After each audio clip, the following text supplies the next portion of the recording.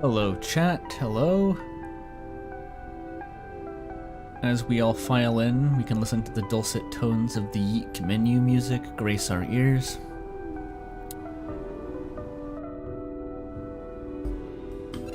I feel like I don't usually show the menu. It's got a pretty snazzy menu, gotta show it off. Hope it kills the bitrate though. Oh well. Happy YIIK Sunday indeed, Mel. And happy birthday, I think? Unless that was just a weird bit in chat the other day. Happy birthday, Mel. The body I've lost, the comrades I've lost, won't stop hurting. It's like they're still there. You feel it too, don't you? I'm gonna make them give back our past, says Remnant. Frankly, I'm not sure what you're on about, but very cool.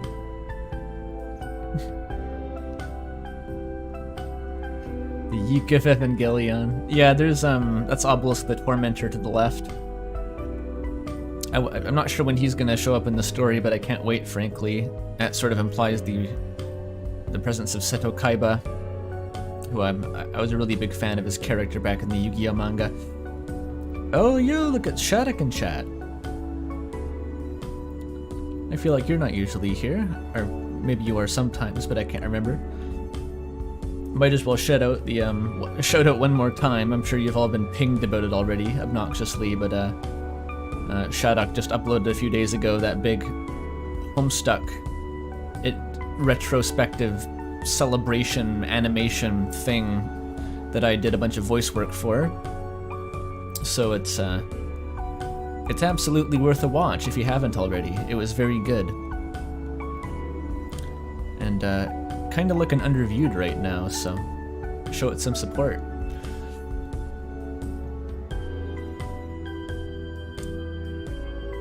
All right, let's get right into it. Oh look, Toby's here too. All the cool dudes are in chat. Lovely, lovely. How do I feel towards celery? It's I don't eat it by itself. I was never someone who ate like celery with peanut butter on it. I know that's a thing, but there's a stir fry I really like to make that it just contains carrots and celery as its main content, and that's really good. So it's also in gumbo.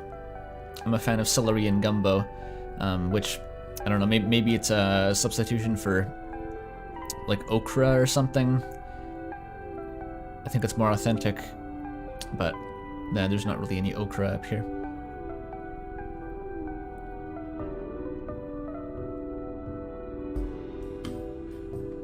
Okay, let us begin to YIIK. Stand back. Don't click new game though, yikes. I was alternating save files, but I'm assuming this is the correct one. Right, it was in this stinky cave. Is the game different? It feels like he has a ton of acceleration now, and I can't tell if the game is just lagging or if I've just forgotten what it feels like to play this. What the hell? I swear before he just accelerated instantly. Maybe that I just misremembered though. Oh well. The worst case scenario is that they shadow patched this to like version 1.5 and I didn't get a say in the matter. Did you know that there's actually no way to like really opt out of updates for a game on Steam? Like they don't let you. You can turn off automatic updates, but that all that means is that it waits until you launch the game to update it. So in order to actually avoid the updates, you have to play in offline mode forever. So I'm a bit frightened of that. Ooh, cool room. Oh, wait a minute. I think the difference is I forgot that I was playing this on controller, so the keyboard felt weird. Hang on. Let me plug the controller back in. I rarely interact with games with a controller.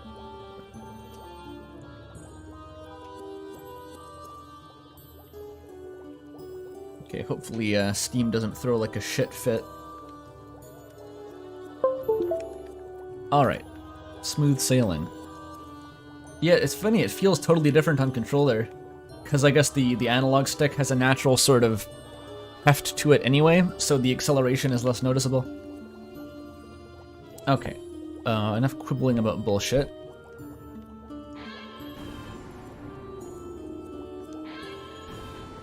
Remnant hopes the story picks up. Me too. Last stream was pretty fucking boring after the first part. It was just chores, yeah.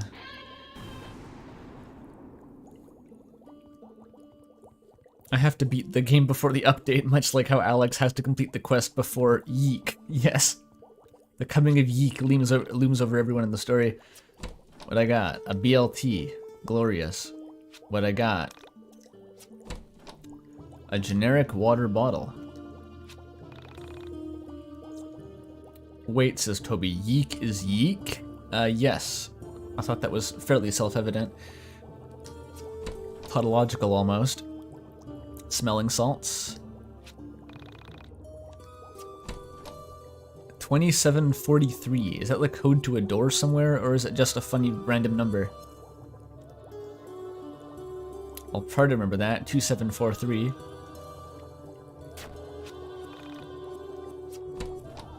Camo jacket. Oh, sweet. I can now LARP as a military serviceman.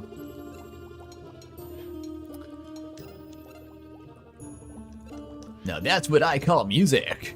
It's a recording of 4 minutes and 33 seconds by John Cage.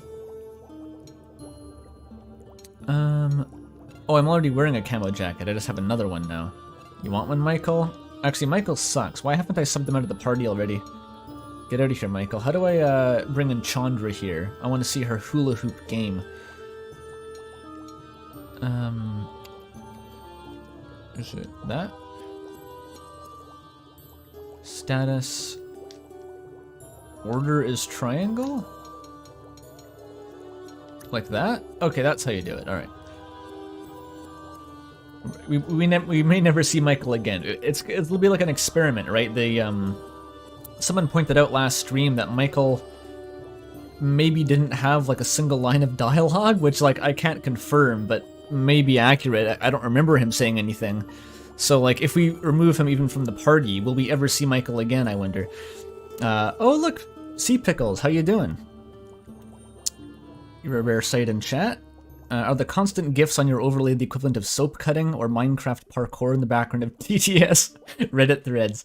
They're just for fun, you know? They're just funny little guys. There's not really any rational explanation behind them. The one on the left was made as fan art for the stream, though, so that it's a point of pride. Yeah, I guess the origin of them was in the comment streams when I just wanted Zoomers to have something to look at when I was reading walls of text, so they sort of filled that role. As you said, like the like surfing in the background.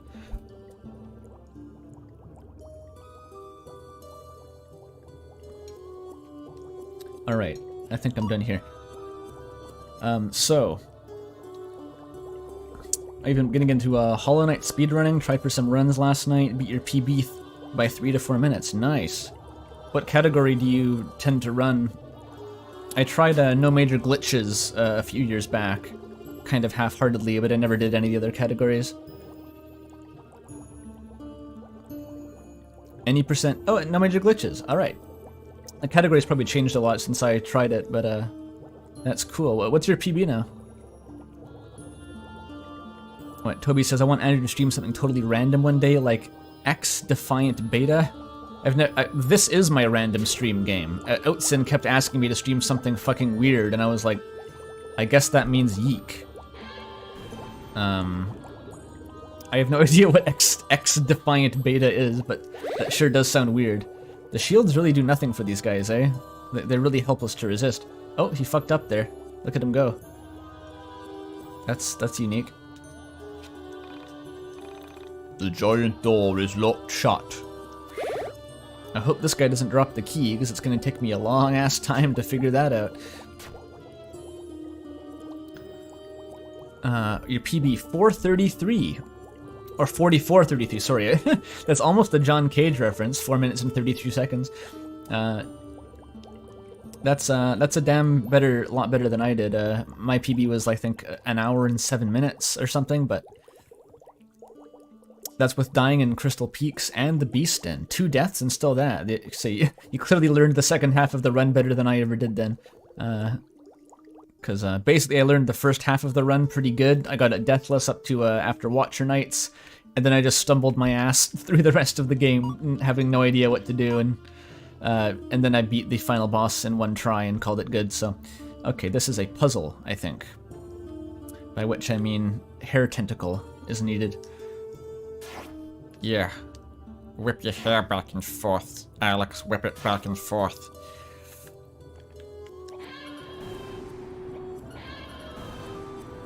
Oh, I can't break these? Or am I just standing in the... Curious. Oh, hang on. I have to access the rock zone, maybe? Oh. The 6-inch ledge prevented me from reaching the rocks, I understand. This game could try a little bit harder when it comes to, showing heights as barriers. Like, I know it's a trope in video games that, like, tiny ledges will stop you, but this game gets absurd with it sometimes. Like, there was a post the size of my shoe earlier that was blocking me from progress. Unless that's also supposed to be a, I don't know, a meta joke or something. Oh, Toby says it's just a crappy Ubisoft game. You don't do Queen's Garden Acid Skip, though? Neither do I. Yeah. That's what separates the boys from the men when it comes to Hollow Knight speedrunning, I guess. The gamers from the casuals. Toby says, in RAM we will have massive walls. Will be 10, 11 feet high. Absolutely unambiguous. Okay, I should focus on the game for just a second here. It's very tempting just to read chat. Is this one of those, like, combination lock puzzles from off, or is this really all it does? Because it still covers the chest, it's just slightly shorter now. Oh, but the pressure plates also bring them down slightly.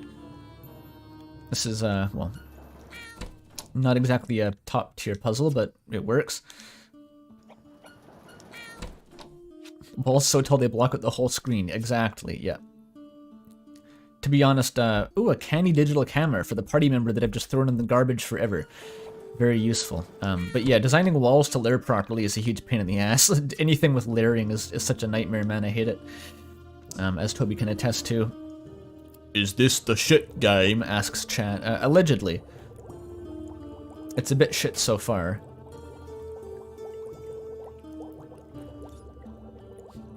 So, earlier this week, actually, I was curious. I heard someone mention last stream that they watched Oni Plays do this. Or Oni Plays play this, a bit redundantly. And I don't watch Oni Plays, but I was curious what someone else's reaction to YIIK would be. So this looks like a secret wall, hang on. So I watched a few episodes of their playthrough, like up to the part where I had played, not past it, obviously. What is this guy doing? He's fucked. And yeah, they did it a few years ago, but still not early enough to play like the 1.0 version, but they had a pretty strange perspective on it, which is like, apparently this game had so much fanfare upon launch, or even before its launch, people were shitting on it. Maybe this guy literally has the key, I just have to fight him. That like, they had heard of scenes in the game, or like they knew parts that were going to be funny before they even came up, despite being theoretically blind, which is very surprising to me. Like, I knew this game... Oh, fuck, I have 1 health from touching all those toxic pools. God damn it. He's dead. I can just run away. That's fine. Look at her go.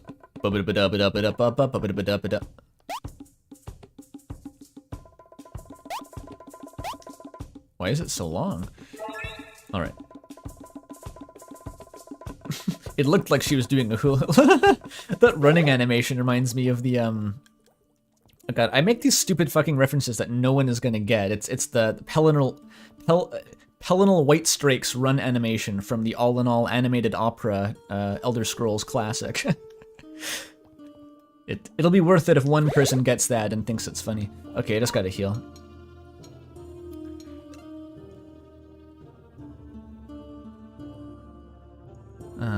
the little micro games you have to do seem slow. Is that accurate? It's pretty slow. The real slow part of the battles is just the enemy's health pools. Like, I think the mini games would be bearable if the enemies just had a third of the health that they actually do. It's really goofy how much health they have. Yeah, I was trying to talk about the Oni plays. Like, they got to that scene with the golden alpaca reveal in the sewers, and they had all seen like a video of the original version of that fight, which I had never seen. And so I went and watched the original video, and got it. It's so hard to concentrate on talking while menuing here. Sorry. But basically, it was like instead of the actual like Sephiroth alpaca, you literally got this, you know, just a model of an alpaca coming through a portal, and you still had the boss fight, but none of the cutscene was there at all. Like the whole thing where he says like, "Disgusting, I will erase you from this timeline, soul traveler." All of that, the psychedelic break where YIIK like got stabbed with the Dragon Slayer greatsword and got sucked into a different dimension, like a parallel version of himself woke up in the Homestuck chair, and the whole Homestuck flash was gone. It was just like, alpaca comes through a portal, battle starts, and it's like this long, tedious boss battle where it just repeats lemonade, lemonade as like its battle dialogue, and gradually transforms into like a gachi muchi furry thing as it absorbs more souls. And like, I don't even know, like, is that an improvement over what we have now? They're both just so fucking weird. What do I mean, the Homestuck chair? The whole thing just reminded me of a Homestuck flash. I don't know. It was just very Homestucky. But like, it was really stupid, but like, it almost seems like it would have been better because it was clearly supposed to be like jarringly absurd. Like, if it was just an alpaca coming out of a wall and like spamming like lolcat memes at you, it would be like obvious what the intent was. Like, it's supposed to be like a shit post that interrupts a serious moment. And a lot of people in the comments were defending the game by saying that's exactly what it was trying to do, but then I guess a million people complained about it being too absurd, and so they fixed it by making it both more and less absurd at the same time. Like, it seems to be trying to take itself more seriously, but it's still absurd, which just makes it like even more confusing. I just don't know.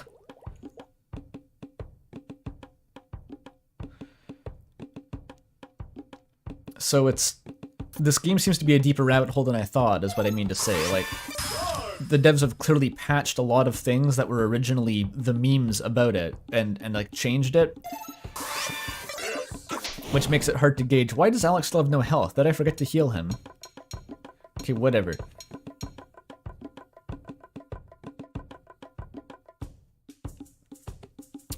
And there was an even deeper layer where someone in the comments was like, I think in the sewer level they were trying to channel this one Japanese author who has a book that features magical realism and something like a golden alpaca, and it has a fixation on sewers. So like, in the dev's mind, that whole sequence could have been like a highbrow reference to a Japanese novel that just like no one else would understand, I guess. But like,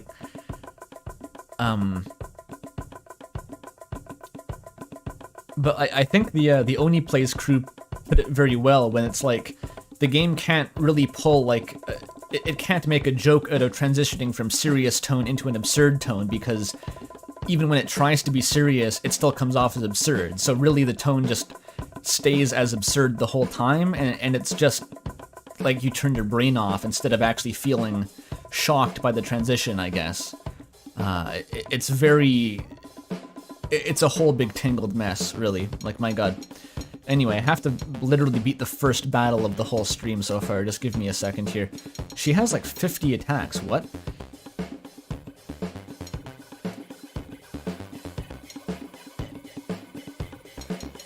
Okay, these are all just 3 variants of the same attack. 4 variants of the same attack. At the cost of HP and PP. And a member of the party? Can I sacrifice Alex because he's already dead? Well, let's try it. What's the worst that could happen? Devil stance, okay. She reminds me of that one, the dude in Persona, like Shiva or whatever. He's just constantly twirling a ring. The banter's the content. Keep going. I know, Outsin, but at some point I actually have to progress the game, otherwise the series will never end. Alright, let's do it. What am I trying to do here? Oh, okay. I get it. I get it. Does this just go on forever? All that for 9 damage? I did like the fucking Yakariku's sugar stance and did a 8-hit combo and it did 9 damage. Okay.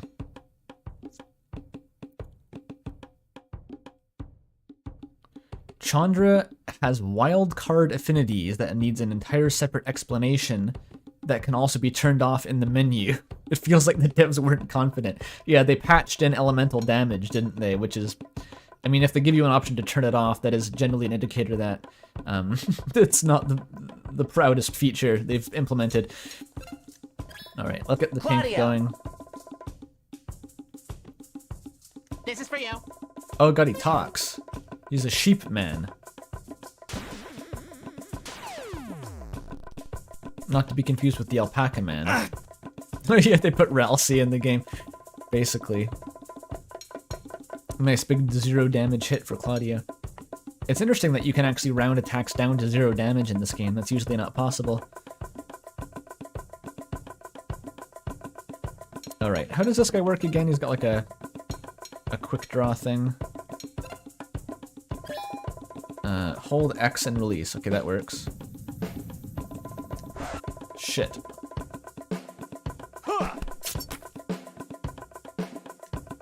He just missed. This is gonna take a while. She sidesteps very elegantly on one leg without dropping the hula hoop. Also without moving.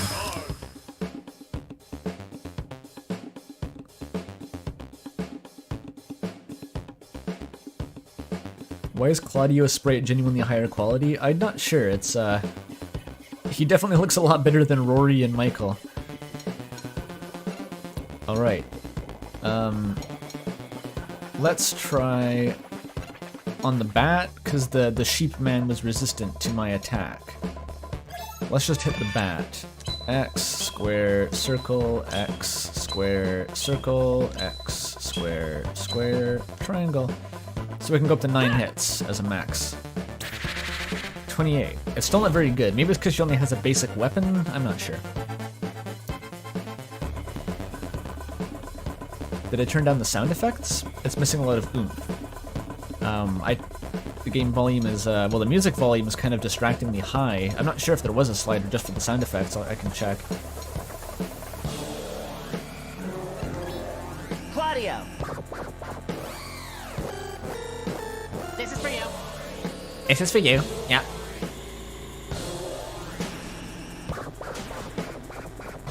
That's kind of what the original alpaca voice sounded like too. It was just lemonade. I'm out of PP somehow too. Gosh darn it. What? I've never played this minigame before. Oh, okay, but okay, the sheep is weak to katanas. That's useful. Very good info. No PP? Alright, okay, we know to focus the bat. With the longest minigame of all time, unfortunately.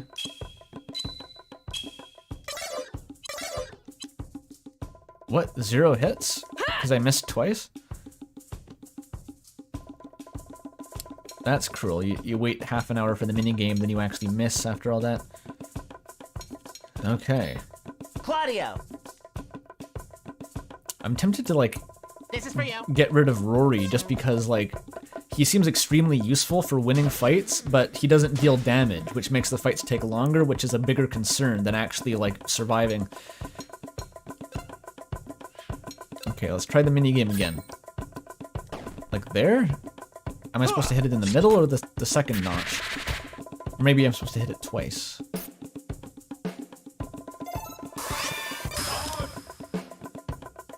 Would the game be better or worse if played with beat-down commands replacing regular attacks? Well, they patched it. That was the original version, I believe. I think it wouldn't be that different, because usually you want to use beat-downs anyway, just because they hit for more damage, but I'm not sure. It's definitely convenient to have a basic attack if your character... If you know they're just going to hit for shit damage anyway, and you don't want to go through the tedium of the whole beatdown minigame, the basic attack's good for that.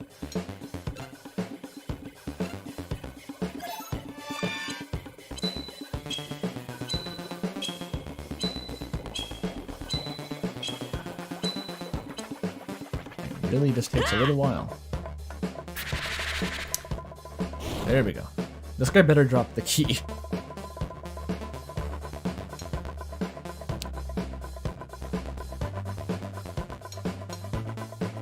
As Grendel said, TDM is the worst path. Is Grendel the guy who, like, Beowulf fought, or is that some YouTuber? Maybe they're the same guy, I don't know. Okay, I shouldn't be taking so long on Rory's turns. There's only one option there. Sheep man. Sheep man, yep. I'm a sheep man.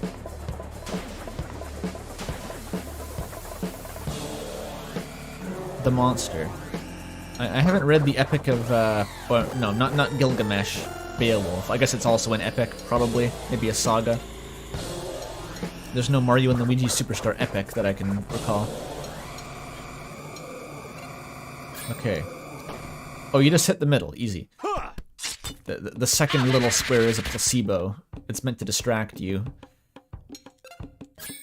That was only good? Damn. Oh wait, the devil stance only affects the basic attack?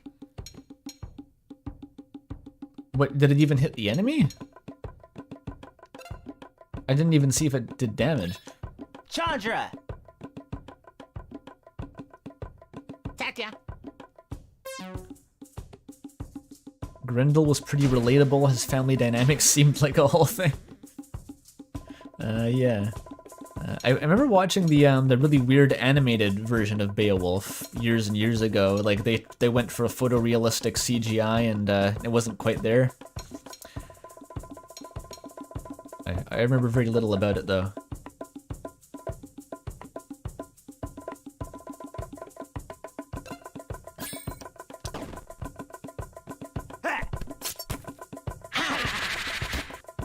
Ouchie, ouch.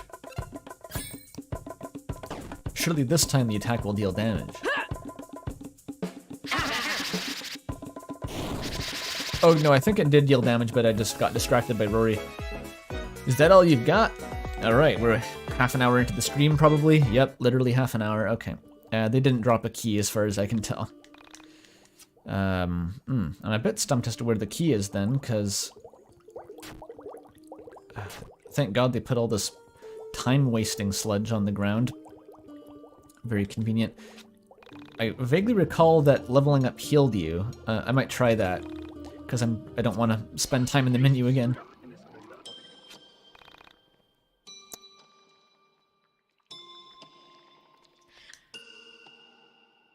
Some fights take way longer, I have no doubt. The ones in the sewers were brutal. That's when I turned on like the cheat mode, but they didn't even help that much.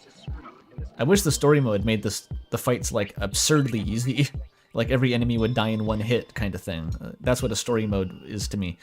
But maybe they wanted their boss fights to have the proper amount of gravitas.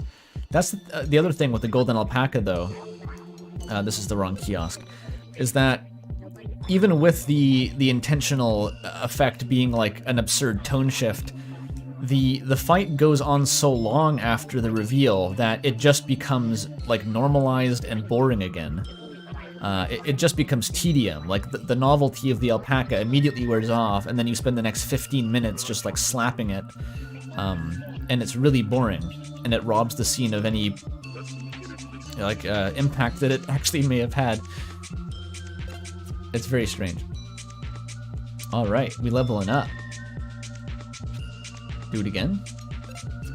Yeah. I was just under leveled, that's all. I think they're stuck at level... No, that was another level. If it shows the full menu, I think they're still leveling up. Why is his little hitbox so small here? Alright, we're maxed out, I think.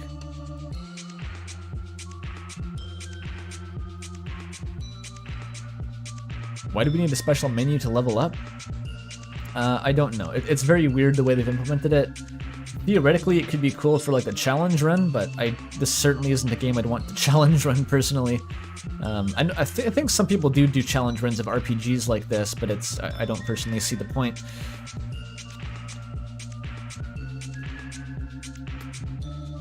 Do I have to purge the entity, or can I just let the crow do it?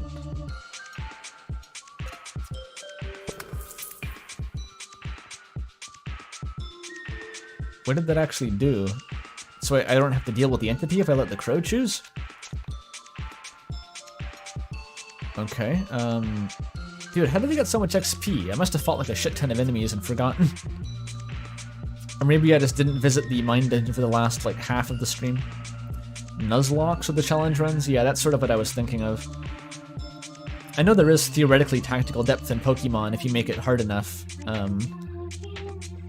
Generally, the thing I've always complained about with Pokemon is that you can just sort of coast your way to the end of the game and never have to actually think about what you're doing, because you can just level up a bit if you get stuck.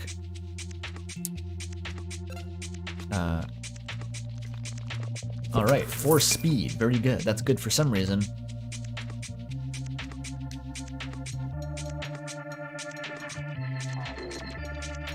More strength, obviously. You want that. Yeah, get PP for Alex, that's true. Alex does need more PP. As do many people. I got Holy Heal, wow. Rory is now a pacifist paladin who will heal your wounds with the power of Christ.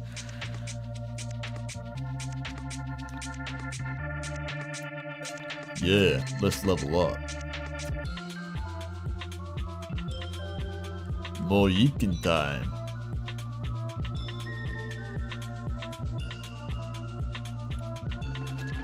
The problem with Pokemon is that the AI never switches and it tells you what Pokemon they have. The enemy is going to throw out, I assume, so you can insta-kill them the first try. That's if you, like, are playing it seriously. Like, if you're playing the game casually, you don't even care about doing that. You don't need to have strategy like that. You can just sort of plug away randomly as a 7-year-old and beat the game eventually, so it's sort of like you need to go way out of your way to actually discover the tactical elements of Pokemon, because it's not designed to be challenging. Okay, these are all +1s again. Where's all the big stat boosts gone? It's giving me +1s all the time. What a pain.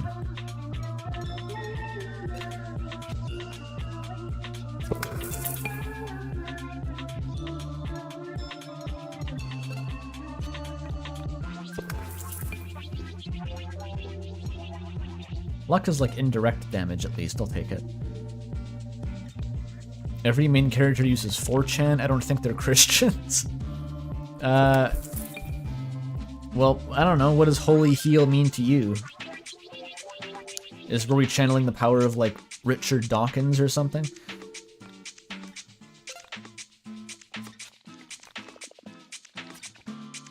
Is there a religion board on 4chan? I honestly don't know.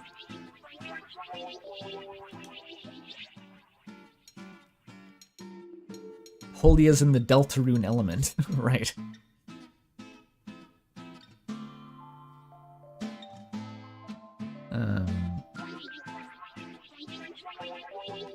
1.5? Yeah, it's a plus 1.5 bonus. I've got a +2 bonus, I can put that into strength or something good. Or maybe even PP. But LP toss spam is very tempting. And half a PP isn't going to do much good. So I can put the 1.5 into strength, I guess. Alex got so much speed, man.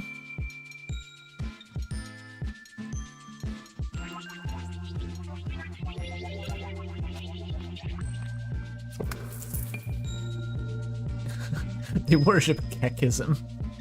Good.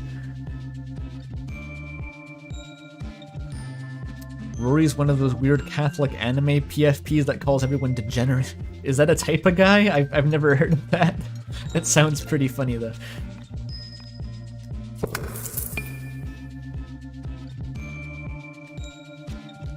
We've got 2 more to go.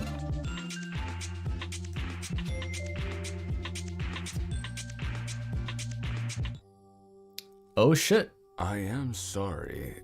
I did not know you were here. You could have knocked. I was in the back room, in the stacks. Who said the last line? As you can see, no one visits here. No one except the dungeon master. And he hasn't visited in almost a year.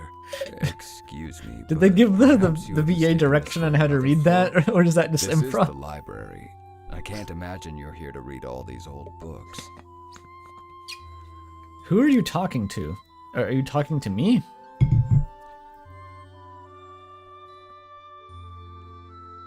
He told me about the librarian like 100 years ago, and said a bunch of vague nonsense that I couldn't really make much of, so here we are. Only the dungeon master is allowed to read them anyway. You're not the dungeon master. Oh wait, are this you? isn't the crow's normal No, voice. I didn't think the think so. librarian is talking through the crow for some reason. And also the text box says librarian, so that would be a hint. I didn't notice that.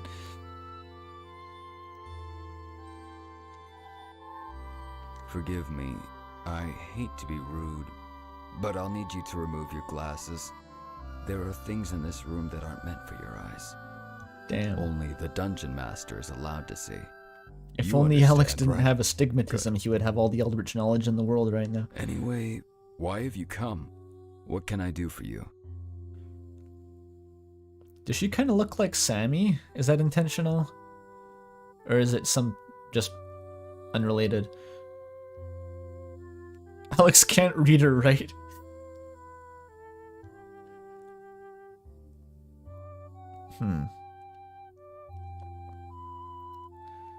Why have I come here? I was Crow trying to told you level up. Visit me? Oh, well, it's nice to have the company. Usually Crow sends people away. And that's his job, you know. Outsiders aren't allowed in the Dungeon of the Mind. It's my mind, though. What? Someone gave you the phone number for the Dungeon of the Mind? I don't know what that means. Have I met you somewhere before? What are they even talking about? It's, well, you know, you just have to feel it out.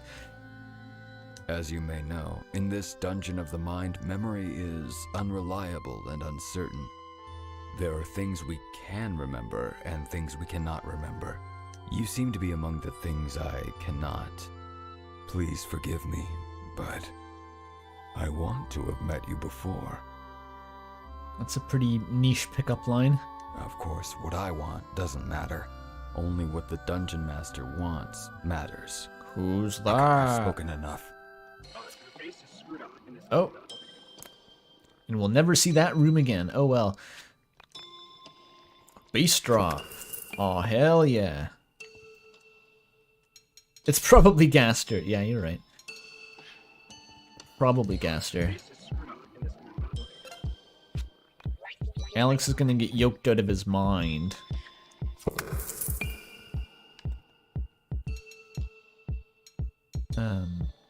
Ooh, a bonus PP on this floor. You love to see it. Oh wait, that's not a bonus, it's just the result. Never mind. I don't think there's any point to adding half a PP. Just snipe the bonuses. Check my fun value. There is no fun value in YIIK. It's just called the value.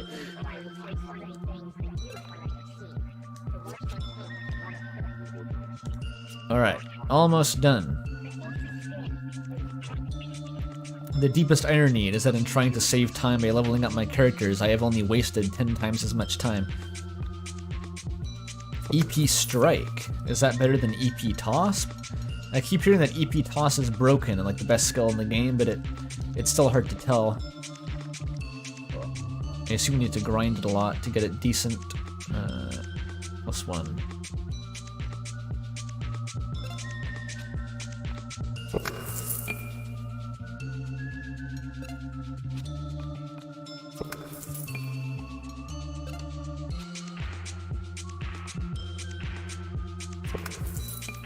Alright, we're done here.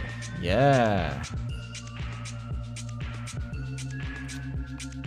Yes. I will exit the mine dungeon. Okay. I've forgotten everything about the outside world. My mind is blank. It has been scoured clean by the sands of time.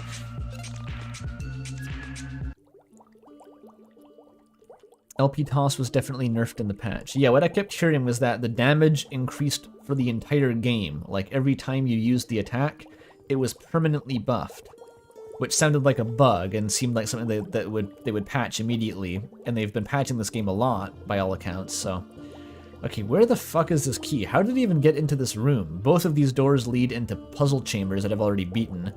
Was this the entrance down here? No? How did I get here?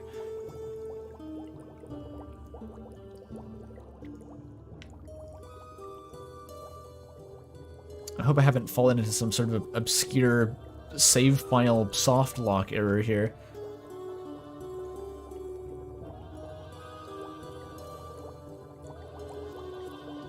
Please save. Okay, I'll save. What will you do? Save. I'm gonna be at level like YIIK in here. Yo, dude, that's a lot of levels.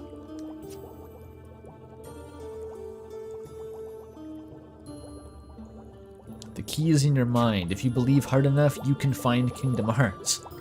I think I can. I think I can. Is it this weird wall? I investigated this already, didn't I? Or like tried the exploding it. That doesn't do anything. Is it the panda somehow will help? I don't see how the panda would help. Is there a different path I haven't checked? I've been about these doors. That's what I'm saying. The real mystery is, like, I don't remember how I got into this room, because all the doors lead into new areas. I've looted all the chests here. It looks like a ladder down there, but I don't know how to access it.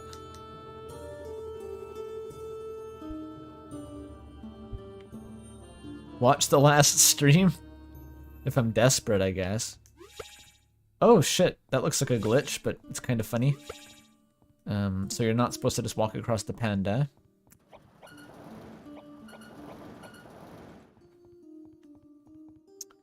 Through the toxic goo.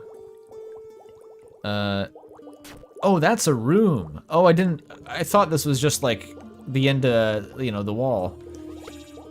Okay, that makes sense at least. Time to waste all of my health once again, because that apparently is a dead end up ahead. Very convenient toxic goo feature they thought up. That's one of those features that you think of in the middle of the night. You wake up in a cold sweat and you're just like, yeah, we need the goo that drains your HP as you backtrack inevitably, and you have to heal yourself from the menus. It'll add so much value.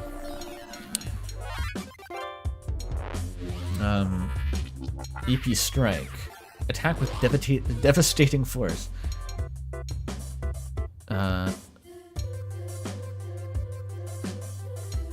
Yeah, sure. Just deploy the LP toss, Alex. I want to see it do its thing.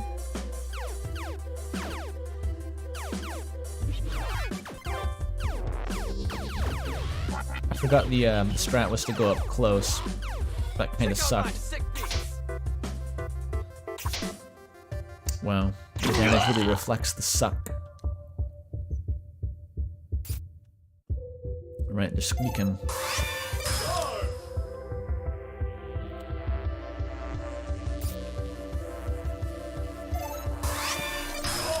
The harmful floors in Final Fantasy games have the float spell to bypass them. Yeah, there's spikes in Link to the Past that also have a way to bypass them. I mean, there's definitely, like, mandatory damage floors, like I play fucking Dark Souls, right? I'm no stranger to that, but, like, in this particular healing system, it's just a waste of time. That's all it translates into, is, like, you have to stop and heal it from the menu over and over again.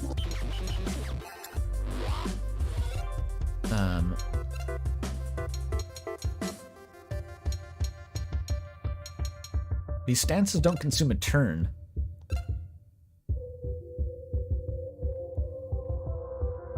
Okay, that's a slightly more hip gyration. Strong stance. Even more gyration.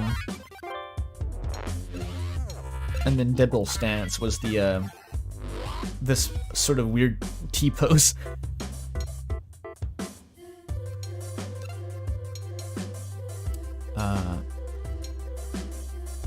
Actually, a party heal would be pretty good. If I just deployed a BLT or something. Like, this is basically a full party heal, right? Is it really that good? Yes, it's really that good. Okay, so she's never leaving the party. Someone mentioned a party member could do that, and you just never got rid of her, so that's that.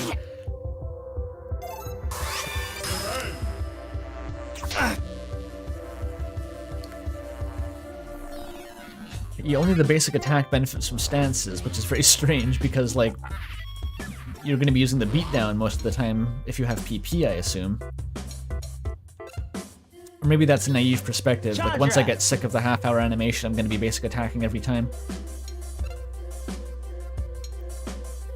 Okay, try the Bushido. Use it. Get bushy on their asses.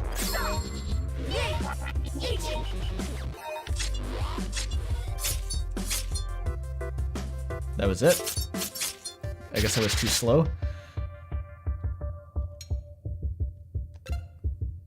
Okay, just attack the feces, Alex. Just do your thing.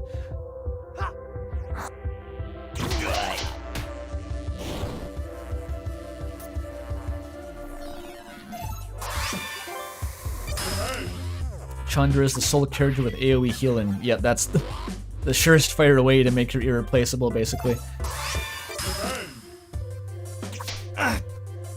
I barely play RPGs, and I'm an acolyte of AoE healing, like it's the most valuable thing.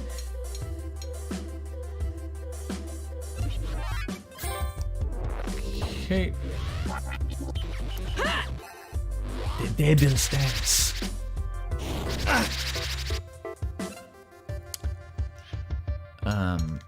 Yeah, keep being pacifist and shit.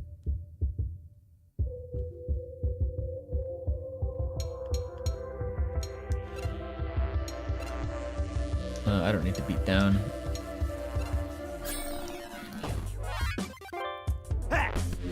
Should be good enough.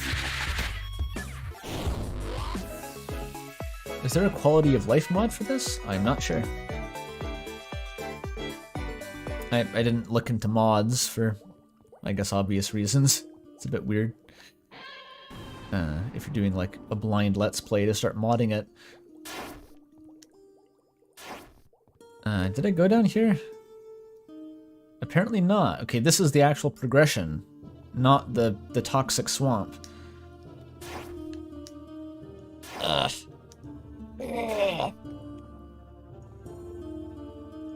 Is Claudio's shirt just Precure? Yeah, someone else mentioned that last stream. You need to be like a class 4 or higher weeaboo to get the reference, so I missed it, unfortunately.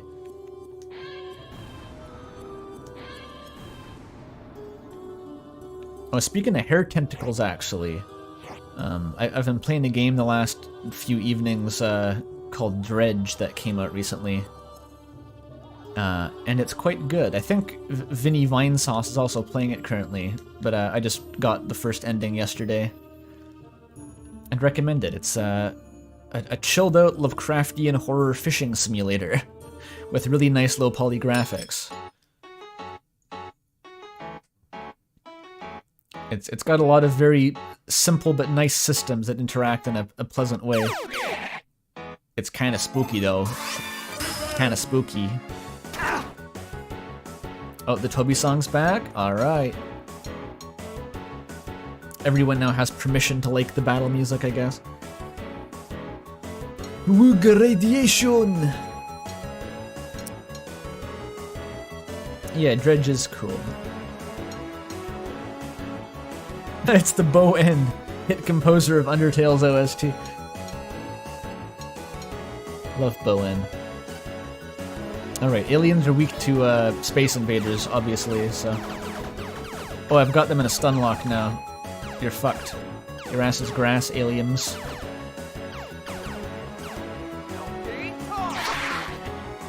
Okay, the alien was not actually weak to the let's play. I mean the long play.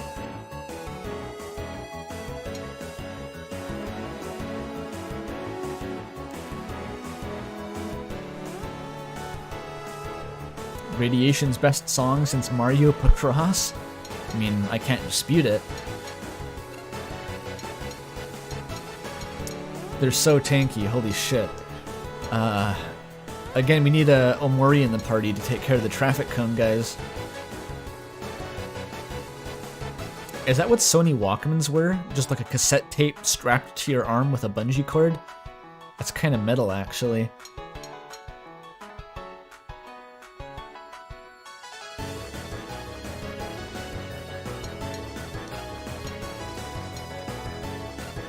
Alright, see if aliens are weak to hula hoops.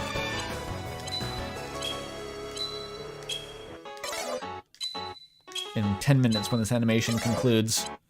I get circle and square mixed up.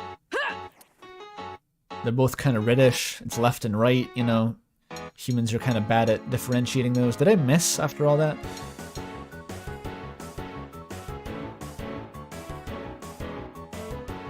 Toby composed for a Pokemon anime. They're still making Pokemon anime? I didn't know that somehow.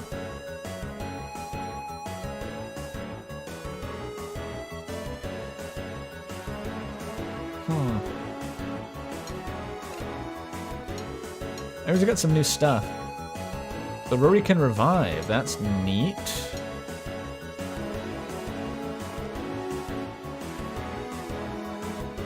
Heals party members by the amount of damage taken by Rory spread across the whole party. So Rory has an AoE heal, but it's based on damage that he takes.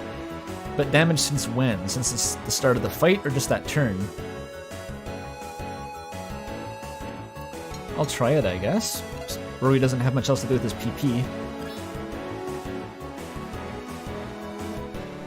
4 each isn't terrible, I guess.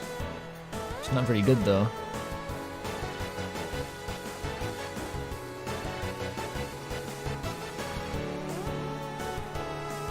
It ended recently. Oh, right, that was the even weirder answer, is that, yeah, it was still going until relatively recently. I vaguely recall that.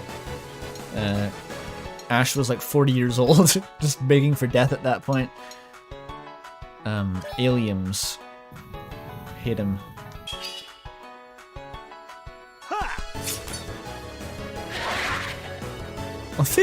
The katana's not actually part of the attack, it's just window dressing for the hacky sack. Ouchie ouch. Oh yeah, the Alex glass cannon strategy is really, the glass part is kicking in for sure. He's got 20 health. Kinda spooky, whoa! I saw someone, one of Joel Vinesauce's fans, blasted one of his stream bits into space with like a high-powered transmission tower. There's just a recording of someone doing that where like Joel's screaming, "No Marcianito! No alien! Go home, alien!" And that's like traveling through interstellar space now. That's very cool. Just thought that was worth mentioning, you know, in light of the alien theme we have going on.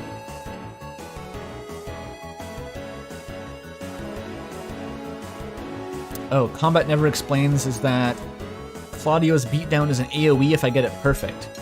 Ah, well that's, I'll keep that in mind. That is good to know. What's EP Strike do? Oh, this is gonna be one of these fuckerlers. Alright. Okay. Just trivialize it with time energy. Okay, that is pretty big damage. I enjoy LP Strike. Interstellar space in quotes? Why not interstellar space? What's gonna stop the signal once it gets past the solar system?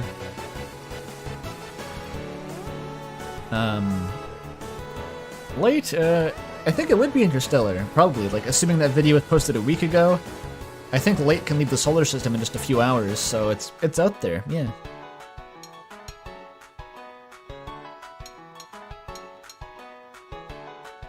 It's kind of a tautology? Well, no, it's like interstellar is the space that isn't part of the solar system, that's all that means.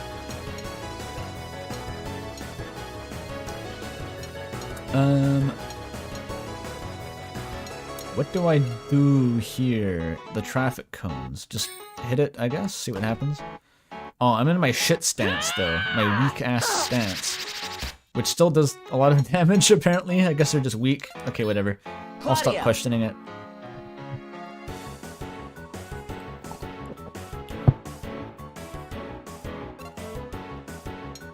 Bushido. Okay, let's try the minigame again. I can pretend I'm playing Sekiro.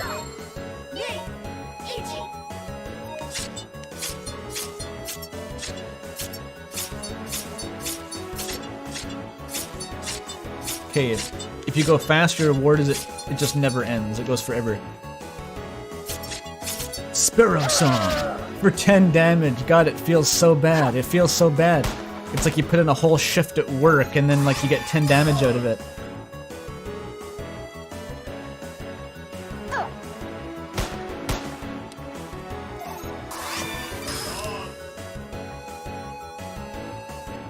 It goes until you run out of time or make a mistake. 17 seconds. Are you like a YIIK tasser or something? Like, why do you have all this like really esoteric knowledge about YIIK combat? Where did you acquire this hidden knowledge? Is there like a Zully the Witch equivalent for YIIK that just goes over all like really obscure YIIK mechanics?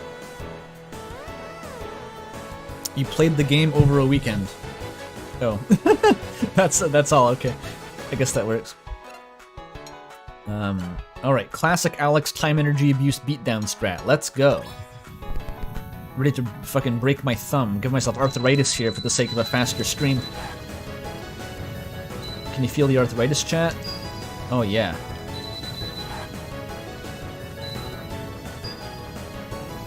Oh, what? 3 spins? I upgraded it apparently. What, 4 spins? When does it end? Okay, this is busted now. Holy shit. Is this a bug, or did I unlock something by leveling up Alex? A 59-hit combo. 179 damage. Okay, so I think I found the strat for speeding up the game, but it will cost me my joints.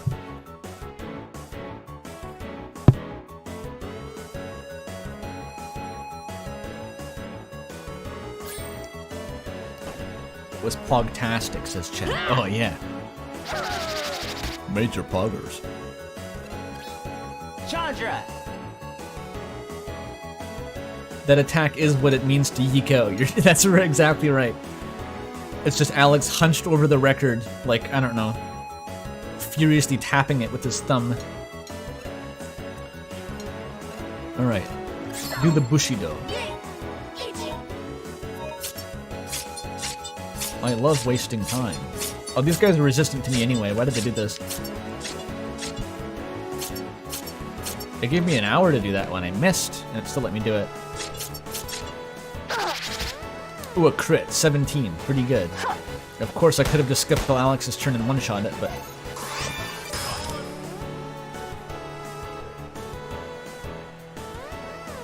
Different weapons extend beatdown commands. Ah. So it's just like Dark Souls, really. They have all these hidden mechanics they don't tell you about. And the only way to find out is to meticulously experiment with every one over the course of hundreds of hours and make a spreadsheet. I mean, people like Dark Souls, so it's probably a good approach. Just do the beat down again, Alex. Is it really so hard to get the record to like load in the right position? Okay, that a little bit shorter that time. Even then, 69 damage though. Wow. Alex is a beast. Ooh, I got a better sword. A polished sword. Okay. Okay, Claudio. Morgan. Propeller beanie, of course.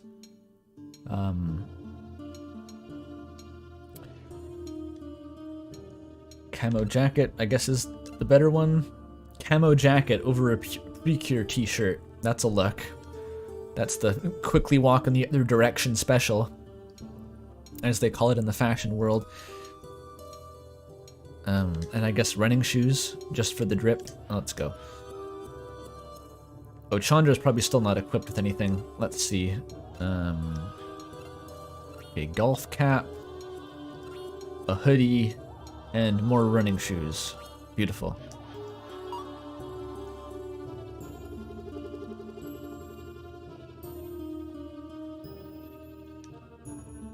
Better Sword is a real good AU Toby Fox track. Are you telling me someone made a song for Deltarune AU called Better Sword? What is the context for that? Okay, I have to interact with those levers somehow. This is like a massive zone here. I've stumbled onto Blackreach Depth. Does anyone remember why we're here? Like pop quiz for chat. Why am I doing this right now? And I don't mean like in real life, like why am I streaming YIIK on a Sunday?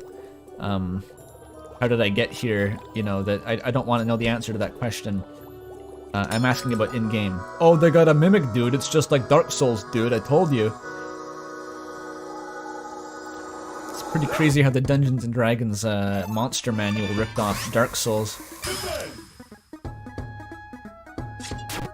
Ouchie ouch.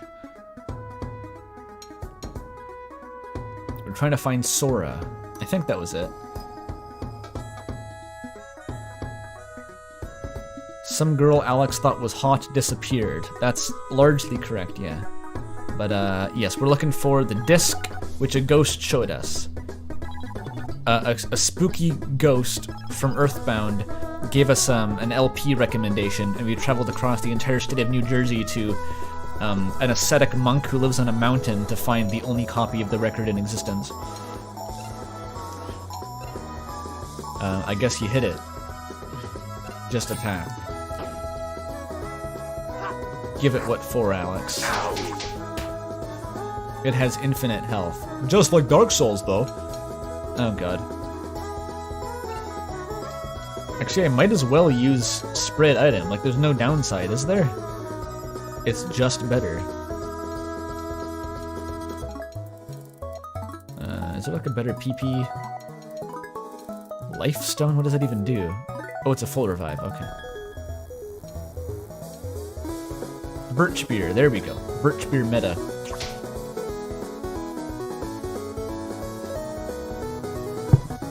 You learned that doing a perfect basic attack gives you 4 PP. I've never noticed that. That's actually insane. You could just be making this up. Like, I'll probably not pay enough attention to actually validate any of these tips.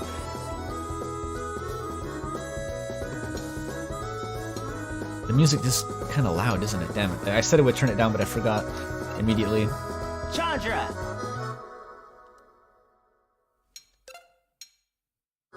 Now it's gone. Alright. Perfect. This is a trick shot! What? Okay. Why not just dub in? Oh baby, a triple! Combo breaker. You shouldn't be so greedy. Oh, he's patches, dude. He's just like Dark Souls. That's the 3rd time in this game that I've hit the top pixel of that box and not gotten the block. I'm keeping track at this point. Okay, deploy the EP strike.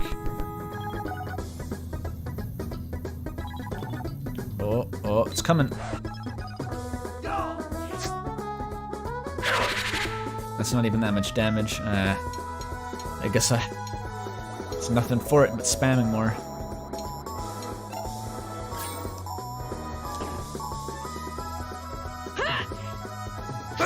Say groceries like Yoshi would say their own name. It's very satisfying. Let me go back. Groceries! It's pretty good. Groceries! Grocery! Grocery! Yeah, I agree. It's pretty good. Chandra!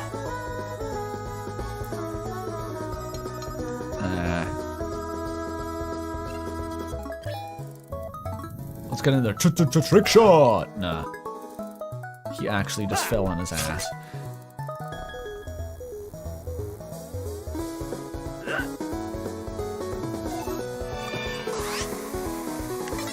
Oh no, Rory, you're gonna die. Oh wait, he has the PP swap though, he'll be fine. Rory lives for this shit.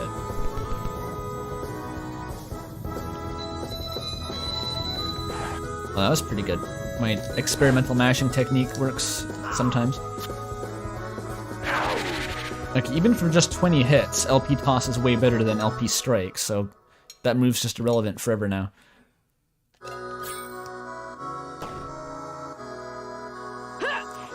I should get an auto clicker. That would be the logical solution to the game being too slow. No wait, he was gonna do his skill here. His big moment. Check this out. Rory's entered phase 2. He's now slightly tankier and perhaps more emo, I don't know.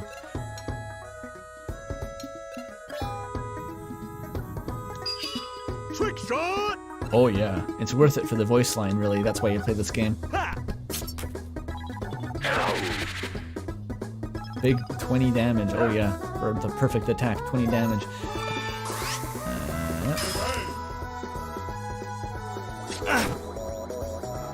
This thing hits pretty hard.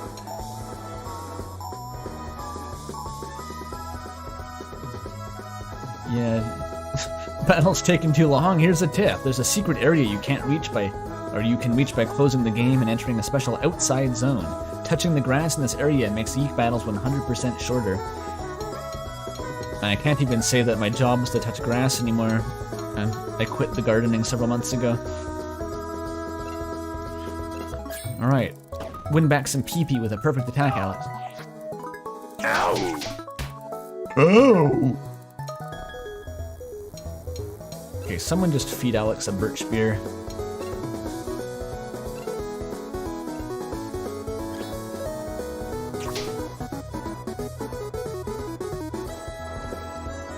Very odd that there's command for enemy attacks that you literally can't dodge. Well, I think that like double track dodge UI is for attacks that you can only defend against. It seems like a tougher class of attack.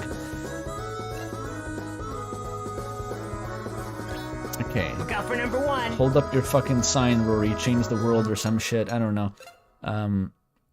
Let's do another skill testing mini game for 12 damage.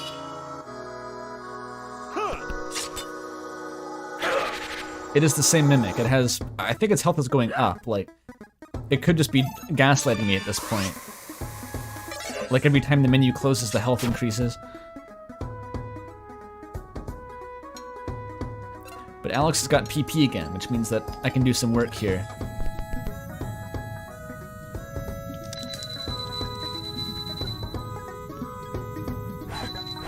Shit. Okay, I can't be so cocky about the ones that went moving fast.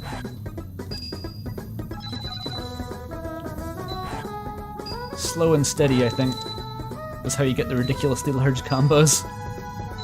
If you have cheats enabled, of course. You can just do that.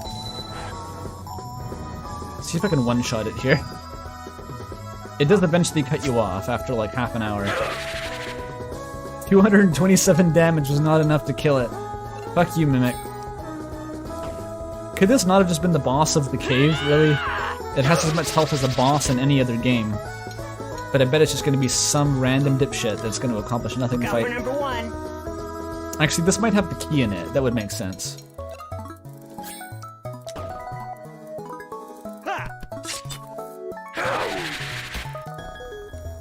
In which case it maybe is the boss, kind of. It remains to be seen.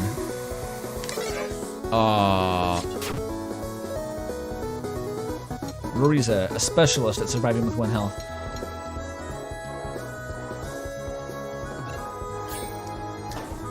Perfect. Oh yeah, he got PP back. No joke.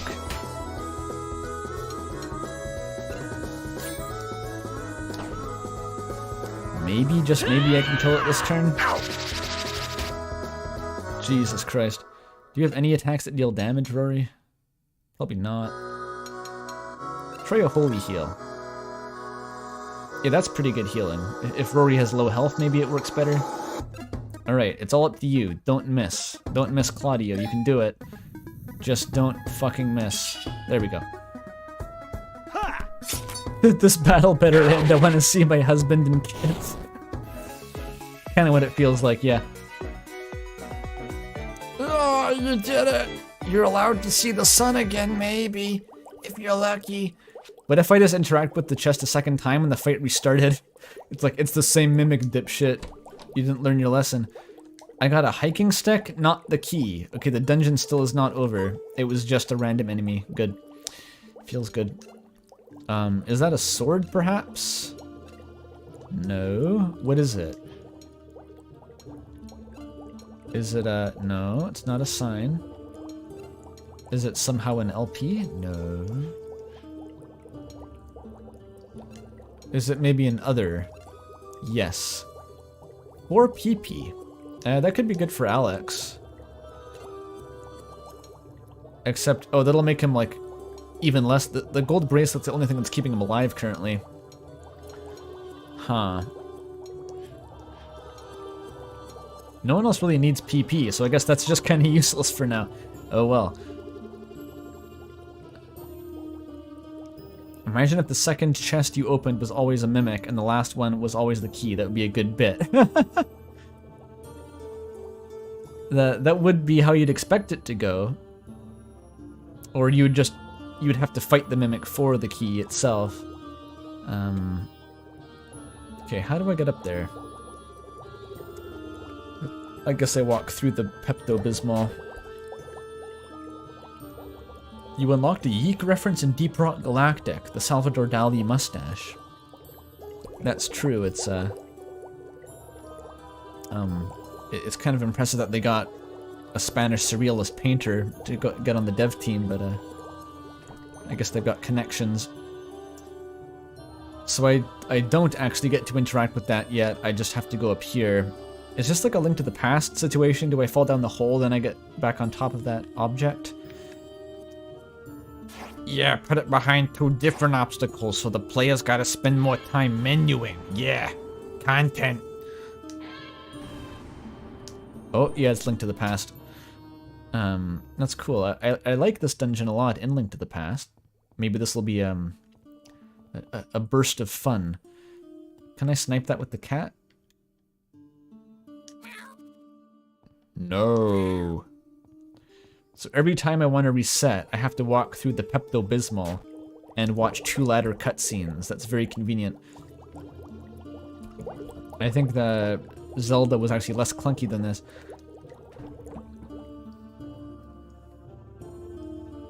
I'm so hopeful and innocent. It's also a Pokemon gym? Yeah, it's... Well, to me it'll always be the Tower of Hera, Link to the Past, you know? That's the canonical version of this gimmick.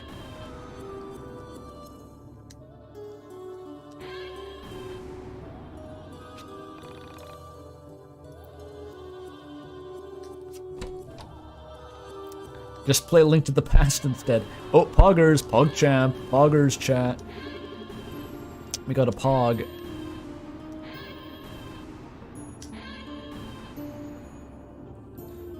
Got a Silk Song's definitely underneath this one. Oh, kinda.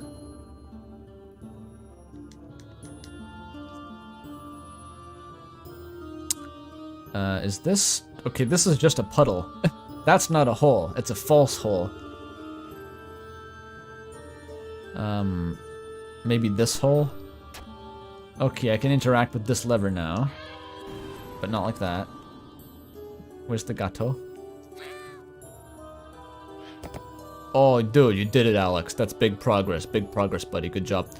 Apparently I was on that one previously and I just sort of didn't notice that this lever existed at all. So that's my bad. Oh well.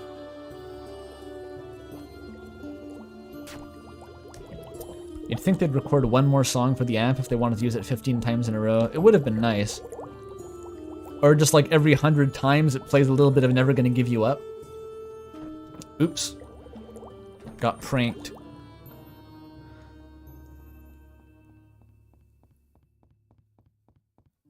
Good job, Andrew. Is that for progressing the puzzle? I know, it's big progress. We're really making leaps and bounds here. Yeah. That little unlock sound reminds me of Fez a little bit, which is nice. I get a little dopamine hit whenever that plays. The Fez one, of course, is based on Zelda, but they added their own unique spin. Oh, the Werner Herzog voice? I don't know how Werner Herzog speaks, but I know how Joel impersonates him. All hoes, all fast, all are falsehoods because all paths will ultimately lead to entropy and our eternal undoing. I completely butchered that. I think the accent overloaded my brain a little bit there, but I tried. Fez Enjoyer has logged on. I do like Fez. I'm a big fan of Fez. I actually learned Prelude in E minor by Frédéric Chopin purely because it was used as the credits music in Fez. So like, it sounds like a classical piece, but it's actually a video game reference, unbeknownst to all. Did I do all that just to earn the privilege of escaping the cave again?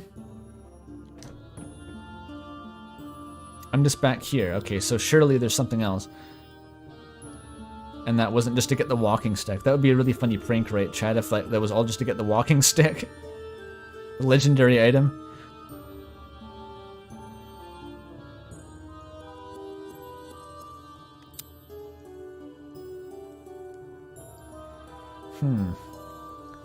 Fez is in the top 10 or 20 indie games for you. I don't keep a top 20 list, but it might be up there. The art style is especially really nice. The aesthetics of the game are very cool. I think I sort of have the same relationship with Fez that a lot of people had with Yume Nikki. Like, if I played Yume Nikki first, I would have seen Fez as like, oh, it's like Yume Nikki. But because I played Fez first, Yume Nikki sort of just seems like a boring, stripped-down version of Fez to me.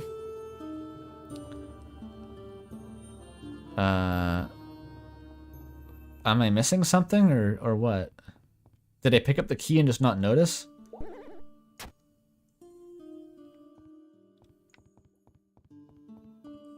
What if I just... maybe this person has the answer somehow. I could feel the spirit of Semi Park call out to me. He told me to come here via post on Onsen. A post, that is. Not mail yourself. The only thing is, I came down those stairs and got stuck down here. How am I supposed to climb back up? There has to be some sort of trick. Or it could be a cave, and it's not designed for human traversal, and you're fucked because you didn't bring a rope to a caving expedition. You absolute buffoon. But luckily, it actually wasn't a cave. It was designed by game designers. Oh, but it's not like, you freed me now, here's a key as a reward. It's like, I sure hope you find a way to not starve to death down here, because I sure will. Everyone's on 4chan in New Jersey, yeah. Fez has got to be in my top 70 games of all time. I agree, yeah. Hands down. Very true.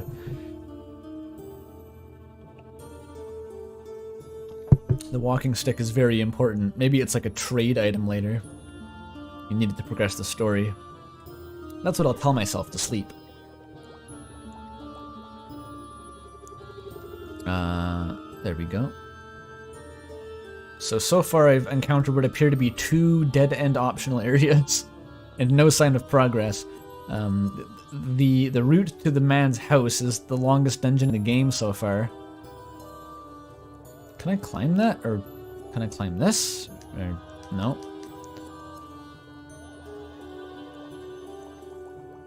Okay, what's this way? Just exhaust all the possibilities here. I think this was the entrance.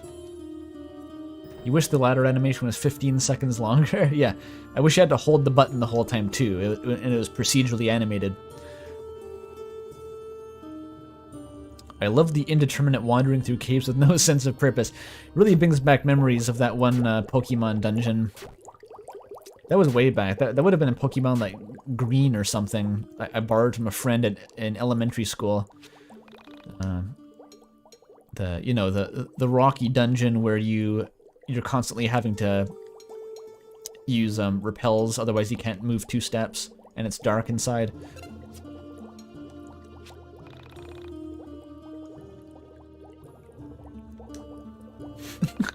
Fez has got to be in my top 5 pixel art indie games with a heavy emphasis on perspective, puzzling, and adventure that I haven't played yet. There probably are 5 games like that, to be fair. Pokemon Green was not released in the US? Yeah, I am in Canada, maybe that's it. I don't know. I think it was Pokemon Green. Fez is the Fez of the Fez-like genre. You're not wrong. Please tell me I picked up the key without noticing. I somehow did. Okay, I have no idea where I got that. I just wasn't paying attention. Thank God, though. Mana from the heavens. Pokemon Green was Japanese only? Maybe, was it Leaf Green? I don't know. Like, I have no idea if Leaf Green is different than green. Maybe it was Emerald? Oh, Emerald is the color green, so maybe I just assumed that it was green, but it was actually Pokemon Emerald. That could be it. Let's take a break here. Oh, thank God. So, how did you get interested in the disappearance of Sammy Park? Can we not get into that now? I'm sick of hearing about that poor girl. Isn't that why we're here? Easy, Chandra. I've been interested in missing people for a while. Is Chandra just here, like, for fun? She doesn't even know, like, what we're doing or why. She's just like, yeah, I guess I'll go. The idea of people vanishing is something that hits close to home, you know? Because your brother, who's on the missing poster in your store, also went missing that one time. So, I started going in chat rooms for people with missing kids, and someone on there was talking about Sammy Park. It's Leaf Green? You're really nitpicking the difference between Pokemon Green and Leaf Green? I guess if they're different versions, but that's kind of dumb. Why would they localize it to Leaf Green? And say, like, green is only for Japan. The Americans will get Leaf Green. Is that just how Game Freak rules? I don't know. I followed the link, and it brought me to the Onism 1999 post. The The one Onism. with the video of her on the elevator. I kept going back each day and keeping up with what you guys posted. That's a little dark, isn't it? Going on chat rooms for parents of missing kids? Yeah, tell that to Noel Holiday, Alex. Oh, yikes. Woo-hoo-hoo-hoo. Don't get me started on that one. Oh, no, I don't, like, get off on it or anything. My little brother went missing when we were younger. Wow, that's not what I was implying, Claudio. It's weird that you brought that up as your first defense. Japan got red and green, they changed it to red and blue internationally. Then the remix went back to red and green. Very cool. Why did they think that America couldn't handle the color green? Did they do focus texting and they're like, nah, dude, America, all about the blue. Blue and red all the way, no green. Never green. Not in America, no. Is it because it was the colors of the flag or something? They're like, green isn't in the American flag, therefore we have to change it? And Pokemon White would have had some uncomfortable connotations maybe, so there was just process of elimination. Who knows? Maybe they were sponsored by Pepsi.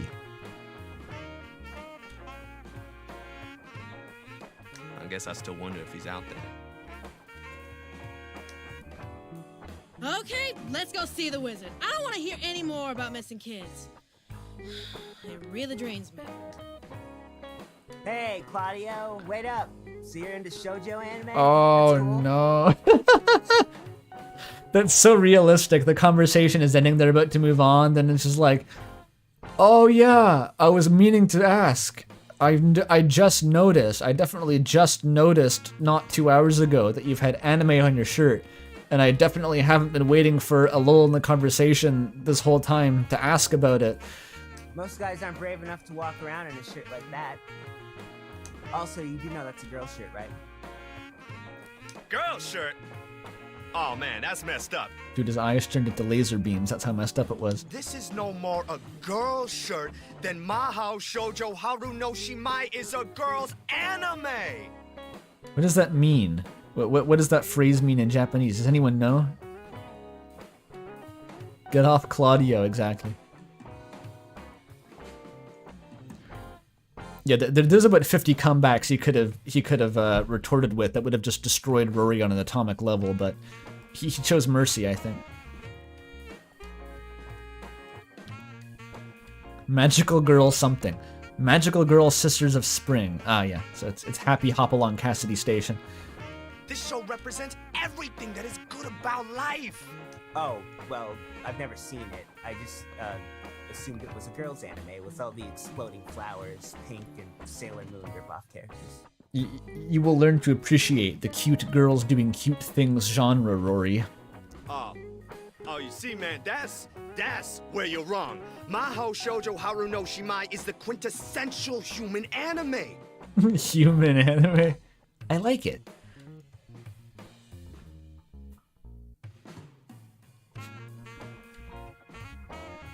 Rory could have bailed out. Dude, the tag on the back says women's size anime. I'm not implying anything about the anime. Or, did I replace the word medium with anime? Dude, my brain does weird things when I'm trying to read out loud sometimes, I swear to God.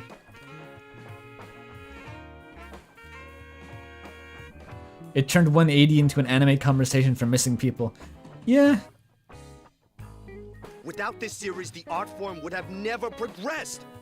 You see, while the anime premiered in 1985 in the US, there were already episodes of this magical series in production in Japan in 1977. What do you mean premiered in the US?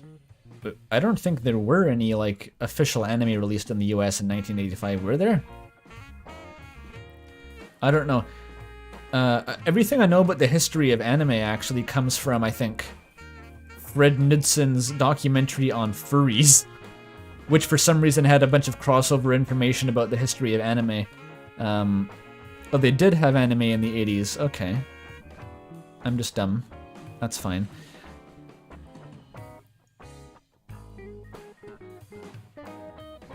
Astro Boy and Speed Racer. Oh, yeah, okay. The really old school stuff. Without this series, it's unlikely that Naoko Takeuchi would have written Sailor Moon! Oh, they can just use that term without being sued? Okay. This series was revolutionary for its time and set the animation and writing standards for everything since. This is why you don't ask about the anime shirt, Rory. It's like you're gonna get the guy's life story, right? You see, each of the sisters' relationships with Father Seasons is different.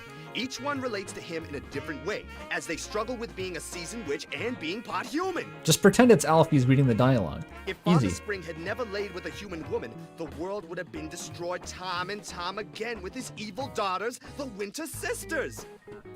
It's the balance of humanity that allows them to control Rory the is powers. unable to make eye And don't contact. even get me started with the soundtrack. Oh, Oh, no, he made eye contact again.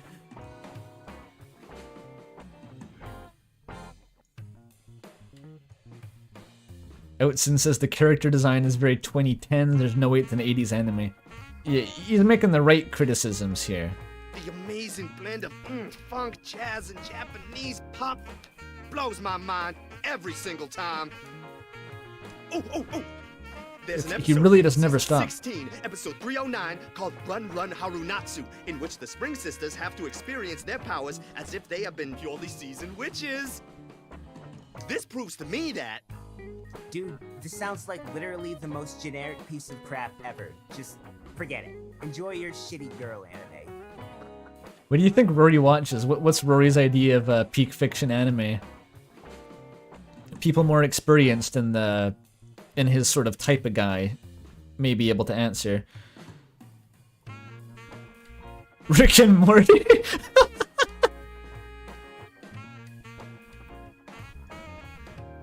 Death Note. Oh, Sword Art Online. I think if you watch Sword Art Online, you would be at least self-aware enough to not accuse someone else of watching the most generic piece of shit anime. Mecha, Macross. I'll trust Outson's judgment. Don't involve me. Look, I am just as into Japanese crap as the next guy, but what you have borders on an obsession. Yeah, I'm into anime, but I don't like it, you know. That's where you went wrong, dude. You're not supposed to like be into the things that you're into. That was like a almost bordering on mildly funny, and then Rory just like shits on it, and it just becomes like kind of a huge downer, and then the scene ends. Thanks for that, Rory. Thanks for that. Why have a punchline to the bit when you can just be a dick? Okay, time to buy some birch beer. Maybe. BLTs are pretty good, actually, to stock up. I have $1,500. I'm gonna want 20 of those, probably, yeah. I love that one. Who's asking? Don't buy the cave BLT? I've already bought... The rest of them came from the sewers, dude. Every time I got sucked into the menu again. How does that happen?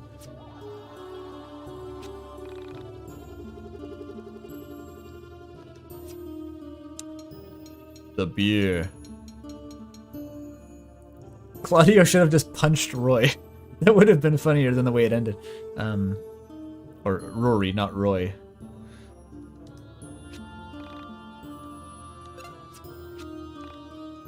You ever just go to a vending machine and spend $75 on root beer? That's a vibe. Okay, this time don't get sucked back in.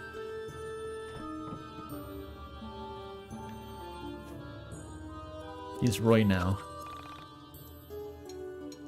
Roy from the mod team? No, Roy from, I can't think of any other Roys.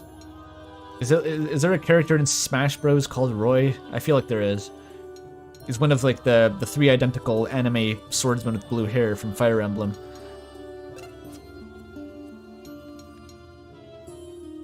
Oh, there's a Koopaling. Yeah, that's true.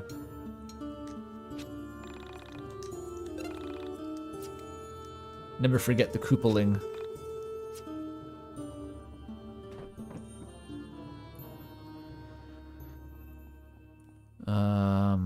Okay, the dungeon is not even close to being over. We're just getting started with the dungeon. The rest of the game is this dungeon. By the time we reach the top of the mountain, it will be New Year's Eve. No? Invalid? Okay, that was valid.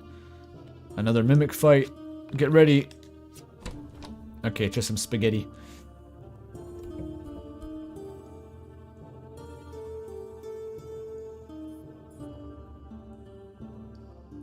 Why is it so large, dude?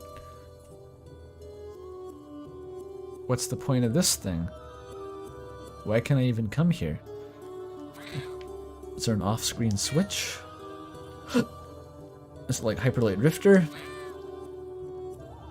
Chat, I got bad news. I don't think it's like Hyperlight Drifter.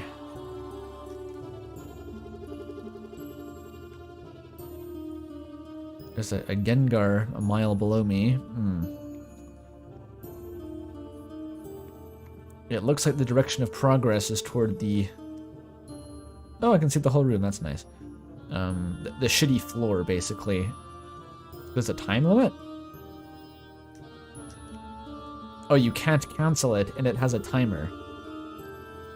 Once again, this game finds like unique and innovative ways to make systems shitty that have never managed to be shitty in any other previous game.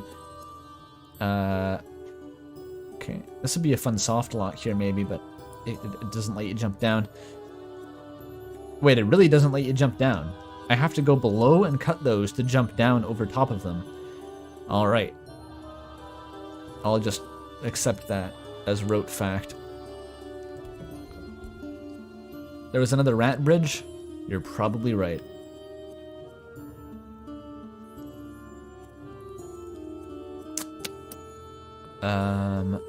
This just led over here. I don't think there was another rat bridge.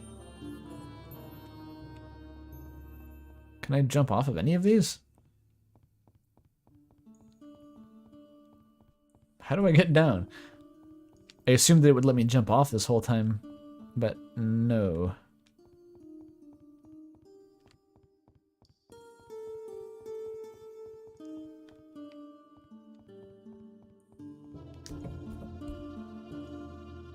Relook at the map.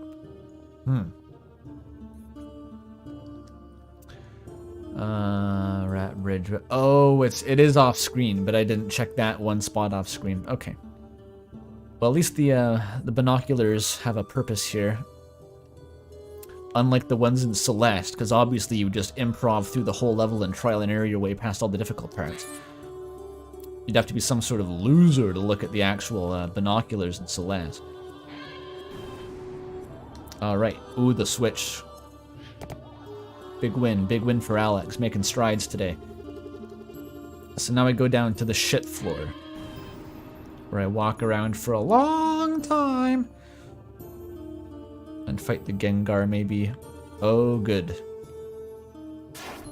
I hope y'all like the hair tentacle, because we're gonna be here for a while. It's just like that one gag in Omori, except that it's not a gag, you just have to do it to progress.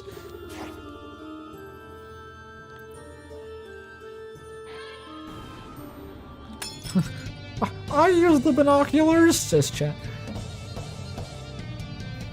I personally disdain you.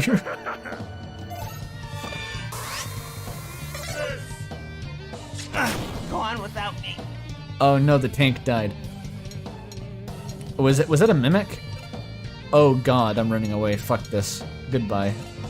No thanks. Or maybe if I use the beatdown spam. Okay, I'll give it a go. I'll use beatdown spam and revive Rory.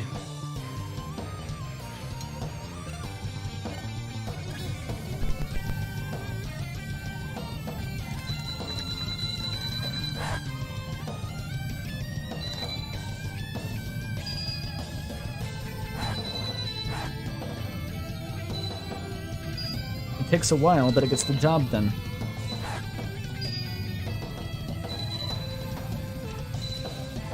I think I can kill it maybe 2 of these.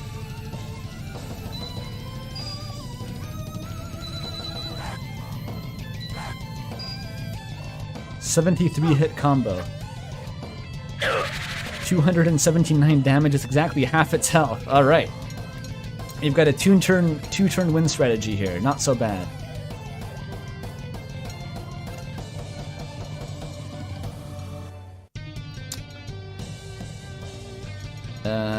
Let's just spray birch beer everywhere like a race car award ceremony.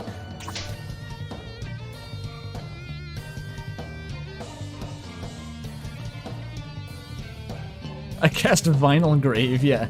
You think it's a little bit overpowered? Well, I'm cheating. Like, I turned off the time energy limit to speed this up, and so it's exactly the intended effect. That's actually one of the only ways I found to meaningfully speed up the game by cheating, even. Usually it just makes you tankier or something, which is largely not the problem.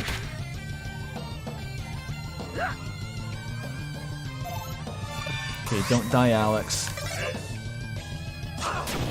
You had one job. Alright. Luckily I have stuff. What does medicine do? I haven't even looked at that. Cures nausea? It's just earthbound, okay. Where's my summoning salts? Wait, not Rory, fuck. I was like, only one guy's dead, I can just press the button, but no, 2 guys were dead. Making me tonight's big loser. Okay, just do a revival chain. I don't know, like you're playing an RPG or something. Perfect.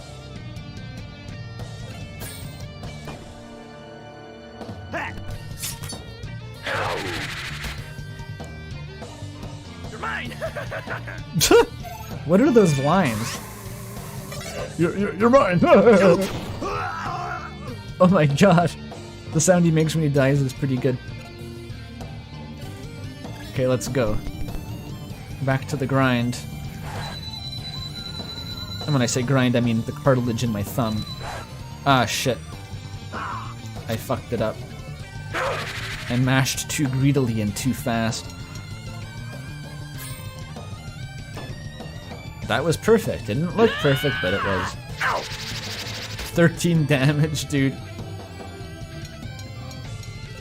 I love that every other character is useless, besides Alex.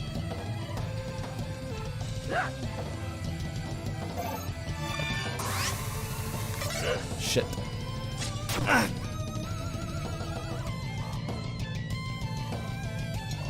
Okay, this time for sure.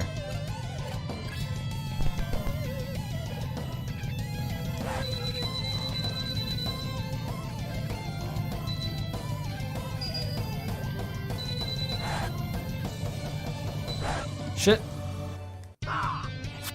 It's not the 70 hit combo we need, Alex.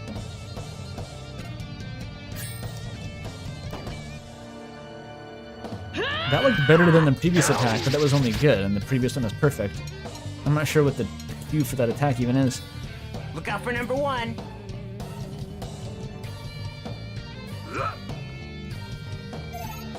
Okay, I regret not running away. I thought I could kill this guy in 2 turns, but that actually requires some execution, apparently. Okay, Redeem yourself, Alex. Come on.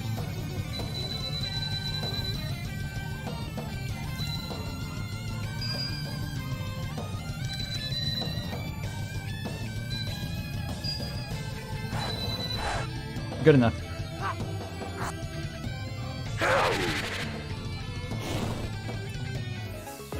We got... Well, that's a whole level of XP, so that's... Well, it's a ticket to waste more time later, if I want to look at it pessimistically. Occupy Bank Street. It's a sign. Ooh, what's it do? Are we going to unlock his ultimate weapon, which is like 9/11 was an inside job, and that's just going to be part of the menu from now on? That would be funny, I think. HP and defense. Everything you could ever need.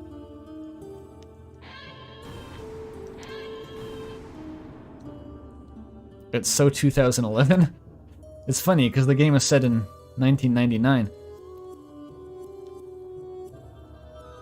It would be pretty impressive to get a 9/11 was an inside job sign in 1999. I'd have to hand it to him at that point. Okay, fuck that guy. Actually, can I... Oh. I thought I could stun this guy somehow. Okay, that still works. Maybe I can cheese this. He stays stunned for a long time, wow. Well, maybe it's only me moving around that changes the stun timer. Okay, try this. It just barely works. Okay, let's keep trying this. This is still like an order of magnitude faster than actually fighting the boss, I'm sure.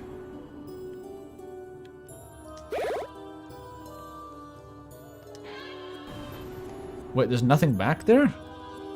What fuck kind of sick joke is that? That's some donkey doo-doo.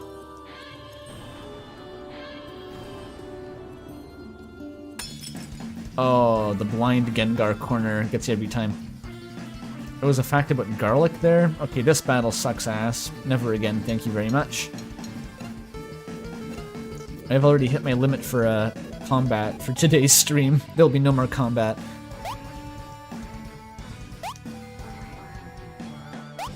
Oh, that was...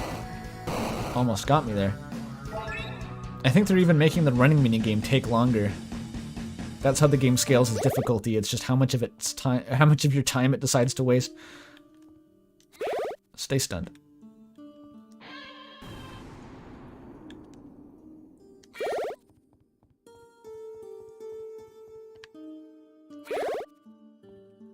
I will become like a League of Legends pro with these overworld commands before I willingly engage in combat. Some smackaroonies.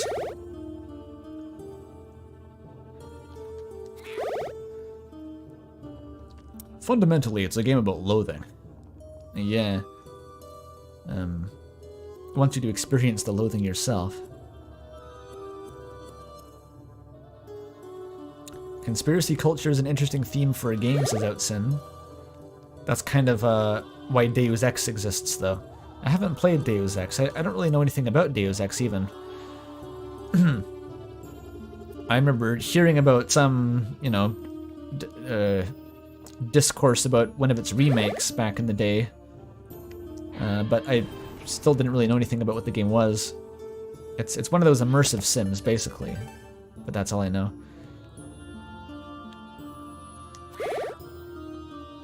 Can I advance now? I think I can maybe advance.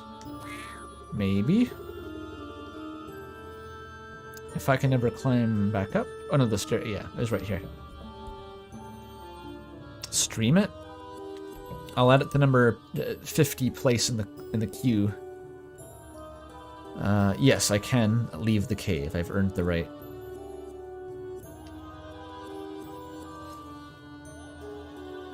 It's like Hitman, but Cyberpunk. I've not played Hitman either, but I've seen people play that game. To be honest, I'm not sure how much I'd enjoy that kind of thing. Hitman's never appealed to me, specifically.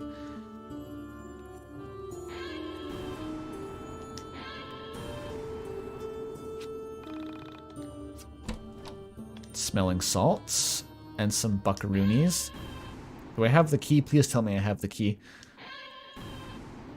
Whenever you see one of those locks, it's just like a panic attack in your gut. You're like, do I have it? It's like when the teacher asks for your assignment and you can't remember if you've done it or not for a second. Like,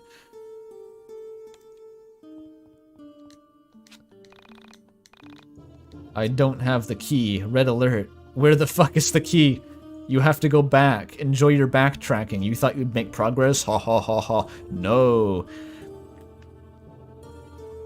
Oh, no, no, no, no, no, no, no, no, no, no, no, no.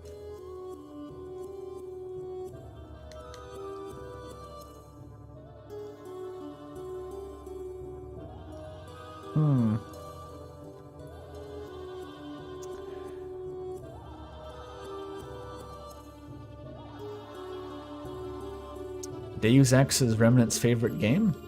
Who knows? Maybe one of the fucking enemies drops the key? I have no idea. Or maybe it's hidden in the maze somewhere.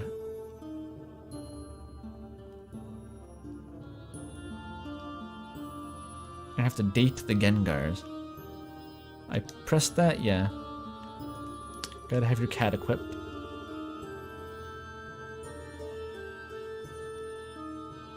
The key's under a pot, like in Zuda. I haven't heard that one. Zuda locked to the piss.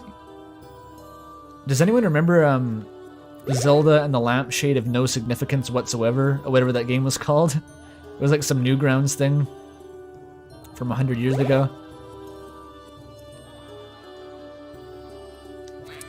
I remember having a good time playing that.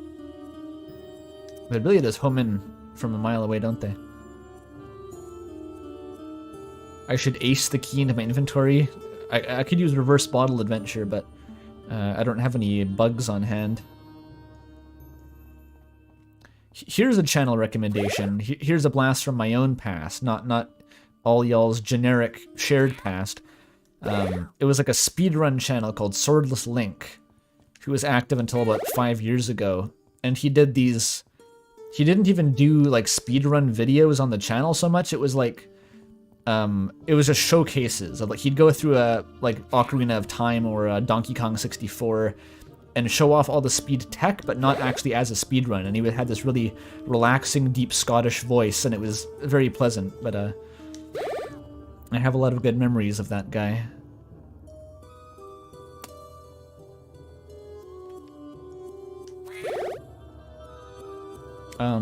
The key is nowhere to be found here, by the way. Maybe I will just have to defeat the Gengar.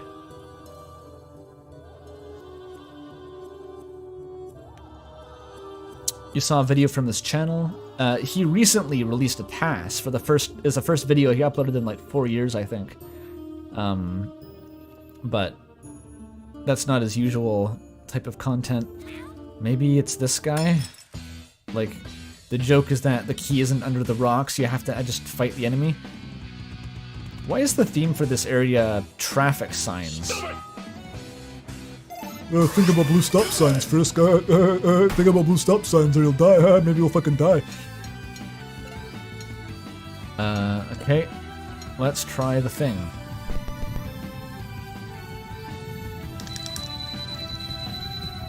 That was pretty good.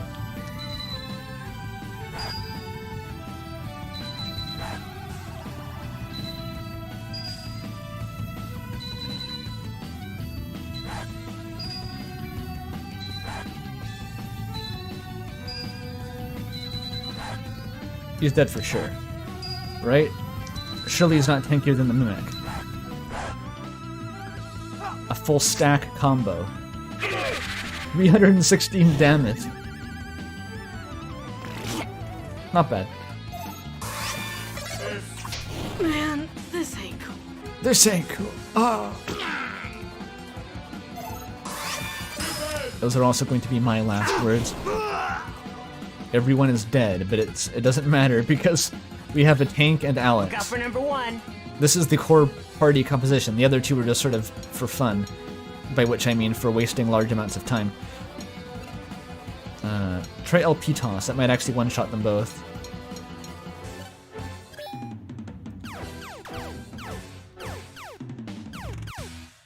Or it might do no damage whatsoever and result in me losing the fight hilariously. Check out my 6 beats. Yeah, it sucked. Godly aim. It is surprisingly impossible to like hit anything in that game. If you think it looks easy, just try it yourself. And I know you won't, because it would involve buying the game YIIK, a postmodern RPG, so... Look out for number 1. The number 2's the poo. I made that joke a few streams ago, whatever.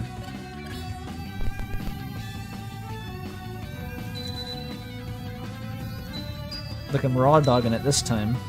No assist mode for me, no baby mode.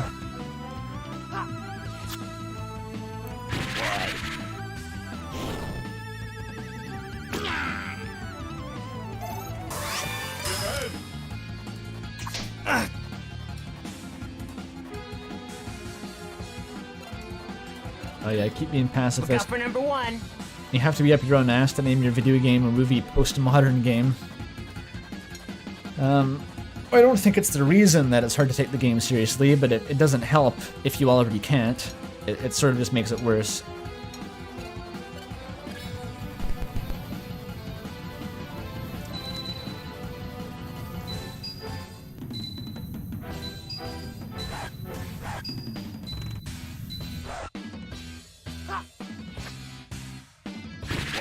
You can probably max it out without using slowdown even if you're just cracked, I guess. Big win. I didn't see if that gave me a key or not, because I mashed through all the boxes. Ooh. Maybe the key is... It could just be in some crevice of the maze that I happen not to have seen yet. Like, I can't put it past it.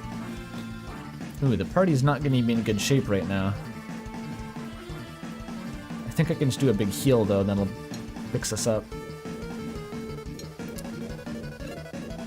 Oh, Alex has no PP, though. That's really bad. Huh. Can I swap to... I can't. What is the swap even for? I don't get how it works.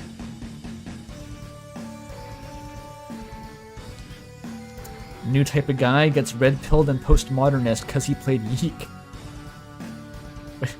Do red-pilled and postmodernist go hand in hand somehow? Are those related?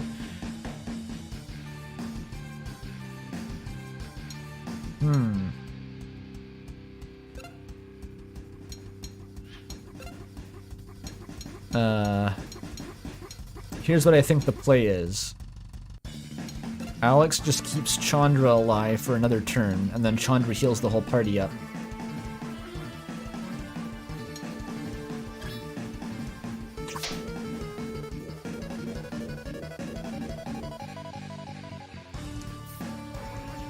Oh, we're getting attacked already. Are we dead? No, he's fine.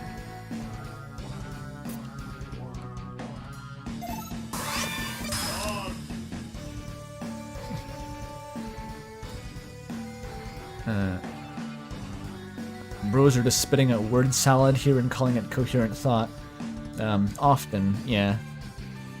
It may be possible to interpret meaning into it if you really go out of your way and treat it as, as the developer said, I believe, a work of art and not a video game. But, the trick is you have to convince me to want to first.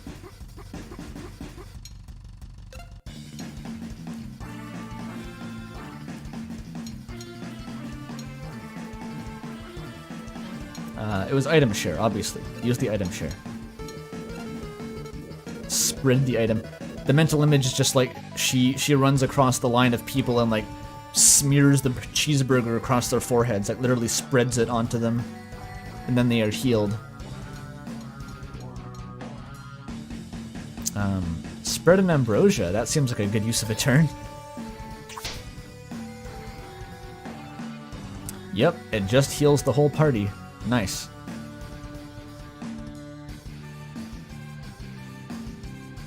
The cave section will never end, correct. It's been 2 hours.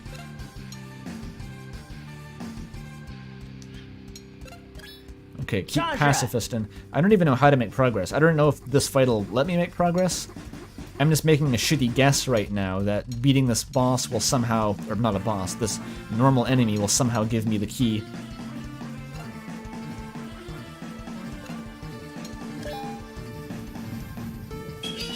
At least the beatdown is fast for Claudio. I can appreciate that.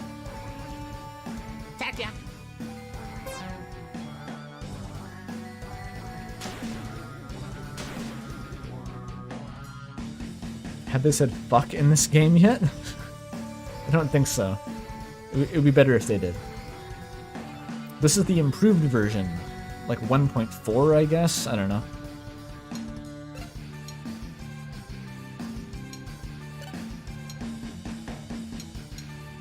Take on the ram. Let's go, Alex.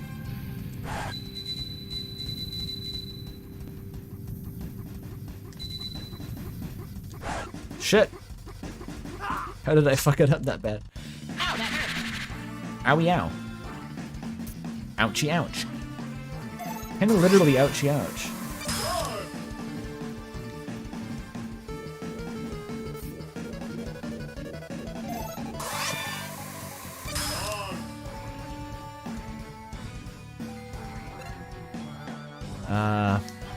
Can you just skip your fucking turn, Chandra? Really, just... There we go. Look out for number 1. Even the defend animation tries its best to be a little bit slow, but it mostly fails. Okay, finish off the bat. I pressed the button instead of holding it. God damn it. I can fast forward though, right? This is for you. Yeah, maybe I shouldn't be complaining about the battles being slow unless I actually learn to fast forward them. I think I should just do that, maybe. I always forget you can do that. What makes Chandra's turn so undesirable? She just doesn't have very good damage, it seems. She has a really overpowered healing move, but we don't need healing, we just need to do damage.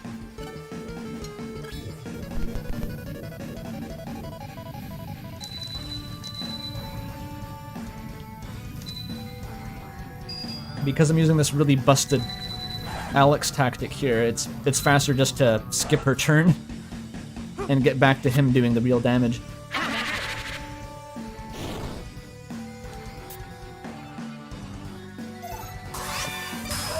Chandra's stances theoretically do like more damage at the cost of damaging the party, but even like the super glass cannon devil stance didn't seem to do remarkable damage at all, so I don't really see what the point is.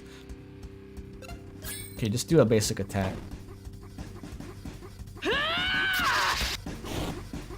Okay. Look out for number 1.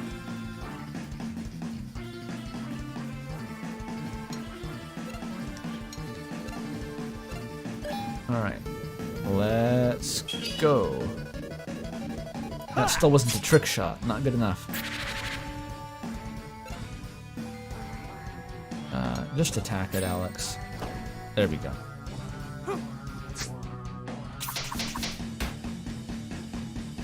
Seven damage. That's all he could muster.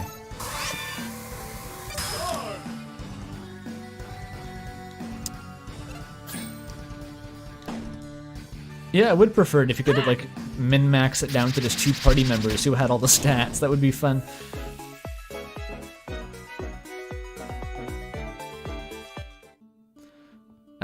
Okay, so again, I didn't actually see if we got the key, so I'm just gonna do the walk of shame back up and check the door.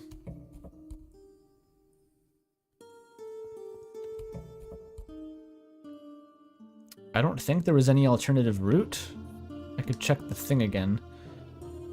I've gotten both of those treasure chests. I've checked all the dead ends. I think that's all.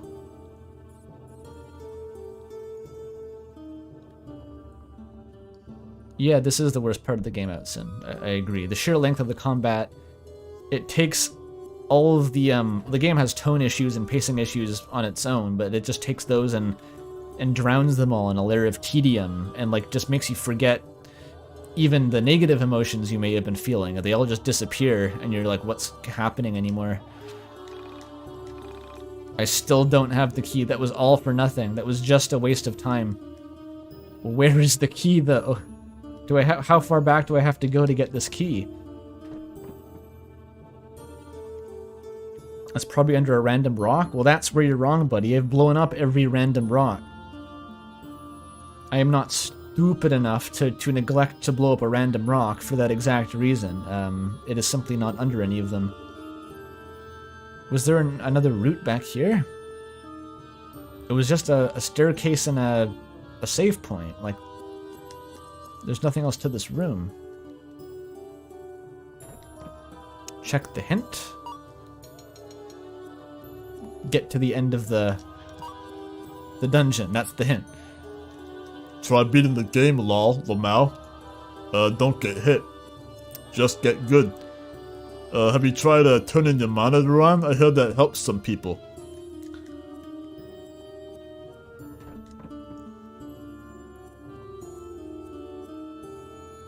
Maybe the Mimic has the key and you soft-locked by not killing it. I did kill the Mimic. I killed both the Mimics.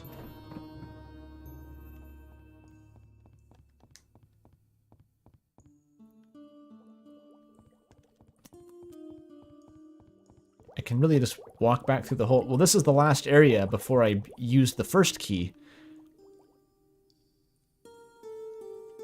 Did I get the one behind the massive damaged tile area?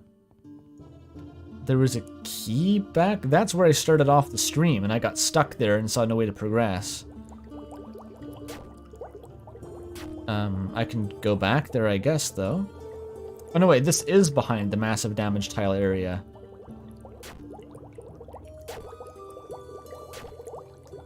Yeah, I opened that chest.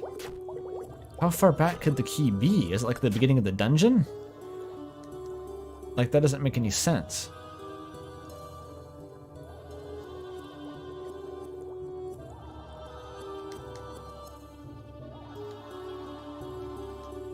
I explored all this. This reminds me, actually, of playing Zelda back when I was a kid. And just getting so completely stuck on dungeons and wandering back and forth aimlessly, but ironically, that actually... I think that's what made me really become a Zelda fan in the first place, was just spending so much time, like, immersed, just wandering around and checking every corner of those dungeons. Oh, I bet it's there for some fucking reason. The one chest I thought was optional and I skipped, it's gonna be the item. Well, let's see.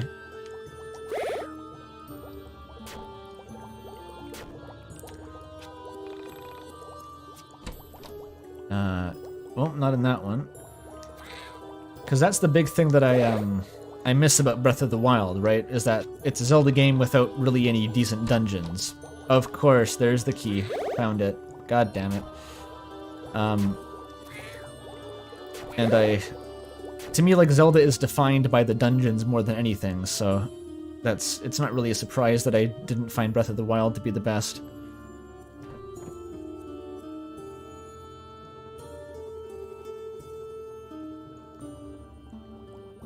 Alright, so now we walk all the way back. We get to reminisce on all our fun times with this big, stupid, long cave that all looks the same. Guys, remember this when you had to walk through the tiles that damage you? I remember that. That was a good time. Reminds me of Blight Town. If it was pink. Let's roll the dice for another party level up. See if I can get a free heal out of that.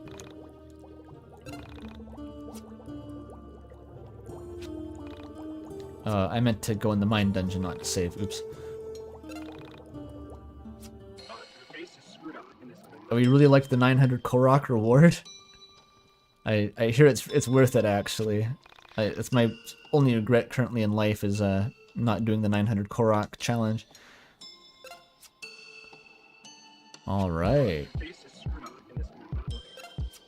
Yeah, we leveling up now, boys. Let's go. Oh, it starts you on the no option.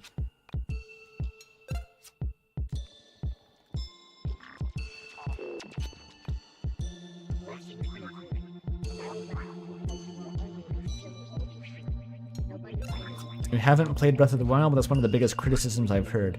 Well, it's sort of the criticism against the game. It's very polarizing, but it's also obvious why. It's because, like, if you're playing it for a fun open world adventure, you will love it. If you're playing it for, like, a classic Zelda experience, you won't. And of course you can say that, like, Zelda 1 was actually like that. You're a fake fan. This is back to the series' roots, but, like, it seems kind of disingenuous to characterize a series by literally the first game, even if every other game is different. To me, that's kind of like saying that if Bethesda made Fallout 5 and it was an isometric top-down RPG and no one liked it, well, like, oh, that's what Fallout 1 was like. You a fake fan? You don't play Fallout for the top-down perspective? Okay, I don't have the patience to level Alex up here. Yeah, Zelda 1 is sort of its own thing. It's a very interesting game, but it doesn't really feel like any of the later ones.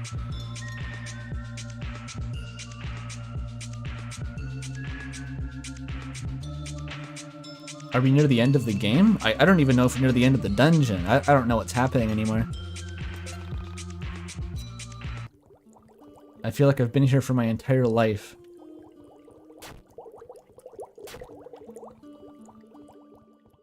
Yeah, Zelda 2 is even wilder. I haven't played Zelda 2 actually, but I know of it. It's the weird one. It's the side-scroller.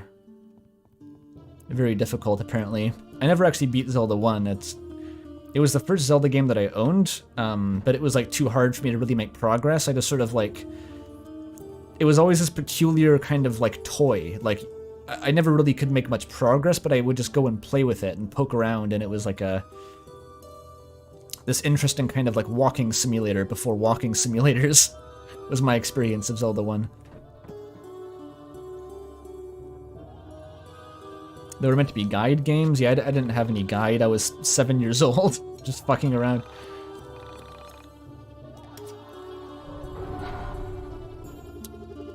Ah, progress. Please don't be a boss fight that wastes even more time now.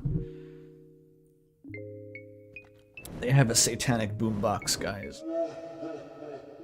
There's a demon in it. It's Puppet Zelda, perhaps? It's something.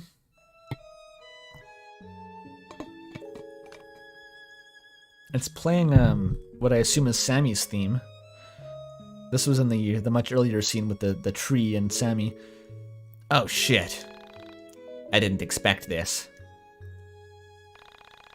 Is that her? Is that Sammy Park? No, it's not. For a moment I felt relief, happy it wasn't Sammy. But then I thought about the spirit of the ghost woman in front of me. I realized that there was someone out there missing her, just as much as I was missing Sammy. Someone out there lost this girl. She was someone's daughter, or sister, or friend. I felt selfish for the relief, but can you blame me? Guys, do you think she's dangerous? She's a ghost. How much harm can she really do?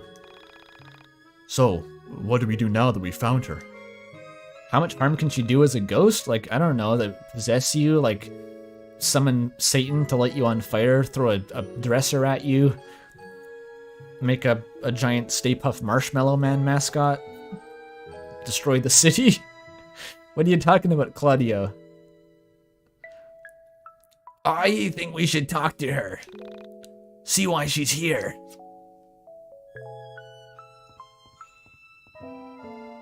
Do you like anime? Hey, there's the guy from the title screen over here. What's he doing? Johnny or whatever. That's kind of spooky. What you doing over there? Can I just... Hey, where do you think you're going? You should try to talk to the ghost. Oh, so I'm the unreasonable one for not wanting to talk to the fucking ominously hovering ghost and just get on with our fucking lives here. Alright, fine. I'll talk to the ghost. Boombox Spectre. I got a new life, you would hardly recognize me, I'm so glad. Hi, I'm Alex. This is Rory and Claudio. Are you okay? Backbeat, the word was on the street. No, I guess you're dead. Can't be that okay. Oh, okay. I see what you meant, Alex. It was just a bit awkward to read. Why are you here? Shit, I feel stupid. The ghosts aren't real. Everyone knows ghosts aren't real. Why am I wasting time talking to a ghost? Guys, what the hell am I supposed to say to a freaking ghost? You're doing fine. Just keep talking. You'll make a connection, I hope. Guys, you don't get it. I'm just really bad at talking to girls. Why are you here? In this cave. Why aren't you moving on? Is that a thing, guys? Do ghosts move on? I honestly feel like I'm just quoting movies at this point. Because maybe you're gonna be the one that saves me. Oh, that's hang on, let me redo that. 'Cause maybe you're gonna be the one that saves me. 'Cause after all, you're my wonder wall. That's what she meant to say. Are you haunting the boombox? Guys, I think she's haunting the boombox. Oh, big brain Alex there. You're my... He was supposed to be my wonder wall by Oasis. Copyright? If the stream gets copyright hit by my Wonderwall impression, I'll take it as a compliment. He was supposed to be my boyfriend. I made you this mixtape.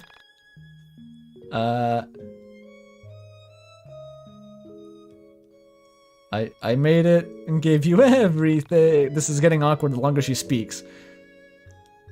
You forgot about our date. I ran across the street when I saw you. I was so excited to throw my arms around you.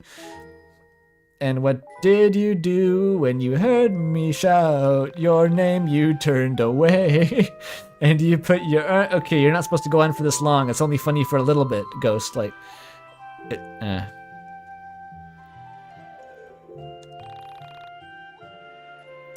What did she have that I didn't have, etc. I made you the stupid mixtape. Meso Mori reference, Lamau.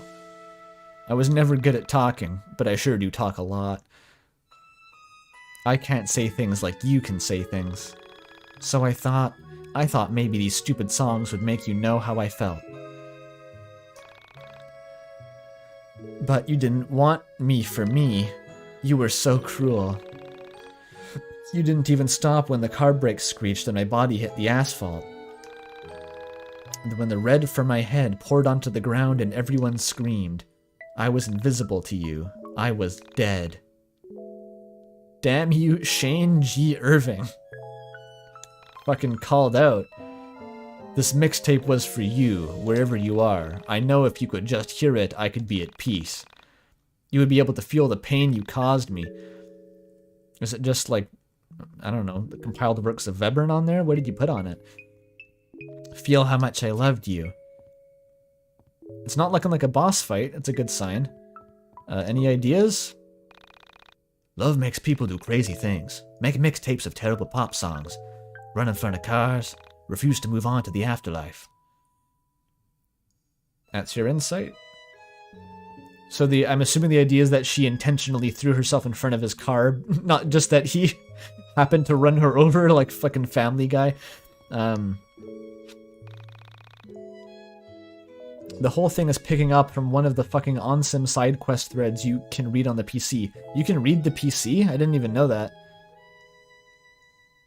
Tragic. I hate guys like Shane G. Irving, who have 3 fucking names. Who needs that many names anyway? Just have 2 like a normal person, dumbass. I agree, Rory. Would you like to remove the cassette? Yes, as long as I don't have to fight the boss. Damn.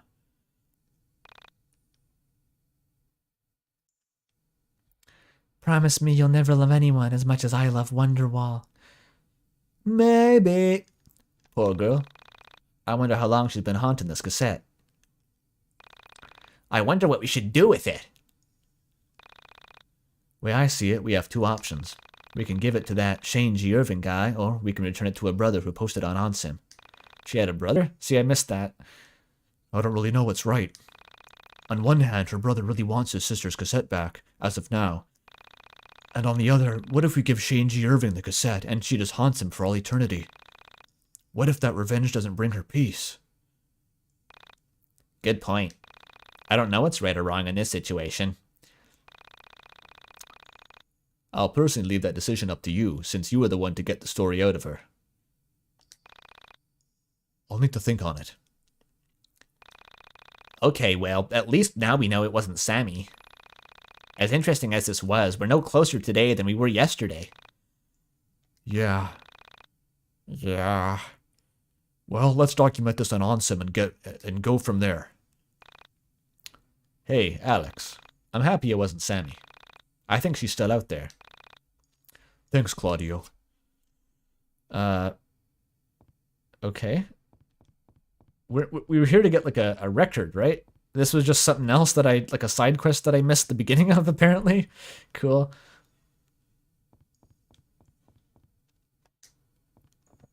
You're comparing the game to Disco Elysium. I don't think it's generally fair to compare most games to Disco Elysium. That's like a game written by like a novelist. It's one of the best written games I've ever seen. Probably the best written. It's not really fair, I think, to inflict that on YIIK. Yeah, we're in the funny chiptune zone. Route 69 or whatever.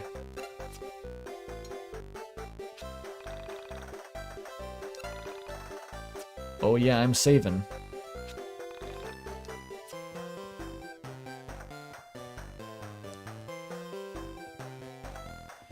The blinding sun, it really is. I wish Alex had his, like, Dwarf Fortress cave adaptation moment and just started vomiting violently as soon as he saw the sunlight.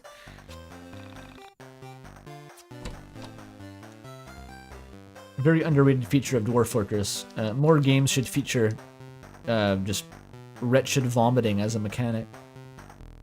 Although that is a YIIK already. I think if Michael takes a photo of someone, they can just start vomiting spontaneously. Hey dude, I recognize this flag from the Summoning Salt speedrunning videos. If you get a frame perfect and subpixel alignment, you can clip yourself into the block and save a frame rule. I've heard it's a bit like catching a bus. Secret area with nothing in it. Woo!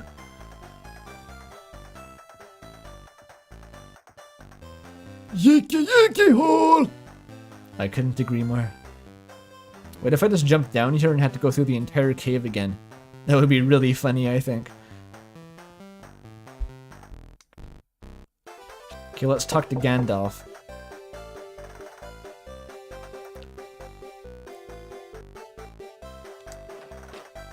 Hey man, it's great to see you! How you been? That's the dude? I was picturing like I don't know, like a Mongolian hermit with like a gray wizard beard.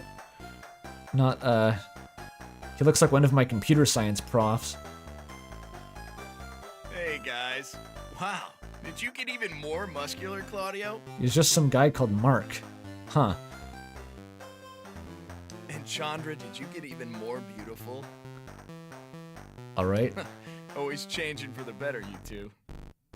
I brought my friends, Alex, Michael, That's not Markiplier.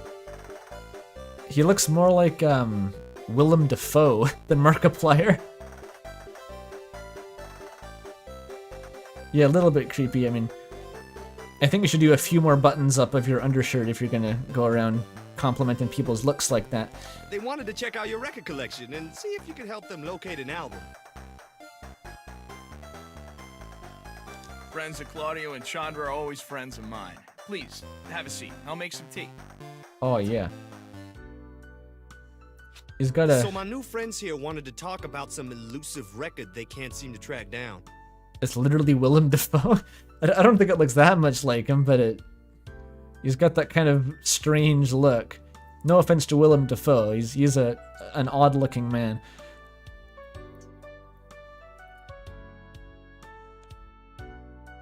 We've been looking for it for a while. We've been to literally like 10 record shops. It was literally 4, Alex. Claudio says you've got quite the collection. I do indeed. So what sort of music interests young people these days? Toilet sounds. Hair metal, power metal, speed metal, metallic metal, pop punk thrash metal? Mostly thrash metal. I was listening to the new Varg Skeletor album the other day, Skeleton Music, and of course the single Born to Shit, Forced to Wipe. It was a transcendent experience, and I'd recommend it. I mean, I'm not really into metal. I mean, it's cool. Penis music, Germacore, yeah. That's more of Bella's thing, I think, with the eyeliner and choker. Too bad she's not here. Who is this enchanting young woman? Is she here as well? This guy's voice... He sounds like, I don't know, is this one of the YouTube voice actors? He sounds like he could be a YouTuber or something. No, she isn't here. She threw a hissy fit when she found out we were looking for this record. It seemed like she thought it would, I don't know, destroy the world or something if we put it in, but she didn't explain, so I just kept going regardless. Hissy fit. Do people even say that? Alex does. I don't believe they do. So what sort of music are you into, Alex? Outson is recommending a Wikipedia article. Euronymous, Norwegian black metal artist, is one of my favorite Wikipedia articles. Sounds cool.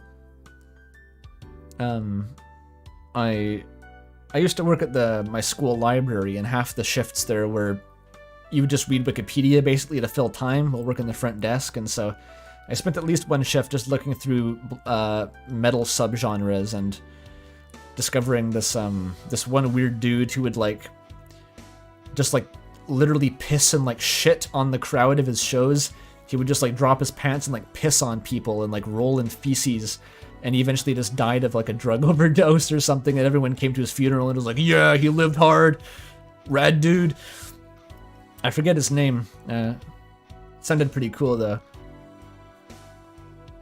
What a guy. Yeah, exactly. G.G. Allen, maybe? I don't know.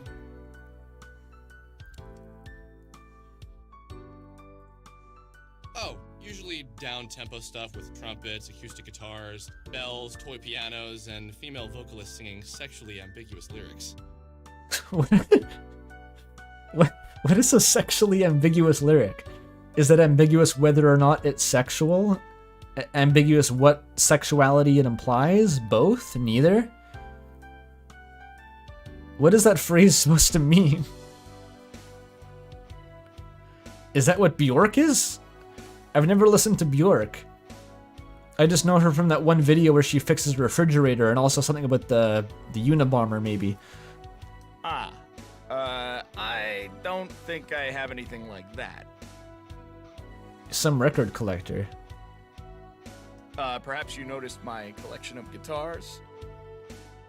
No, it's on the wall behind me. I couldn't see that from this camera angle. Yeah, I think I saw it on the way in. Do you play? I do.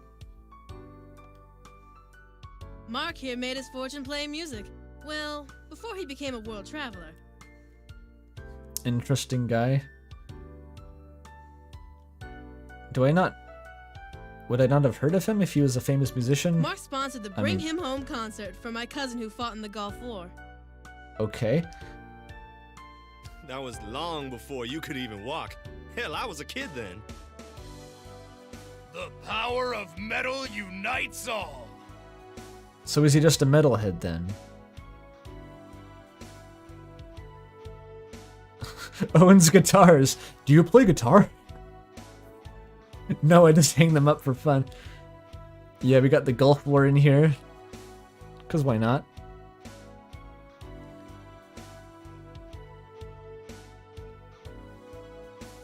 You see, heavy metal is the oral manifestation of all things good and powerful in the world. Much in the same way that Maho Shoujo Mew Mew Kissy Cutie on Claudio's shirt is the visual manifestation of all good and powerful things. It contains the perfect positive energies to dispel hate, racism, sexism, poverty.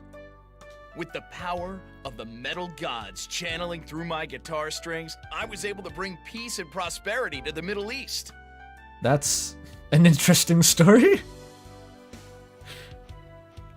So he, I'm trying to picture how this played out. Like they just airdropped him into, I don't know, Saudi Arabia, like Afghanistan, with an electric guitar and an SUV, and he just pulled a full-on Lawrence of Arabia. He traveled around for like 6 months and just united the entirety of the geopolitical factions there into one like metalhead kind of paragovernmental entity.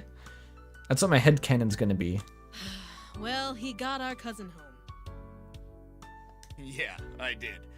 Okay, I got ahead of myself. I brought peace to one family whose son had been taken captive. Okay, you ruined the headcanon, dude. Shit. It's a You harrowing ruined tale filled with adventure and intrigue. Yeah, I don't know if we really have time for that. And besides, like I said, I'm not really all that into metal. Are you trying to get the record or not, Alex? Play along. With all the bad fashions and teased hair, it's also 80s. And this guy's like, no, you haven't seen the real metal. It's where they shit on you during the show. You literally stand there and they shit on you. This is the 90s. We're moving forward. Our music is about things. Yeah, I'm gonna pretend that you don't mean to imply that heavy metal can't be about things. His voice actor sounds like Michael, actually. I think that's what he was reminding me of. And he's like way too young for the character art anyway, but... Clearly, you've never heard the soaring scream of the guitar paired in perfect counterpoint to an orchestra, accompanied by the sound of 1 trillion angels. I listened to Powerwolf, okay? I've watched Yimfa before. You, my dear boy, must listen to my greatest hit, Murder Run and Melancholia Reigns Unbroken. Clearly, if you don't own an air fryer. It's a lot less depressing than it sounds. All of Mark's music is like that. He has albums and albums filled with skeletons and decaying corpses. But somehow he manages to make music that speaks to the soul. Just like skeleton music. Born to shit, forced to wipe. Like Scene of Decay, The Stoned, Part 9. The first few songs of that album are really beautiful, Alex. This is Disfigured by Illegas on the High boring. Altar of Honor. That is my personal favorite. I used to hula hoop to it all the time. One of Mark's tracks Oh, was he's- featured in some pretty great animes. He's turned to eye lasers again. Oh, he was in an anime, dude. Oh, yeah. Was it a good one, though? Dragon of Thy Delusion and Powered by Delirium were featured in my second favorite anime, Panic Control. They probably don't go harder than the Log Horizon opening theme, but they may be okay. Yeah, okay, enough about this topic. Can you tell me about this tea we're drinking? It's pure paint thinner. This here is something I only bring out when friends are over. It's called Da Hong Pao. I think I actually learned about something like that back on that one stream when I mentioned that there was an Undertale tea website. It was some like ancient Ask blog who ran like an Undertale themed tea blend store. And I think like one of their like Gaster tea was one of those, like something along the lines of Da Hong Pao, not exactly that, but something really funny sounding. And then of course it was revealed that you got discounts if you bought teas that they represented characters that the owner shipped, and it degenerated from there pretty quickly. But I just recalled the part about the funny tea name. It's a world-famous tea, exceptionally rare and difficult to come by. The bushes that produce this tea are reportedly over 1,000 years old. God, this guy will not shut up. Make sure you don't spill a drop. This is very special tea. Where did you get this? It's amazing. Tastes kind of like cut grass. Yeah, it is amazing, right? Can't explain to you in detail how all these circumstances are related. It would be a very long and very complicated story. I believe you. And I mean no disrespect to you when I say this. It would be virtually impossible for you, at this stage, young man, to understand. The tea. Where you got the tea from? It would be impossible. Now, you are, of course, in no way responsible for this, but I'll do my best to explain the I thought you just said you circumstances weren't by which gonna. I came to possess this rare leaf. Oh my god. In my youth, I was something of a Yeah. traveler. You can't I handle lived my for strongest journeying potions. and discovery. They would kill a beast, let alone a man. This guy is kind of out-Alexing Alex right now. His monologue powers are stronger than Alex, and all he can do is sort of like kowtow in fear over there. Just submit to the authority of the Grand High Monologuer, who kind of looks like Willem Dafoe.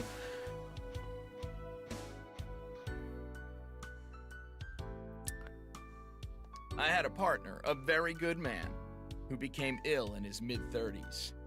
Intentionally ambiguous whether they were married or just At the a time, normal partner. I considered myself to be very worldly.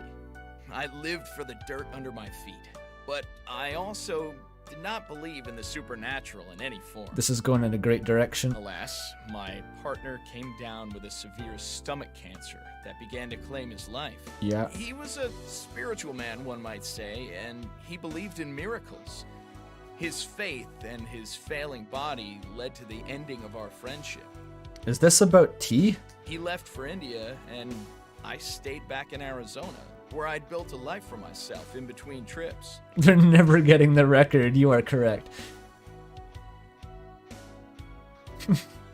What is this scene? This is every scene in YIIK. It makes you ask, what is this scene?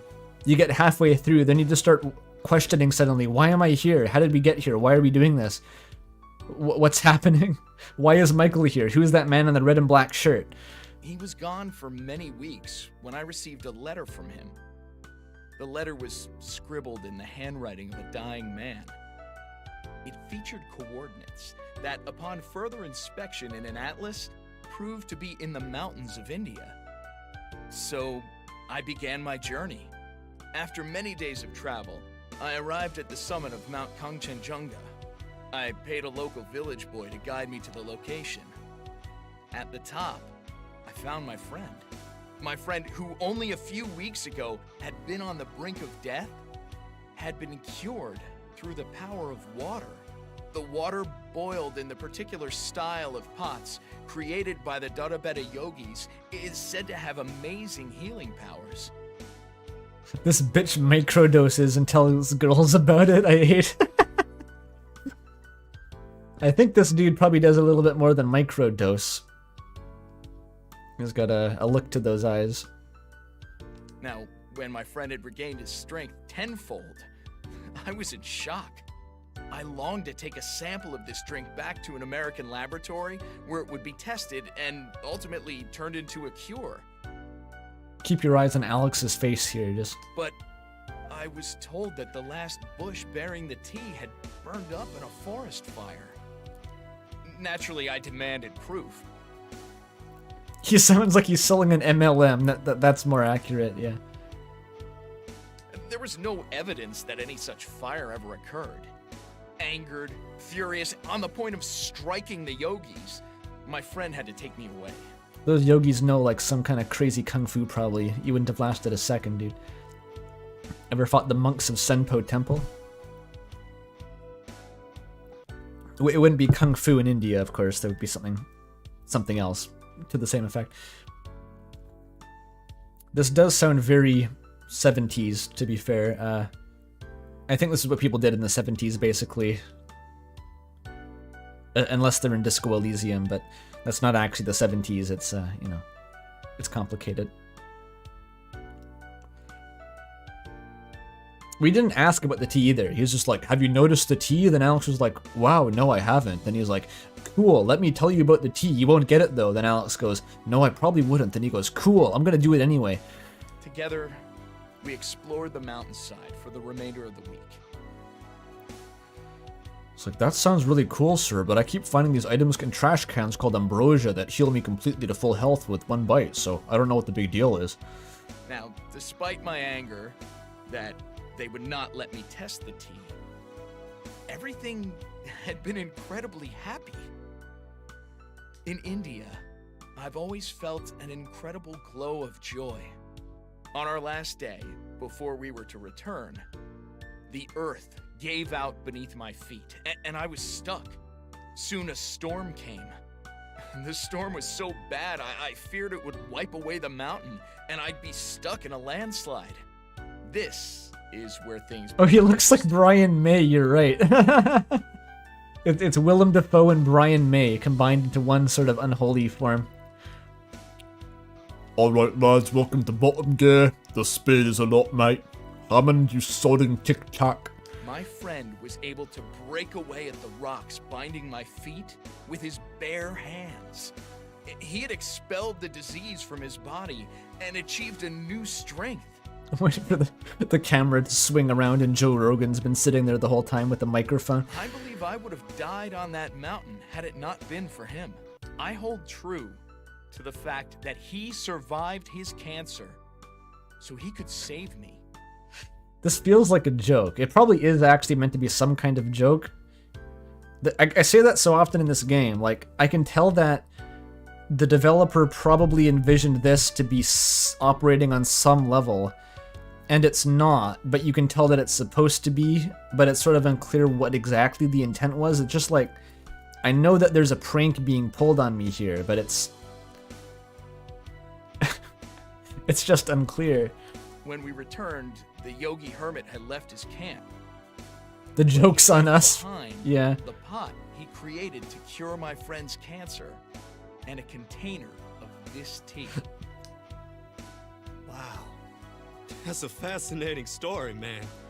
Really, this is an amazing cup of tea. Alex is still not responded. He's just staring into space, thinking about some like post he read on Onsim that morning, you know. 5-dimensional trolling.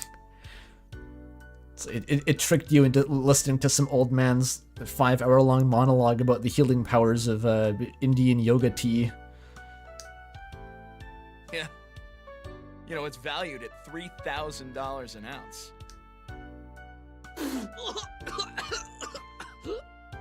Damn, the tea gave Michael cancer. So, what did you kids come for? How can I help you? Oh, my friend Alex here is looking for a record. It's called Mystical Ultima we got back to it, I guess.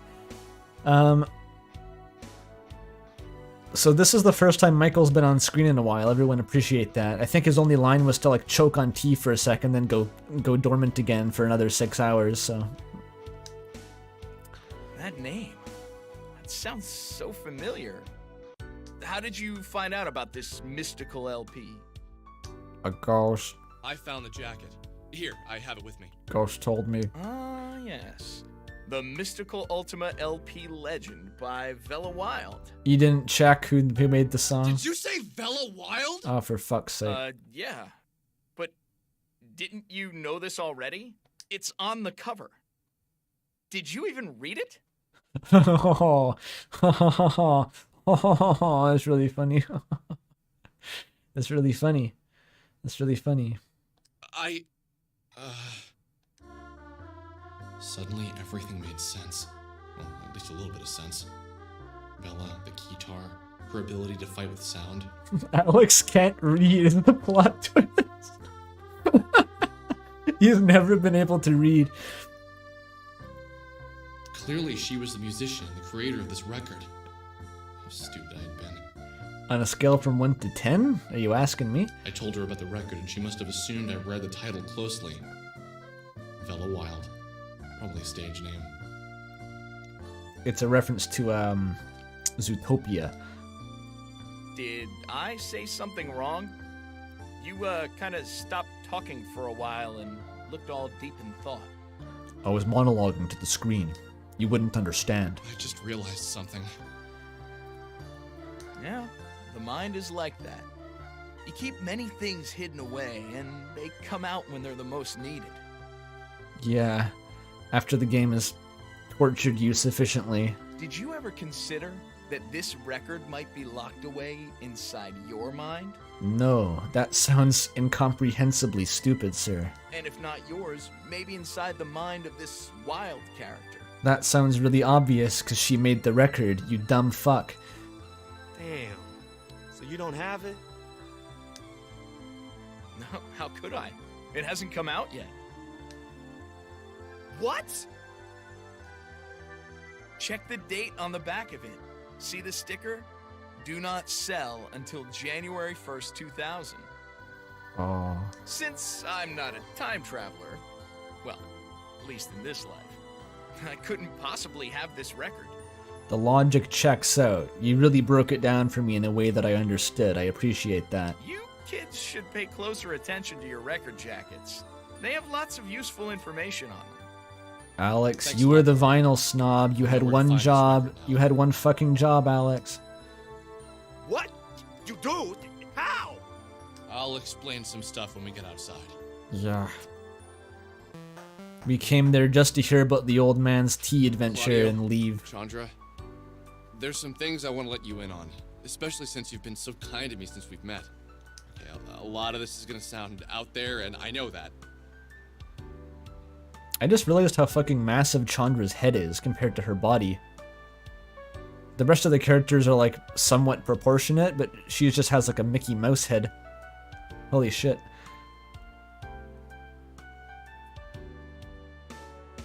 The T monologue was probably supposed to convey something about the deeper underlying themes of the game, you know? It's like the real message of the game. Probably. So listen to the sincerity in my voice, and not so much the absurdity of the words I'm gonna say. That was a written note to the voice actor. That wasn't supposed to be part of the scene. It just slipped in there. Hey, that sounded pretty deep. Hey, Michael had a line of dialogue. Get back in the cupboard now. Oh, sorry, man. Yeah, thank you. I'm not entirely sure of what's going on myself, so some of the parts might seem a little hazy. Okay, here it goes. When I arrived home from college earlier this year, I met Sammy Park. I had followed a cat into an old factory and I found her there. She was alive and well, a bit odd, but pretty great, to be honest. Pretty great, yeah. I can't get out of my head the Oni Plays reaction to that scene was just roasting how annoying Sammy was the entire time until she got sucked out. I didn't have quite that reaction, but funny Tried to help contrast. her get out of the building, and some beings known as soul survivors appeared and took her away. I later met a woman named Vela, who told us that the Oh, soul this really is survivors just are the plot beings so from far. another I mean, it reality, saves me having to one recap like it. our own.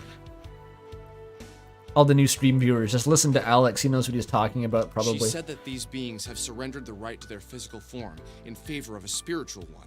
And to look more like Starman from the popular role-playing game With this Earthbound. power, they could move within the soul space, which is the space in between realities. Then we met Rory, and Rory had recently lost his sister and encountered a soul survivor himself. Then I found out that one of these beings was living with me. I checked at that Oh, radio I skipped it by accident, It sorry. asked me to play this record, to broadcast it. So that's why I've been looking for it. That about sums it up, Alex. That really clears up everything. Okay, that's fair. I didn't expect you to believe me. Rory, you lost your sister? I'm sorry to hear that, man. Nobody cares about his dead sister. Yeah, thanks.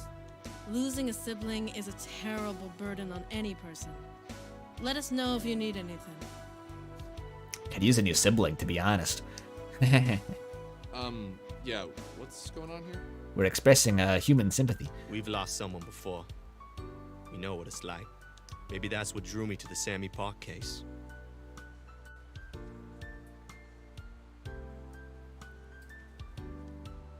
I see. What about the soul survivors and all that? Let's say we've had experience with the supernatural before. Like that time about half an hour ago when we walked through the cave and there was a ghost hovering over a pentagram for a while and we talked to it. Remember that, Alex? I know it was a while ago. We had a whole conversation with Willem Dafoe about Indian tea and cancer But we did just talk to the ghost slightly before that. I had a kid brother, you know. He went missing in 1985. Got on his bike one day to go to our neighbors, 7 houses up the street. And he just vanished. Despite the fact that there were only 6 suspects, the police only had time to investigate 5. Never came back. We looked for him for months. Dad never stopped. Still hands out flyers at the grocery store every Sunday. He even got an artist to draw him aged. Were there ever any leads or anything? No one really ever investigated it. Sure, they looked around for him. And for a week they had a task force. They had one guy they suspected. But every lead fell through. You act like they even tried. A 4-year-old black kid goes missing in a shit neighborhood, and you think they really tried? Yeah, it's complicated, Alex. I don't remember this being on the news or anything, and you're from Windtown, right? That's like an hour outside of Frankton. How the hell did this get national coverage? They're from Windtown? How are they? They worked at this other town that was like a mile away, though. I don't know. Isn't it obvious, man? Same reason no one gives a shit about Sammy Park. He said both names that time. I'm sure if Aaron had been a beautiful white woman, everyone would have cared that he vanished. Everyone would have had a candlelight vigil and a moment of silence. But that's just not how these things work. Oh. And you know what's funny? My dad is a lawyer, and my mom was an assistant to the governor.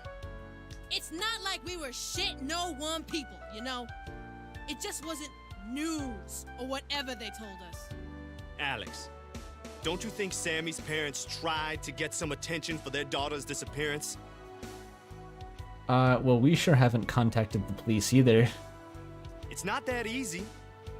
Those people you see on TV are people who can make a great story for the press. That's just the way it works. I don't think I ever gave it any thought. Is it a bad neighborhood or not? Windtown was like a shit neighborhood, yeah.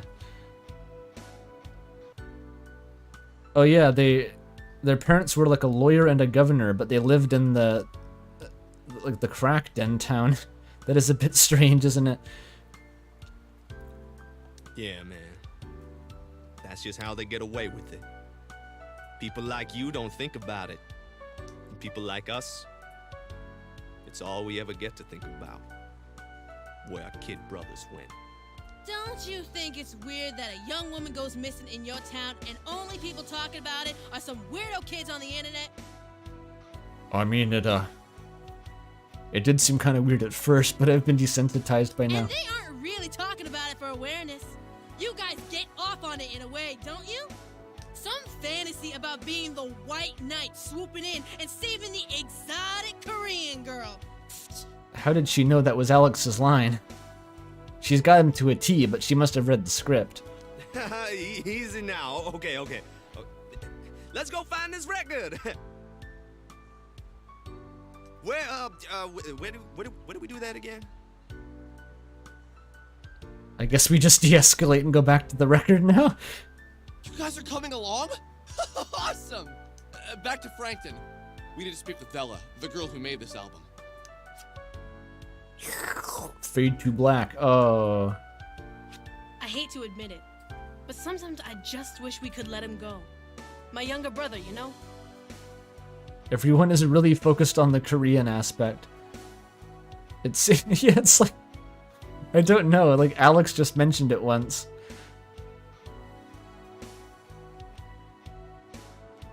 Not a day goes by where I don't think about him. And you know what's really funny? I don't even remember what he looks like. We have a few old photos, but most of them he just looks like every other kid to me.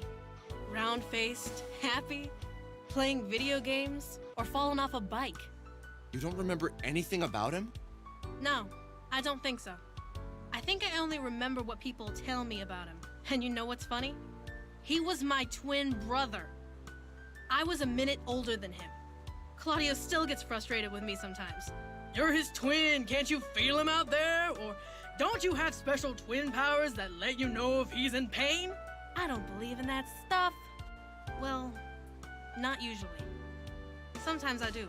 Oh. It's in those moments that I really do think he isn't out there anymore. If there was a connection, I'd feel something.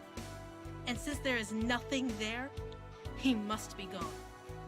Sometimes people just vanish. They are there one moment and gone the next. Bad people take them, they fall into sewers, but life has to move on. Well, apparently falling into the sewers isn't so bad. There's lots of food down there. You can live with the Ninja Turtles. It's harder for my parents, I think, since they made him and whatever. But Claudio, I don't think he'll ever move on. It's all he thinks about.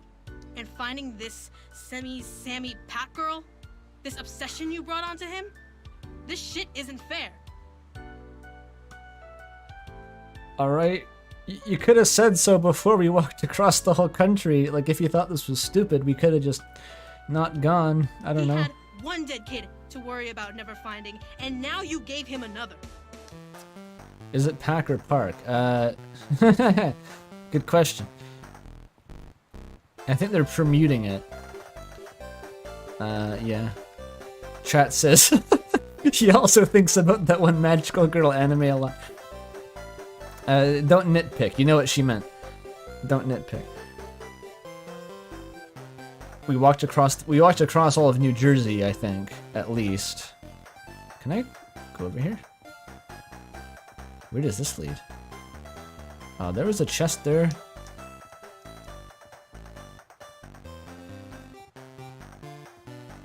I'm convinced there's something good.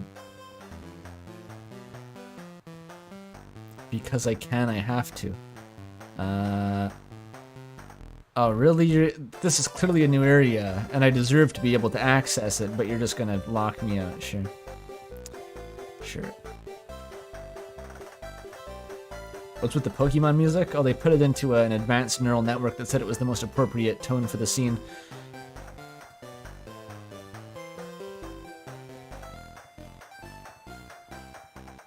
Where was it?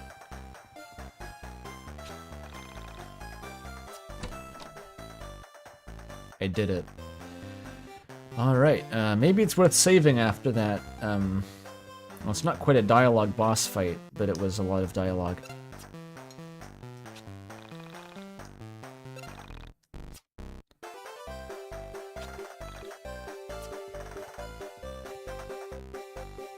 Use Panda Glitch? Oh, I should try to use Panda to glitch through that? I'll try it.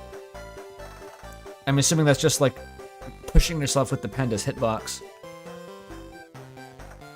If I advance the any percent speedrun, it's all worth it.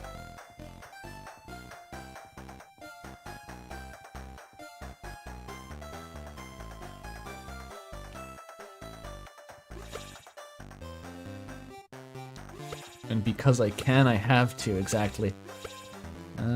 It's a bit unclear exactly what I'm trying to do here. Oh, this looks promising. This is fucky wucky. Get some summoning salt music in here? Sure. I think Patricia Taxon stuff is free to use.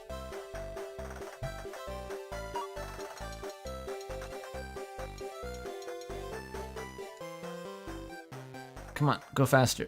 Go faster. Go faster. There we go, I did it.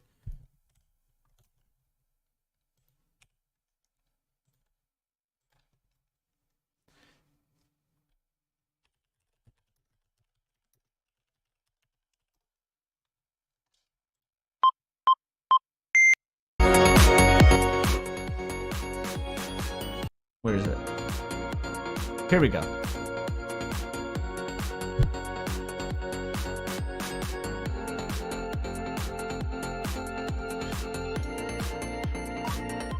We're progressing the route here. I just have to get the perfect angle. Thong Wave Table by Patricia Taxon. Specifically the second half. No. An A-press is an A-press. You can't say it's only half.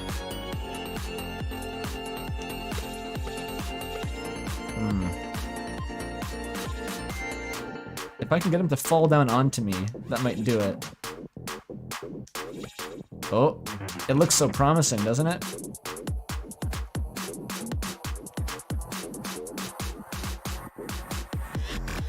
I'm not sure I can actually interact with it when it's that high up.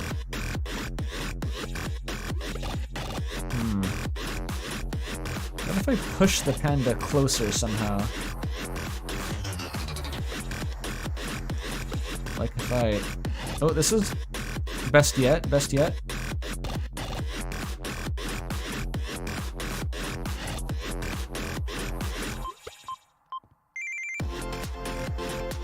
Can you feel it? The de facto speed building in your heart?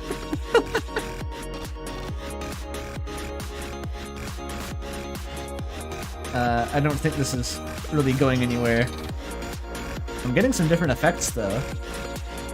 I'm not really sure how glitch hunters go about this. They really just fuck around for hours until something happens.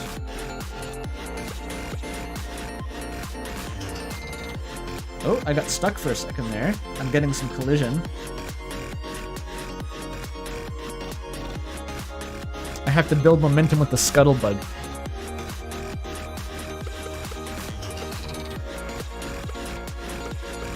Okay, I'll go back to the previous strat of, oh, that looks good. Hang on.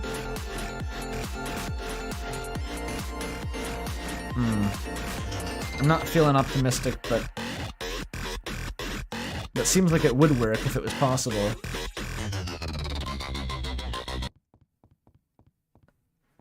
First time catching an Andrew stream. He ended up glitching Panda through reality. Great entertainer he is.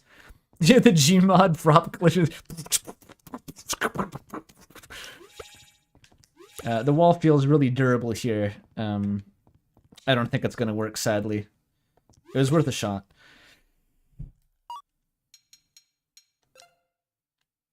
Okay. Back to this. The panda is experiencing gay baby jail.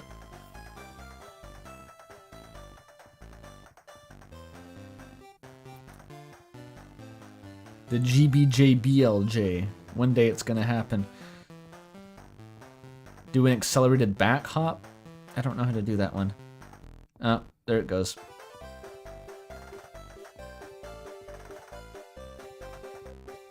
Yeah, I think I really would have just been fucked if I jumped down there. Like, just go do the cave again, asshole.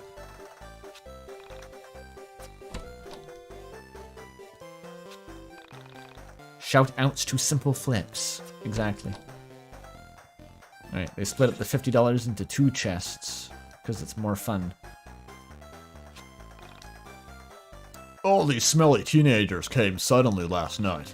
They're here looking for some sort of ghost girl. They won't find her. She ain't real. Baby, she won't love you like I will. It's just a hoax. Well, actually, he doesn't know, chat. He doesn't know. Oh, this was the dude who liked listening to Willem Dafoe's guitar solos in the middle of the night. That's Chris O'Neill? I wasn't clear on that. Oh, this is the guy. Never mind. I forget who's in the other house then. Put the cat back.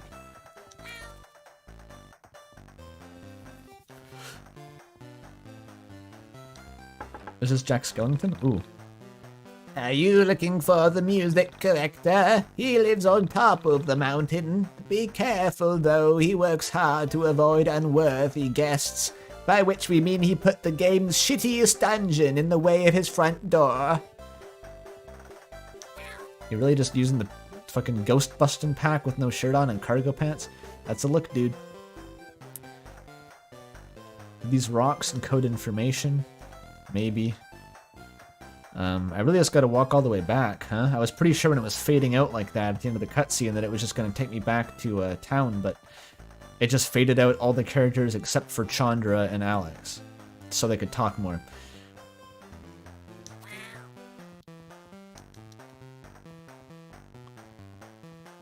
I forget how to leave. Is it just here? Tip, take a shower. That was actually the loading screen tip. Why am I here? I have to go... Oh. Is the exit the other direction? How do I leave?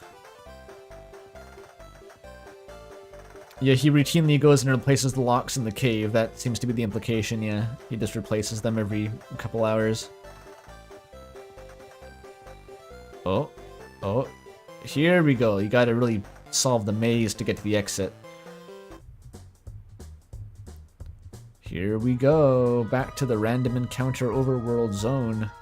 Internet cafe? Dude, I love the internet. That's the first fountain I've seen in a while. Heal thyself.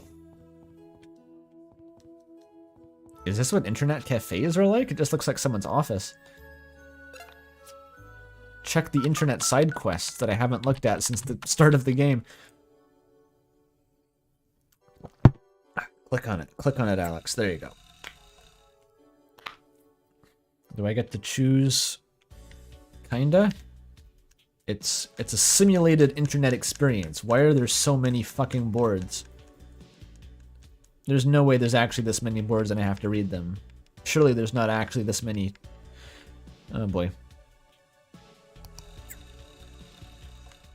Oh good lord, it's just Kojimoid lore dumps.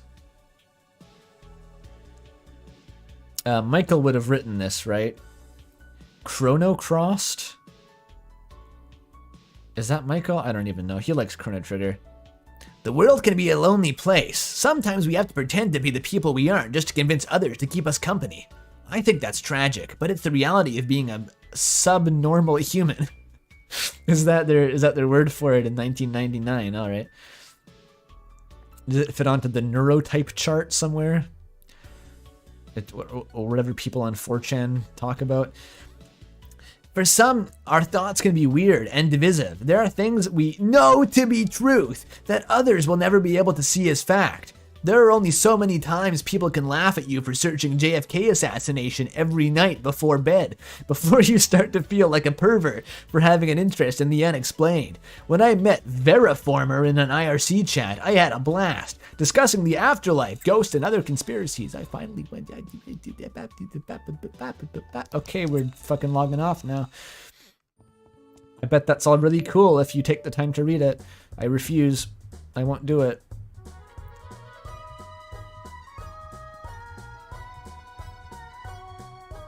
They just copy-pasted 4chan posts from funny name.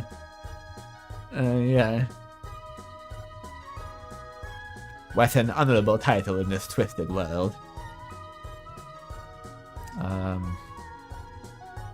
Strip mall.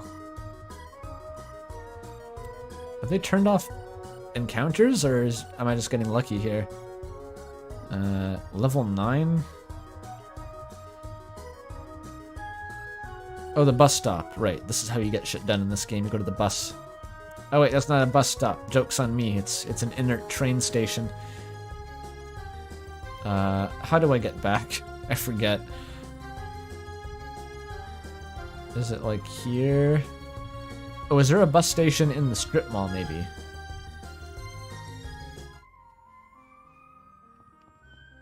Yes. So you go to the mall to go to the bus stop to go to Frankton.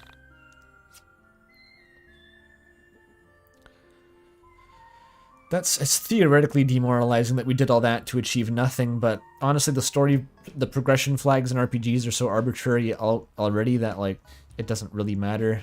Earthbound was exactly like this, if we're being perfectly honest. You never had any idea what the goal was, you just sort of went along with the game's bullshit until it let you proceed.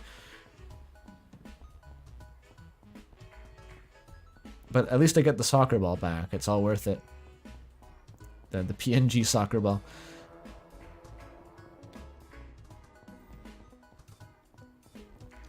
Let's go hang out at my house, guys. We can play Interactive Buddy on crazymonkeygames.com.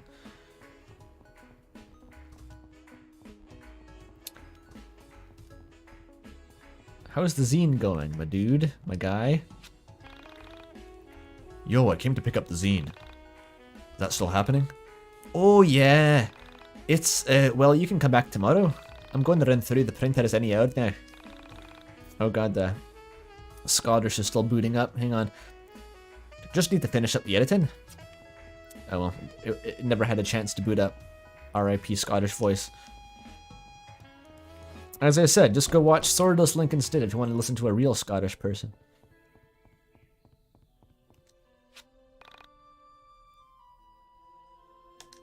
And is it going to be the same internet on this computer?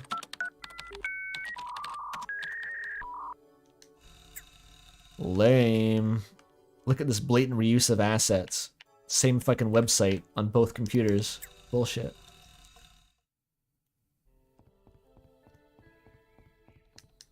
The loading tip says video games are not a waste of time, and then as soon as the game loads, it does its best to prove you wrong. Every time. I'm supposed to talk to Vela. I just, you know. I want to decompress for a second after the mystical cave adventure. Can I go through that?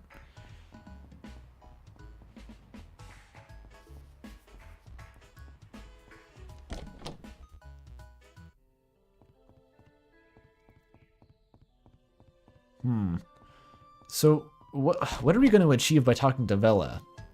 When you talked to her the first time, she knew that it was her own record, but she did not see fit to tell that to us. She just got mad and said not to look for it. But if she told us that it was just her record, we would have immediately stopped looking for it anyway. So, clearly her goal was just that she didn't want us to know that she wrote it in the first place. So, what did any of this achieve, really? I'm not sure. She's just going to be mad and, I guess, give us the information now? I asked the others to stay back when I spoke with Vela myself. I knew I needed to apologize alone. Do those Futhark runes back there translate into a cheat code or something? Anyone know? As I walked across the chewing gum and popcorn-covered floor, I imagined what the title of my quest would be if my life was a video game. That's a good question, Alex. Quickly, it was becoming Apology Quest, or Legend of Please Forgive Me. I believe you're thinking of Sad Cop archetype from Disco Elysium. I wondered how many other people I'd have to say I'm sorry to before I found Sammy. No, that's Sorry Cop. That's even where Sorry, life was taking not me. Sad Cop. Lately, Sammy wasn't at the forefront of my thoughts. I wanted to find her, and I really wanted her to be safe. Although at this point I was struggling to remember why. But the more time that passed between meeting her and thinking about her, she became less real. That's just what I was saying, actually. More of a mythical being that only existed in my mind and the mind of the internet. It may have helped if you had known her for more than 20 minutes, but the sentiment probably holds true regardless. Oh, hey. What's up? How long has it been since I last... Has it been like a week in-game? Have I just been looking for this record for a full week? It's unclear. I came here to say I'm sorry. I'm sorry, Venom. I'm sorry. In my infinite arrogance and constant thinking of myself, I didn't look at the record properly. I had no idea you created it. I had no idea it would upset you. In fact, even knowing that you created it, I still kind of don't know why it would upset you. So, basically, if you'll still be my friend, I'd very much like that. Okay. I accept. It's been 4 years. Okay, great. I expected to do more begging. Don't push your luck. Just... Oops. Who are... Oh, Michael! Rory! New friends? Hey, new friends! They're just here to buy tickets. It was easier than I expected. Now, to convince her about getting the record. Yeah. Machiavellian Machinations, Phase 2. Pull the lever. First you get her in the party, then you hook her up to the mind dungeon. Chandra. We went to the burger joint and talked about everything that had happened up to this point. As well as a lot of unrelated, vaguely topical yet anachronistic politics. They told her about their brother. Rory talked about his sister. Michael talked about his college fears. Thank you for summarizing. I just listened. Thank you so much for summarizing, Alex. I never expected to find such an amazing group of friends so close to home. It was a great feeling.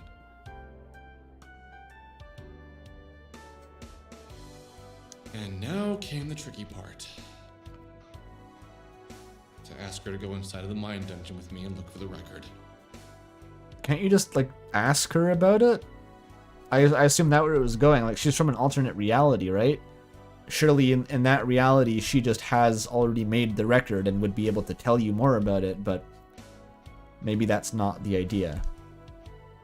Bella, could I ask you a personal question? I suppose. So, I was wondering if you could tell us about the record. The one you made. What's there to tell? In my previous reality, I made a record. Pretty simple. Why were you so mad? Can you tell us why a record jacket from the Wait, album you what, if made that was it, and why the are you so... reality that was set to be What released was the next whole year was upset found in this previously? reality? Was it just because Alex couldn't read? She was so dumbfounded by the fact that Alex couldn't read her name that she just, like, had a shit fit? And that was it? Like, she was completely fine with the record? She was like, oh yeah, I made that one day. I made that. It was on SoundCloud for a while. Like, what? Is it even significant? Is she even upset by the fact that it turned up in this reality, like a year ahead of schedule? Does she care? Does she even comprehend that that's part of the issue? I have no idea. You do realize I left that reality behind intentionally, right? It was exactly the same as this one, except everything had a faint smell of shit at all times. There are reasons I wanted to escape. Yeah, no, I get it. Just, I wonder if it's somehow linked to everything going on. Like the fact that it appeared a year ahead of when it was actually released, you know, like supernaturally, and a ghost was talking to me and telling me to play the record. I think there may be something significant about it, like to the plot of the game, is what I'm saying. The plot needs to progress. Vela. I'm telling you, Alex, you're looking for puzzle pieces where there is no puzzle. You're talking like there is some cosmic plan here. Almost like what do you think is going to happen, Alex? Is a spiritual entity going to come into your house at night and guide you to a radio tower and tell you to go find this record for some unspecified reason? That would be a cosmic plan, Alex, but nothing like that's happened. What exactly do you think is going on here? It's just... It's all so weird. Sammy disappearing, me meeting you, then Rory, Chandra, and Claudio, we're all linked. Fine. If it will make you stop sulking, I'll go with you into the mine dungeon. I'd like to know why my record is here myself. I'm a little confused here, guys. Rory's like, sorry, I wasn't paying attention. Can you repeat that? How the hell does Alex know the record is in your mine dungeon? You remember Rory, the Willem Dafoe told us? Rory's talking to himself, apparently. Because I know she's trying not to think about it, and the things we try not to think about always end up on our minds. You just asked her, and she said, I made the record. It's unclear why, like, does she actually not want to talk about it, or is she fine with talking about it? And it's just that Alex is really bad at asking. This is like a vision quest. What does this remind? Like going into the depths of someone's mind to retrieve like lost information. It's like the ending of like Hollow Knight, like the White Palace or something. But it's like there's not even obviously an obstacle that would require circumventing it with supernatural means. It's just like I feel like we haven't even asked her properly yet. Seems like more of a stretch than the link between Sammy and the record to me. But sure, I've got nothing else to do. Let's get inside Bella's head. Okay, just keep your hands to yourself while we're in there, boys. Don't touch the sock drawer. It's creepy enough letting one person in my mind. Oh, she turned back into an anime mascot.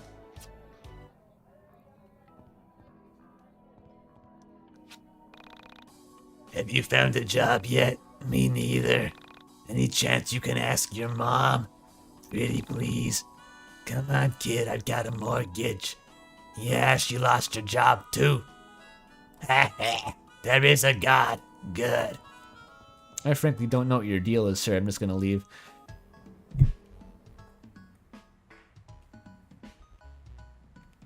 So how do we get into a mine dungeon? You call a phone number. But other than that, I'm not sure. I'm assuming I just go to a payphone and something will happen.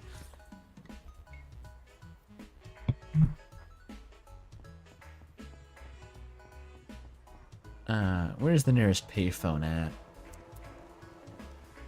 1-800-BIG-YIIK. Big YIIK energy. Oh, Vella's mine dungeon. New mine dungeon unlocked. Please come in, says the phone. Oh, it's different. We got some, polygons. Oh, there's a thing there. There's an object. What is that?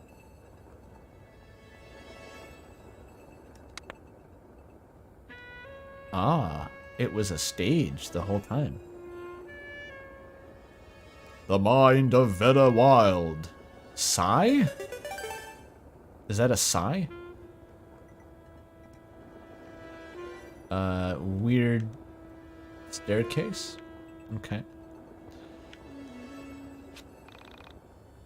That's a good angle on the girl in the foreground there.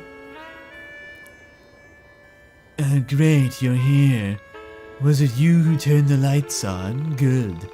Look, we only have 42 minutes until showtime, and we really need to get the band together. Can you round up the singer, drummer, guitarist, the keyboard player, and the bassist, and the toy piano player, and the female vocalist who sings the sexually ambiguous lyrics, Alex? They're around here somewhere, but they're going to be a pain in the ass, so make sure you kick them into gear. Sounds good to me. Yeah. A patron. I'm on Patreon. I hear the singer is a no-show. Do you think I could get a refund? I don't work here, ma'am. Oh, it's the Valhalla from Valhalla, that one indie game that isn't YIIK.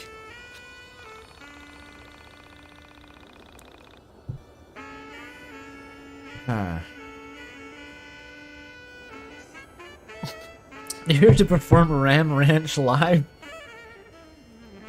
Oh, it says Miku? Yeah, I think this could be Hatsune Miku. That's what she looks like, roughly, yeah. Mister, I'm serving another customer right now. Please come see me later. By the way, please stay away from that exit. There's some weird stuff going on behind those doors. You mean this dude? He's all the way over here. What's he doing? Are you excited for the show? I'm nervous for the band. I hear Ram Ranch Live has a fatality rate of 12%. Summoning salts, nice. She said no exit, but I can still walk into the green room, right? There's a ramp, cool. Ooh, I found the block room and the acoustic foam room.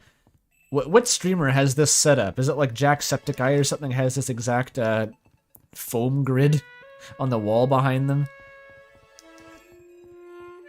18 naked yeekers in YIIK Ranch. A poke flute. Whoa. Is that for summoning Arceus or whatever?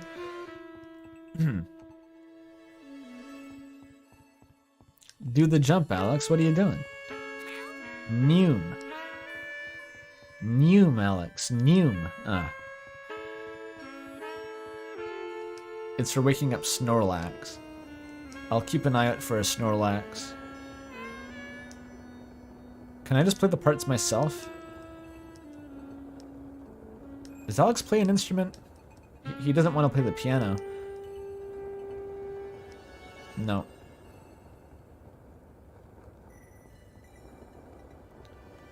Oh, he's a fast lad. It's like the very agile glass of water over here. They made it into a real character. I think she's screen wrapping, guys. This is just like the scarabs in Elden Ring. You just gotta figure out the exact route, block it off. Oh wait. Lamau, get wrecked, Villa. Ouch, what's your problem? Here, take this. It's too dangerous for me. I'm scarred for life now, thanks for that. Literally Mick Dickey dialogue. I'm scarred for life because of you, Jacob McCool. I'm not gonna rest until you feel my pain. Alex acquired the skateboard tool. Oh, dude, can I zip zoop now? Oh, it's a godsend. It only goes in one direction for some reason. But it's already the best item in the game. It could be better though, if he hit a wall and it made like a really loud noise and he screamed in pain and fell over. That would be really funny. It looks like you can't get off once you start. It's like an ice puzzle that you create for yourself. YIIK Man can now grind. On rails only though. Sick. I'm gonna try as hard as possible to soft lock myself using this new power. It does not let you. Okay. Oh, it's a Gengar? Hang on. This music reminds me of some of like the Celeste Strawberry Jam soundtrack, actually. The distant saxophone.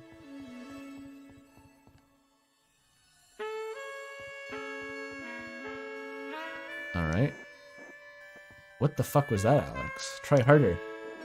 How did you do that? That was nuts. Tony Hawk couldn't pull that one off.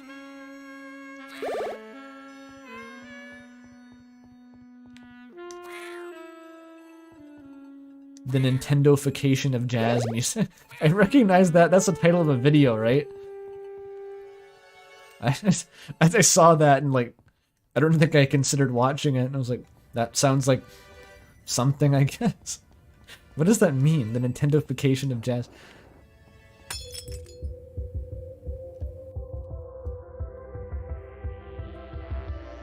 Ooh, we got the Kubrick Space Baby, the stop sign, and the...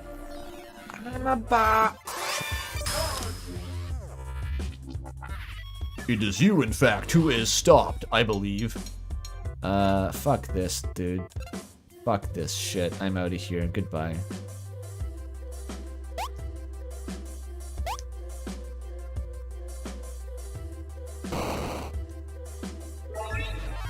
I'd rather not. I'd rather just never fight anything ever again. Thank you very much. Gonna need the cat though. Okay, just for fuck's sake. He got me on cooldown. It was a perfect punish window for him. Okay. Just do the exact same thing again. Why does Claudio have 50 HP? Holy shit. The Sega-fication of rock music. Yeah.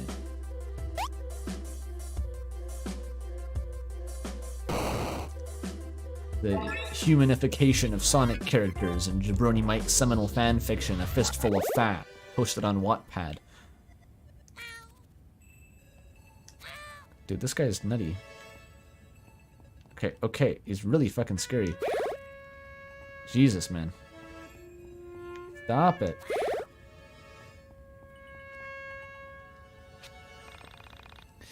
Keep your eyes closed, no boys allowed. It's the sock drawer. Oh, it's Cubert. With the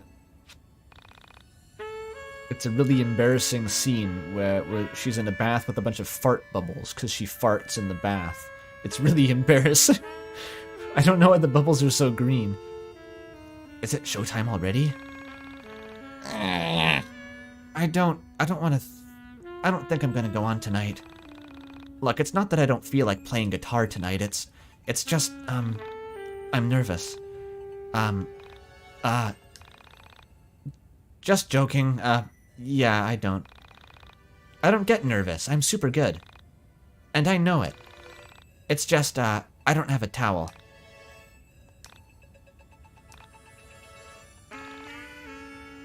Also, a boy. Why are you in here? Go on, get the hell out. Creep, pervert, weirdo, hentai, baka. What was the last one? Dirk Strider? I'm just gonna assume she said Dirk Strider. Me well. What do you mean, me well? The YIIKification of Earthbound.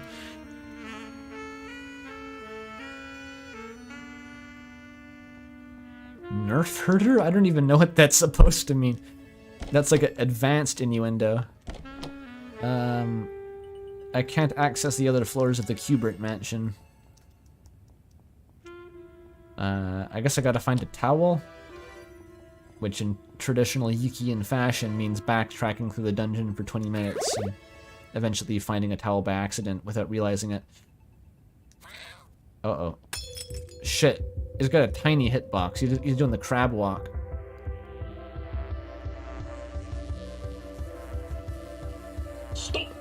Stop it!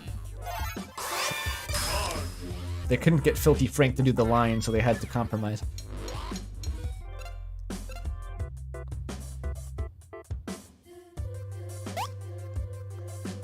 Oh, we're in the clear now. Oh yeah.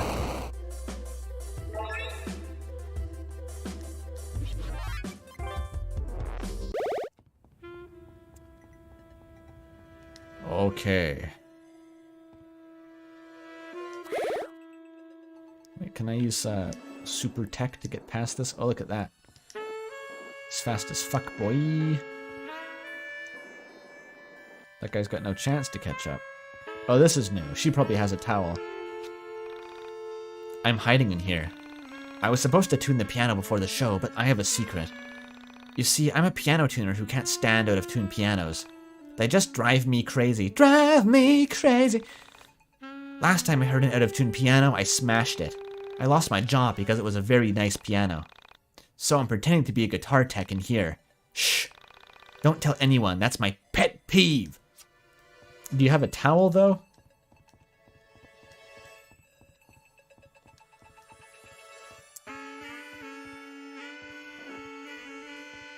The gastro gifts are the only thing holding this together. Am I... Okay. Using the skateboard disables the hitbox, and it just makes you think that you're soft-locked. You're not actually soft-locked. Nyum. The skateboard really does just improve all aspects of this experience. How far can I go? Oh, there's a guy. A sleeping man blocks the path. Alex takes the poke flute and jabs it hard into the man's ribs. It's a hilarious reference to the Snorlax from Pokemon. Villa's dad. Ouch. What did I sleep and miss my daughter's performance again? What? I still have time? I'm gonna make this right. Villa's dad has woken up. Good for you, Villa's dad. I gotta ask, that just jogged my memory. Did anyone else happen to watch the Simple Flips April Fool's video this year? It was an experience like no other. I really feel like I have to confirm with someone else that was a real video that I watched and I didn't just like hallucinate or dream.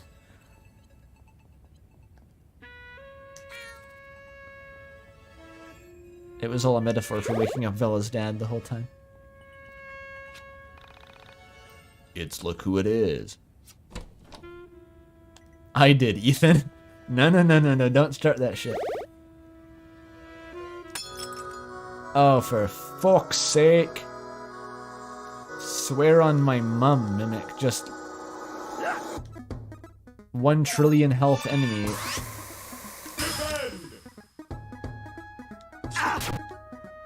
Oh, it hits so hard too. Yeah, fuck this. I don't care how underpowered I am for the boss battles, I'll just cheat until I win. Look at his little tiny hops.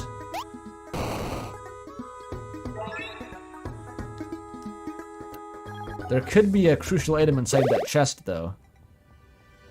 So I may have to fight it eventually.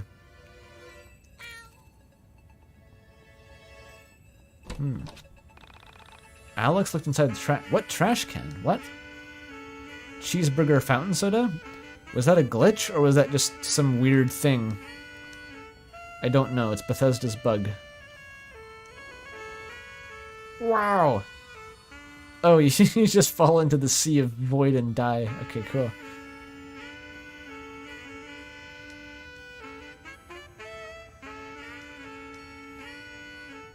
Oh, gotta escape. That was not how you escape.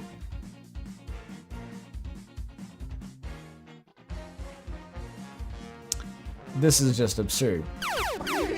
This would take half an hour of real time to actually defeat the enemies.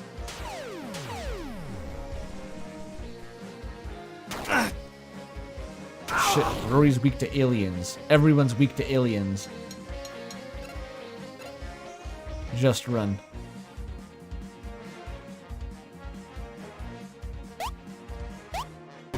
Shit. We got the good music at least, but I'm not staying around for this battle.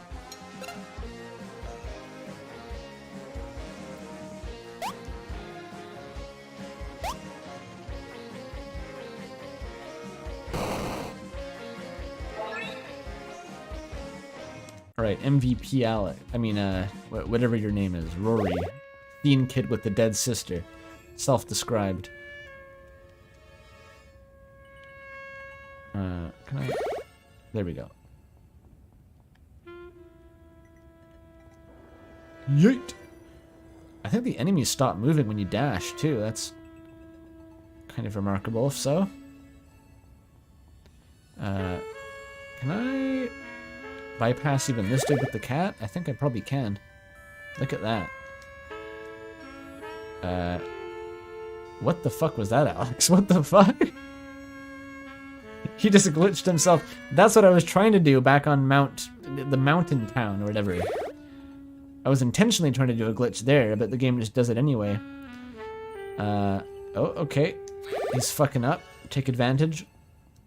What can I do with this ladder? Oh, it's triangle to lift. They give it its own keybind. I always forget that.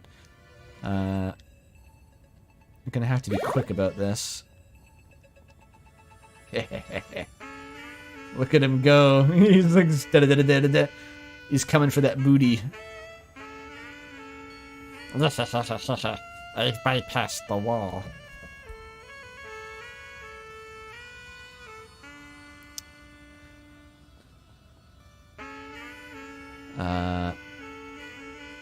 Where... Wait, what? How did I get this?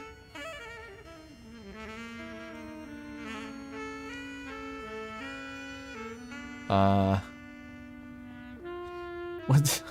What the fuck is the point? Where am I? Do I just... Do you just jump off and die? Cool, where's the ladder even respawned?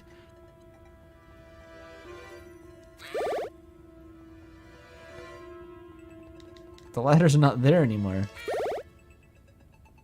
Did I just find a cool new soft lock? Who knows? You can also fall off that. Maybe if I reload the room. I'm getting a bit worried. I don't see any ladders anywhere.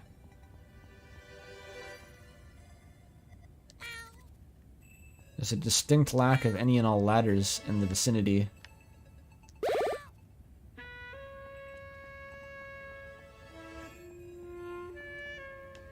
Is that a soft lock? Is that a real soft lock? It's not invisible even. Well, I'll check the door one more time and see if it's like there but invisible. I'm not sure why I had the option to pick up the ladder there. I was standing like nowhere close to it. Oh, there's a chest. Towel maybe. Vampire of Goth LP. Neat.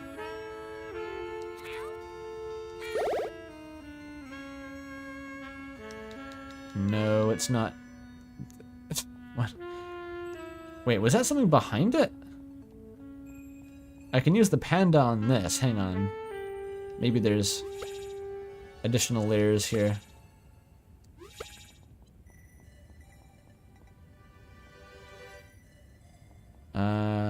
It doesn't seem like it does anything.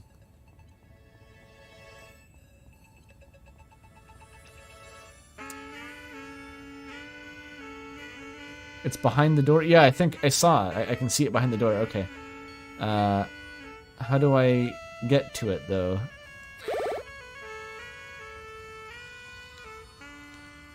Okay, Alex himself can jump through the door. Perhaps it's not surprising that the ladder can do the same. What if I do some clever tech here? Okay, it does not obstruct the monster. I thought it was being smart. Okay.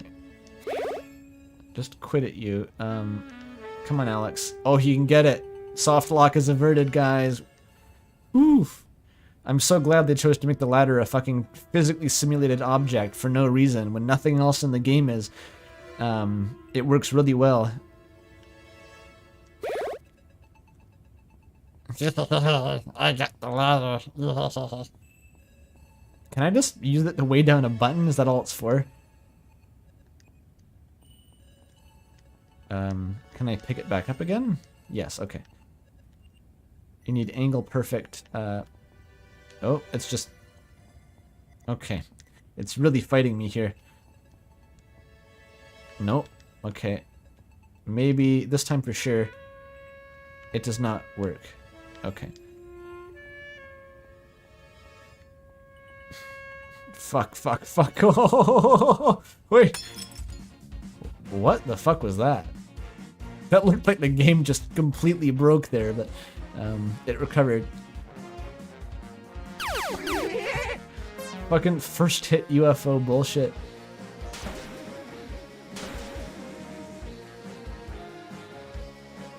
This is YIIK-like gameplay. It's the first YIIK type game, truly. Can you even call it a video game anymore at this point? It's really just borderline experimental.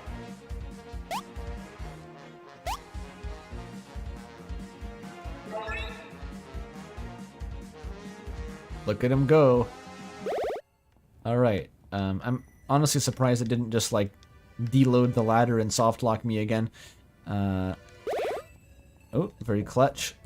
It's like, it doesn't even lock into place. It's just, like, has a weird check if it's close enough to the wall, and then it lets you climb it. Okay, I still don't know what to do up here. And if I click the triangle button, I will summon the ladder again and soft lock myself, so... like, it just teleports to me. Why? What does that achieve? Why do I even want to be up here? Is it soft locked again now? it's just stuck up there, fuck. How do I get it back? Well, okay, that's that's up there for the rest of time. I don't even know why I need the ladder. This is reminding me now of Hello Neighbor, which is perhaps the least favorable comparison I can make to any game. If you're comparing something to Hello Neighbor, it's gone, like, profoundly wrong. Okay, now it's soft lock. But that's, like, the obvious soft lock. They seem to, they safeguarded against that, I would assume, but... Now try the ramp? See if it's different for some reason? Like, of course someone's gonna try summoning the ladder on top of the platform and leaving it there. Can I skateboard past this dude? That'd be pretty funny. Hang on. That's a very precise angle. Oh, you can. Nice. No, it hasn't respawned or anything. Can I... Ooh! Look at that. Huh. Well, this is puzzling. The Hello Neighborification of puzzle making. They designed this room with the express intent of stopping anyone from playing further.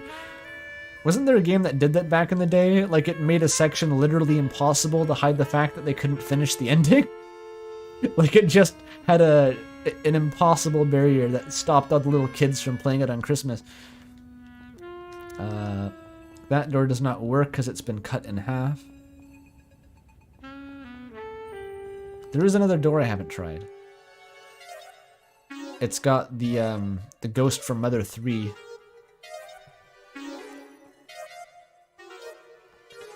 Cool. Stand under the finger, Alex. It'd be really funny. Stand underneath the finger. It was funny. Oh, I'm back here. Okay. I walked down the hallway and turned to the right and became a shadow monster YIIK. Petscop type room. Alex got fingered.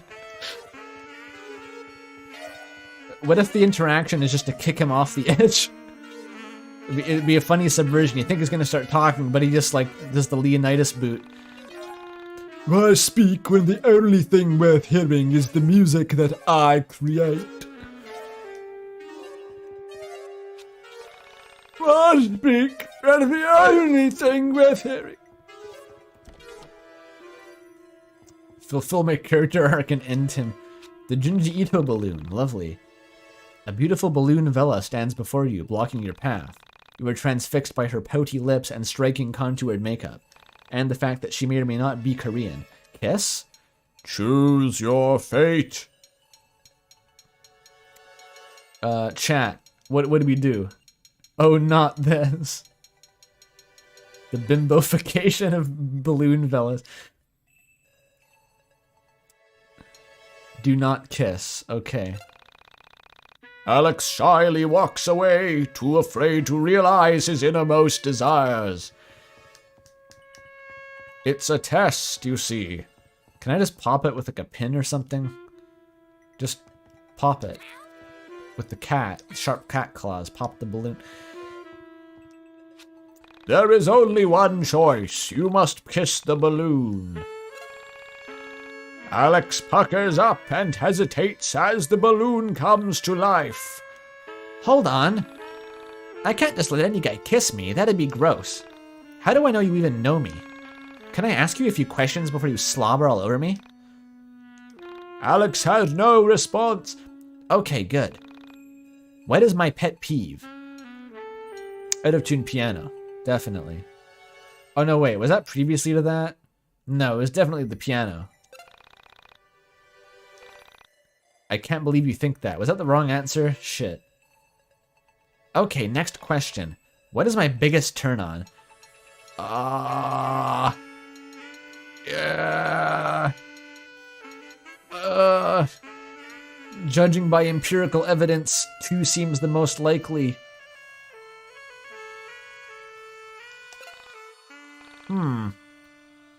Okay, next question. What is my biggest fear? I think I'm supposed to know the answers to this by now. Spiders are very scary. Hey, I don't want to be rude, but I have a boyfriend. Go away. Shit, the status of the boyfriend is a quantum variable that fluctuates depending on how you answer the questions. I have to get the right answers before the boyfriend stops existing.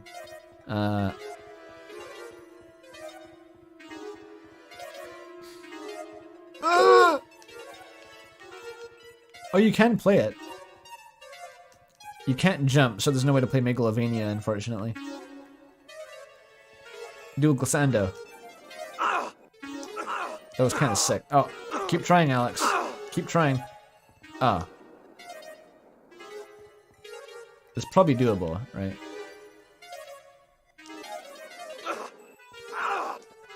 The hitboxes on these are very jank. There we go. Just as Kojima intended. That's a lot of doors. The Schrodingerfication of boyfriends. It's the infinitely high boyfriend factor. He's too short to hit. I'm being countered. Oh, never mind.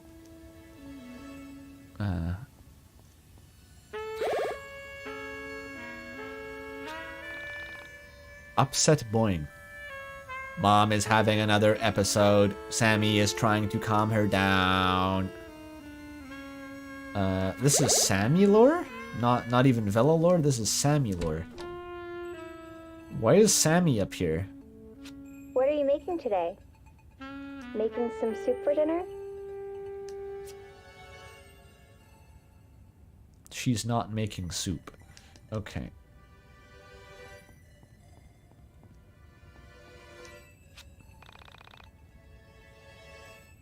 Alex looked in the trash can. Obtained an ambiguous sum of money. Okay. I spotted something. I mean, Alex did. 5 cheeseburgers. Joke's on you, there's no dinner tonight. I took all the cheeseburgers out of your fridge and so you're eating your car batteries and shit. Okay. A door piece. Alright. With more fucking... The Jacksepticeye foam lines the walls. Shit. That's not fair.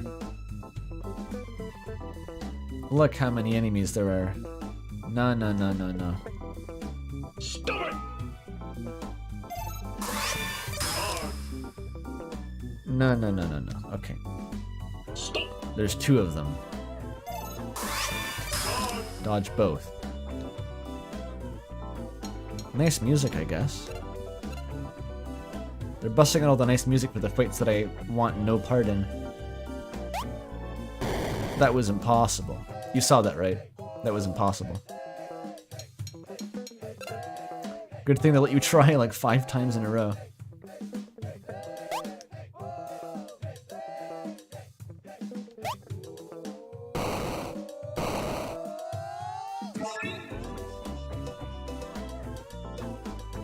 Disco Persona music? Yeah, kinda. Inspect. I've read all these books too, don't worry. I spotted something. $5? Okay. I thought maybe it was plot relevant, but he just wanted to steal from their house. I spotted something. Another $5. Serves you right for keeping money in your bookshelf like an idiot. Spaghetti, trash spaghetti. Alright, let's just go. I have a door piece, that means I can access the door. By, you know, standard logical reasoning. What should I do? I don't know, fucking nothing, dumbass.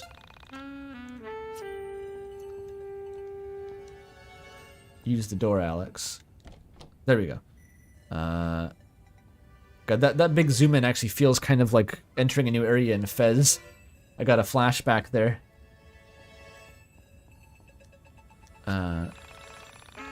Finally, a Bella that has comparable emotional capacity to you. That's very funny, robot. Oh. Aw. Oh, shut up. Is Vela talking? Is that the Vela telling him to shut up?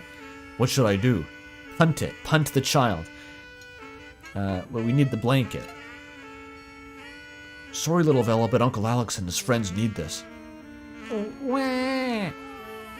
Very sad.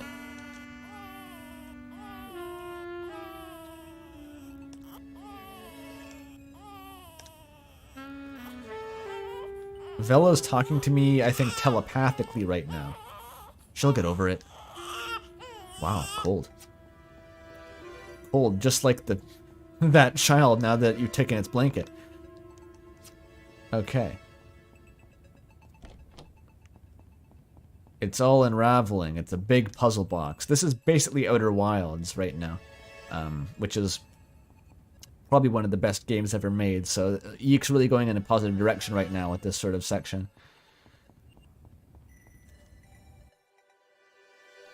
Where was the bathroom again? I was thinking of bathroom like it was a weird and somewhat humorous descriptor, but that's just what they're called. They're called bathrooms.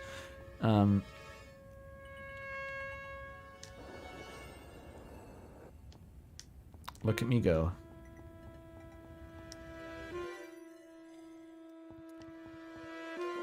I think it was over here, maybe.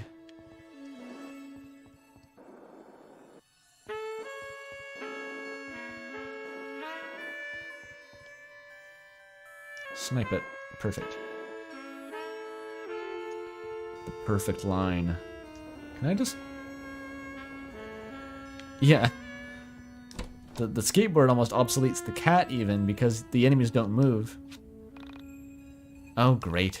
I guess you don't have any clothes but to dry off. I guess I don't have any choice but to dry off. Turn around. Actually, leave the room. That's a good idea. The guitarist has walked onto the stage. Is there a key hidden in the bath now that I can dredge out? There's still the fart bubbles. Okay, so that unlocked the guitarist, but progressed nothing outside of that. I may or may not still be soft locked by the ladder room, I'm not sure. That guy was just asleep at the wheel. Try again, Alex. It's okay, try again. There we go.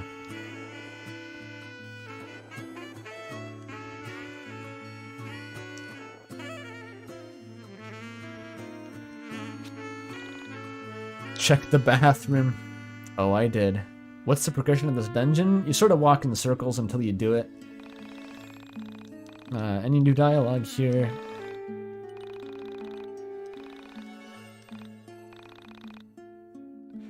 Oh, the pet peeve is people who can't keep secrets, I think. It wasn't actually about the piano.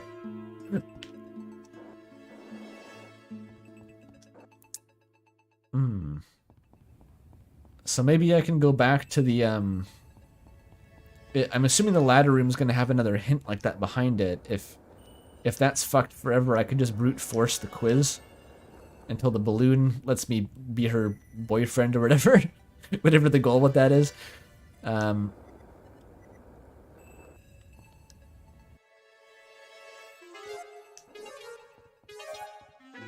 Who needs stealth, really? Ah, shit. Sometimes the skateboard kind of just doesn't work. Ow. Okay, that time it was easy.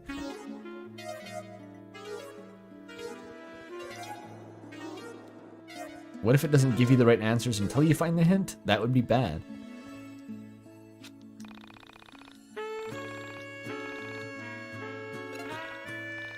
Yeah, go through the whole interaction every time, sure. Make it really annoying. Guys who can't skate? Wait, that's not even an option. Even though I know the answer, it's not an option.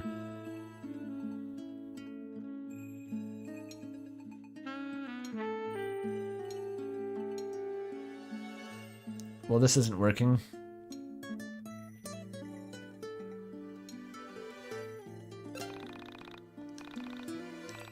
I'll just try brute forcing it anyway. I'll change the last option and then sort of do a binary counting type thing. Getting fat. Oh, okay. First try. Nice, not even hard. Destroyed. The suction of Alex's powerful maw ripped the balloon asunder. So, but that's not even the pet peeve, though. Like, I went back and I realized, like, the pet peeve she was talking about was, like, if I told someone about her pet peeve, not the actual piano itself. So it's like, I knew less by checking. She is practicing. I don't think you should disturb her. She gets really upset before a performance. You know how women can get with their inferior brains. Yeah, you do. Well, Robot, that was kind of fucked up. This scale is hard. It's probably like, what was the most pain in the ass scale? Like E-flat minor or something? Or B minor was kind of janky too. Look, if you want me to play tonight, you'll have to find out the fingerings for the scale for me.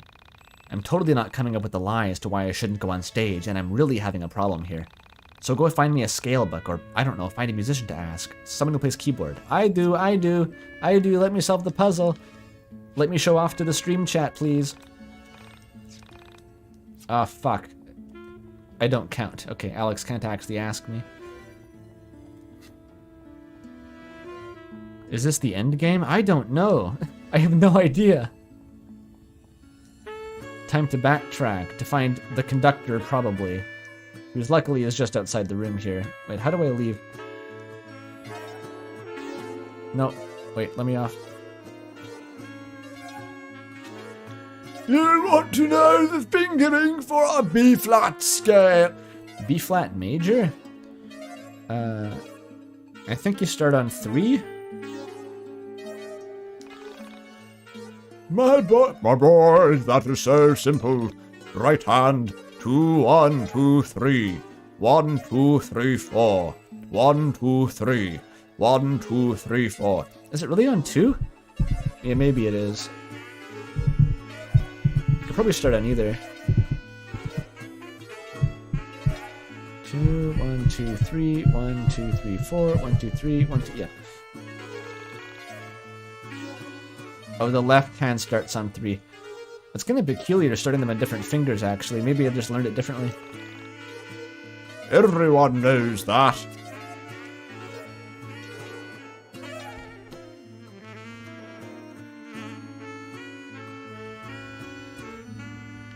Here I am. Oh, you actually found a pianist to ask. Crap. Okay, well, I guess I have no choice. It didn't make me pick the right sequence from a list. It just wrote out all the numbers for no reason. These levels do look pretty cool, Remnant. You're not wrong.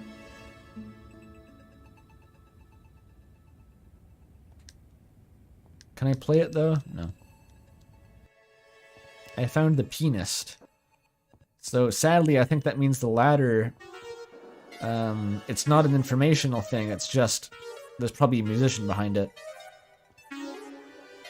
So the soft lock potential is still alive. Keep trying, Alex. There we go. Can you go back to simple flip references? That was fun. I'd love to. Ligma. Ligma shield activate. Sugma. Crushma? I don't know how to BLJ in this game, I'm sorry. Oh, there's more doors on this side. I didn't even realize that. Holy shit, this place is infinite.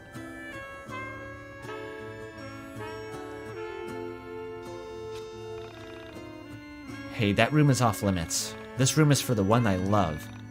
You can't go inside. This one goes out to the one I love.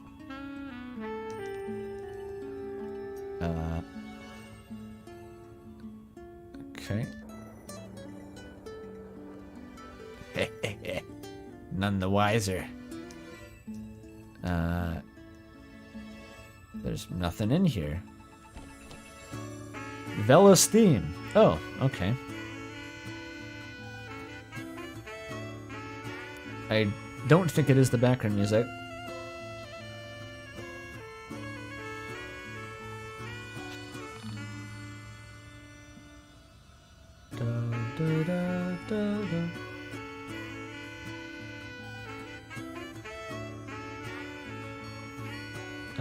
Go away. I'm not ready. I can't play my solo. Shit, I can't even keep a beat. I'm literally the worst drummer out there. I know it's important that I go on, but seriously, I'll need something to calm my nerves. Vodka. Find me something to calm me down and maybe I'll consider going on stage. Is that music important up there? You don't need that to play the drum part. Boom, boom, boom. That's the sound a timpani makes. Or is that your heart? Doki doki. Alright. I gotta find some quaaludes for that one.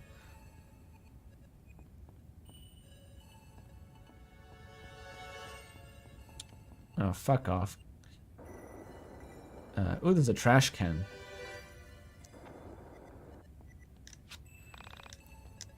What if the pianist was just inside the trash can?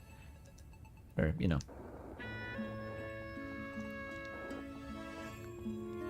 High definition YIIK. Looking good, Alex.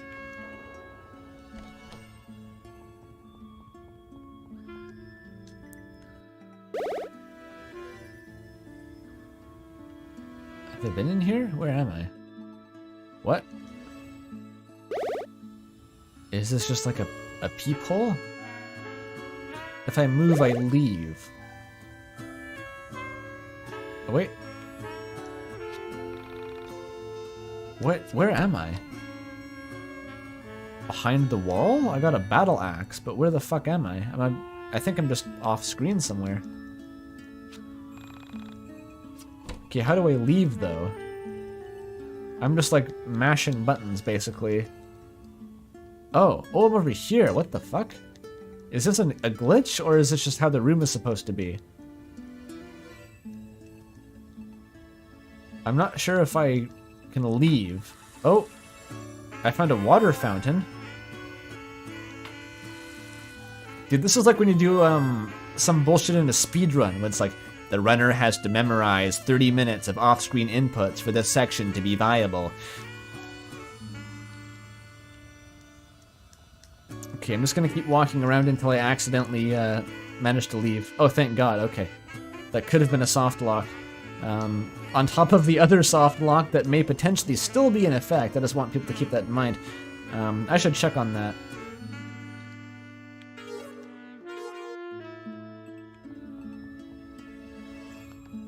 You've watched another playthrough that didn't have nearly as many severe bugs like that. Well, it's your lucky day, I guess. Some people have a knack for it. I know if Joseph Anderson streams a game, you better believe he's going to find every fucking bug that game has to offer before he's done. There's no way it's getting away with anything. The ladder is still up there. That's really bad. Maybe if I reload the entire dungeon, can I just leave the whole dungeon? Is that even possible?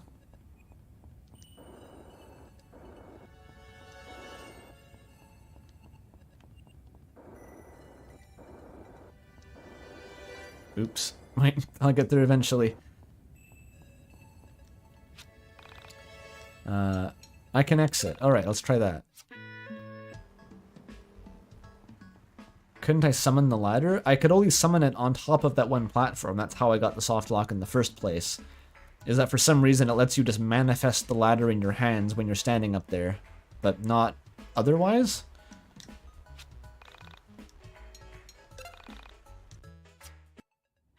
Okay, I really hope that helps. There's not too many more options beside that. How durable is the save data within this room? Not that door.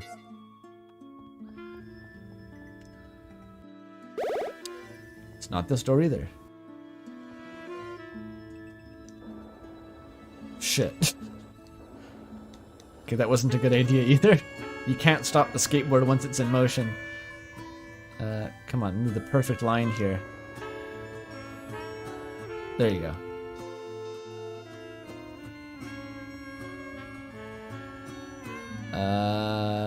The ladder is like indelible. I could crash my entire computer and that ladder would still be up there. And I can't mash triangle or anything. I don't even know what being up there accomplishes is the thing. Like, I have no idea why I'd even want to go up there. I just assume that I do for some reason.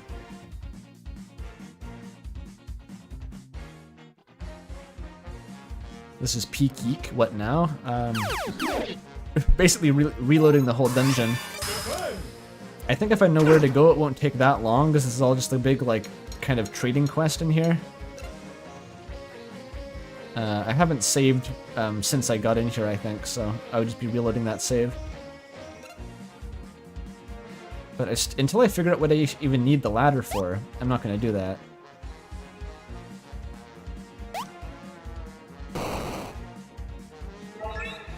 Try hitting the buttons. If you press 2 of them at once, nothing happens. The ladder does not actually work to depress the buttons. When's he gonna recover? Okay. Sketchy.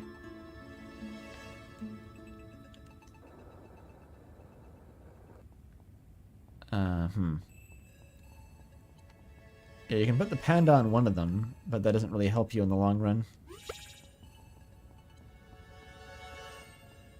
That has no effect.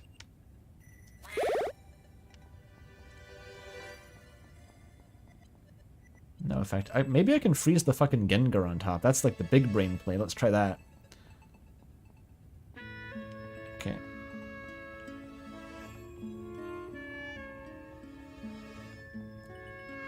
Sir, are you gonna chase after me or what?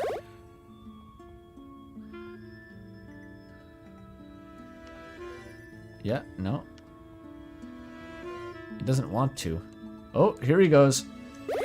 Oh, Chacometo da. I don't think he's actually pushing the button. That would have been sick, though.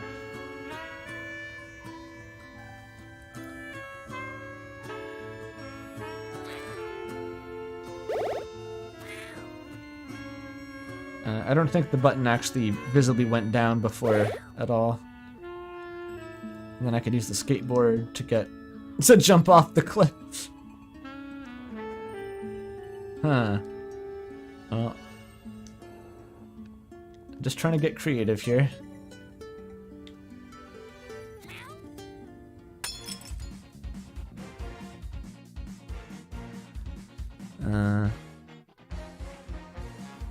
Try hitting the buttons, maybe? Well, yeah, okay. That was a previous suggestion, I think.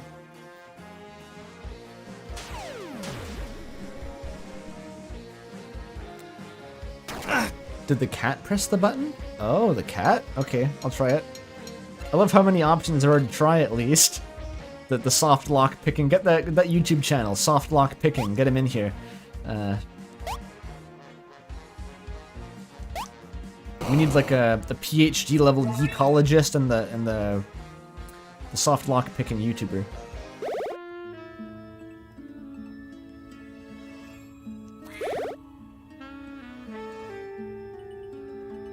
Is the panda still there? Oh, it does. It does push the button. Yo! Okay. Does that mean the ladder was actually useless? I still don't know. I still have no idea. Was there supposed to be like a block on top of that platform that I could use, or what? I really hope that I just fucking like glitched my way to a... Oh. Oh. I think that's what the ladder's for. Oh god, is this seriously gonna cock block me at the last second here?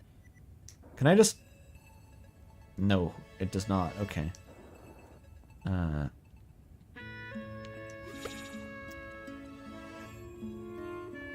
There must be some way to fucking glitch myself over here. Wait, not the hair tentacle, Alex. There we go. Okay, you go back into your nook, for God's sake. Stay in the nook. I'll get as close as I can to the corner and just go for it. No. Huh.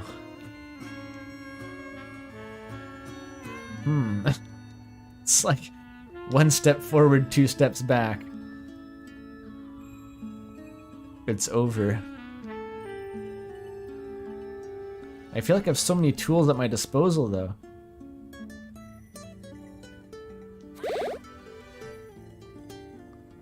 Like, what is... Even if I could get up there, even if I could recover the ladder, what would I do? I guess I drop the panda down, that's it. I would drop the panda onto the platform. Huh.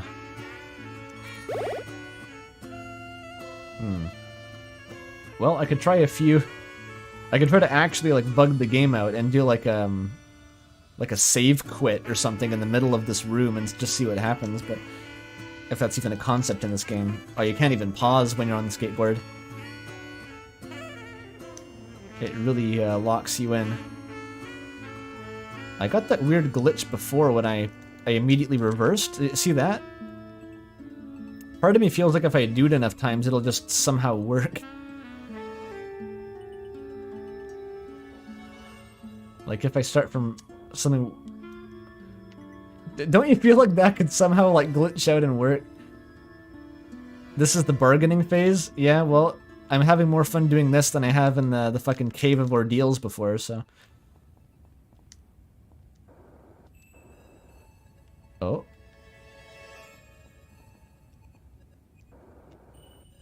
Oh, what was... Okay, you can't actually... Oh! It's entertaining, if nothing else. Just maximize the jank and see what happens.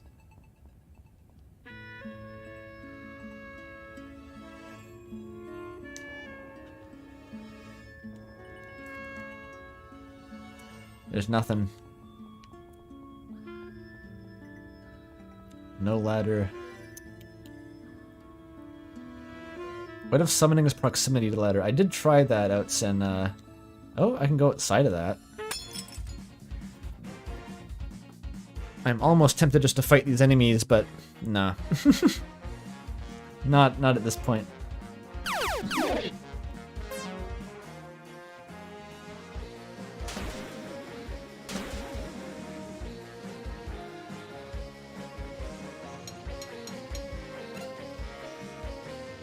It's reloading time when I say it is, unfortunately, chat.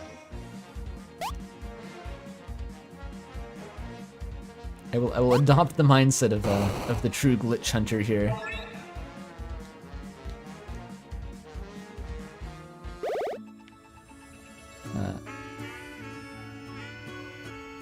Okay, you stop. Cat, come back for fuck's sake. Okay. Just... You go away for a sec.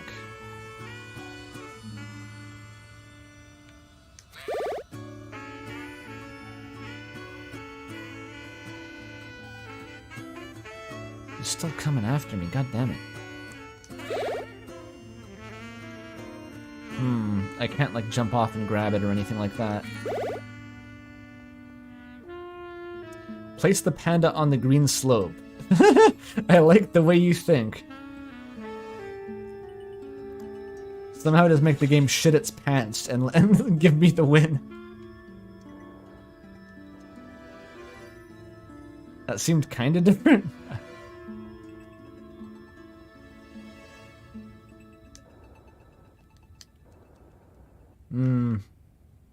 They've really scripted it pretty hard to do what they wanted. What's happening? I'm soft locked. I'm trying to just try random shit in case it helps somehow.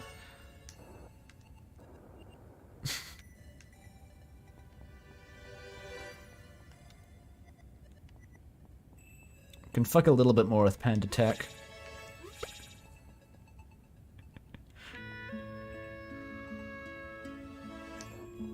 Oh. Okay. That's some kind of interaction. I need it to like push me after I've already gone off the edge, but I think even then I'd still fall off because there's no boundaries over there. I'd have to hit the doorway itself, which I doubt is possible. Oh! Oh, that was new. Hang on. That looked unintended to me. You can go off at a 45-degree angle. Holy shit, hang on.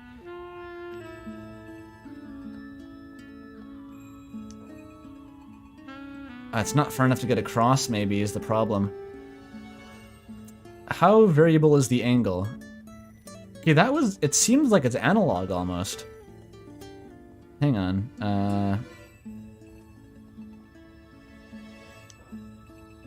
Oh, it's so close. If I could get across with that angle and hit the staircase, I'd be out of it. There's a small chance the panda could like give me a height boost here.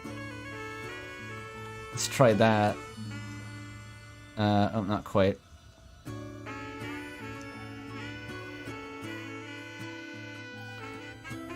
I gotta hit the scuttlebug. That's exactly what I'm trying to do here. I'm trying to raise the scuttlebug.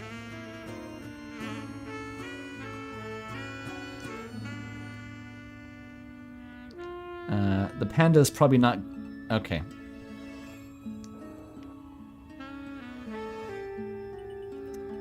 The panda's little thing is still here. That's not gonna work. Okay, what... maybe I've been doing the wrong approach by trying to go in above the panda. And I can try, like, right... okay, it reset me to the correct angle that time. Yeah, that's what I'm trying to do, is skate at an angle to hit the stairs, but going at an angle seems to be kind of glitchy, like it really wants you to go at a 90-degree angle. But you can sort of make it shoot you off at an angle, but it also doesn't give you enough height to actually get over it properly with Bennett Foddy, so...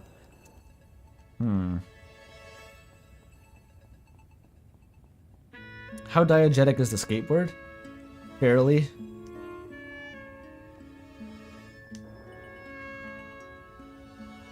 Just snipe it. Oh, okay, it really sucked me in that time. I think you have to be standing on the ramp to glitch it out. That's the trick. Oh, Okay, that was spicy.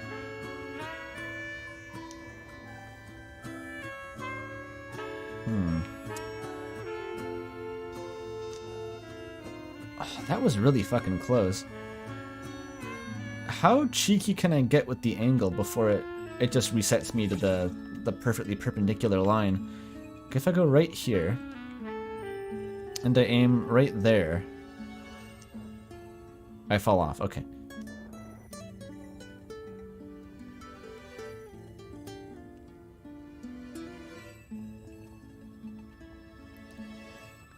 Soon we'll have a YouTube documentary about the YIIK button challenge. Or you said the YIIK A button challenge, but I just automatically made it slightly funnier.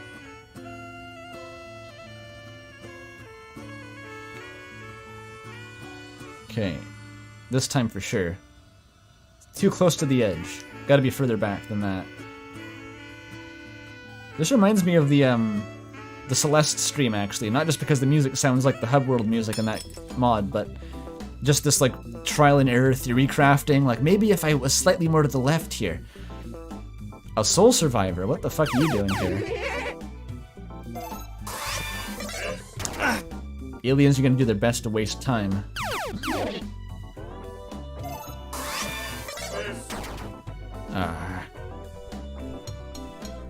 If I kill the enemy? I don't think that'll affect it, really. The enemy doesn't usually get in the way.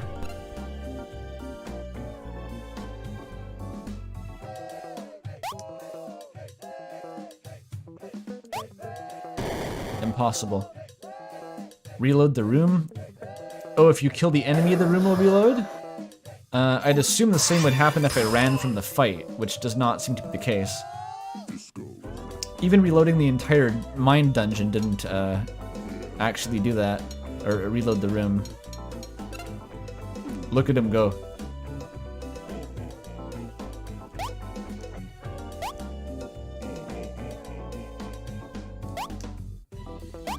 Fuck that. Oh my god. The door behind this guy? No, that door was just a closet with the ladder inside. There's no actual door there.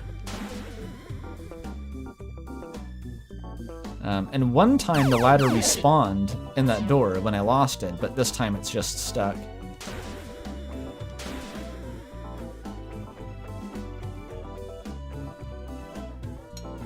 Alright, one more try, Alex, this time for sure.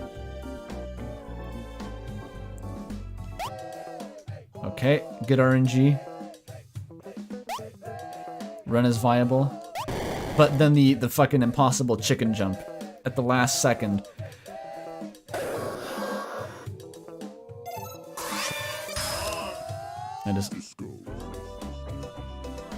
Maybe if I game over?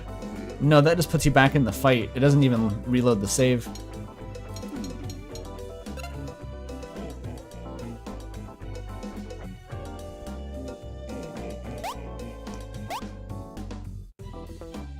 Almost. So close. So close.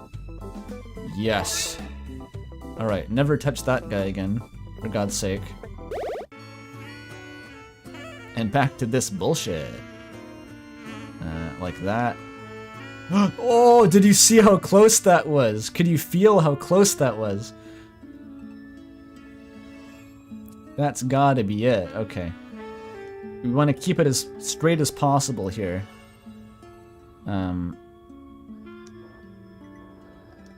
Oh my god, you can make it with the janky angle. This is like more and more plausible by each second here, okay? If I go to the very end... oh, I can't back out now. And I do right here. Oh.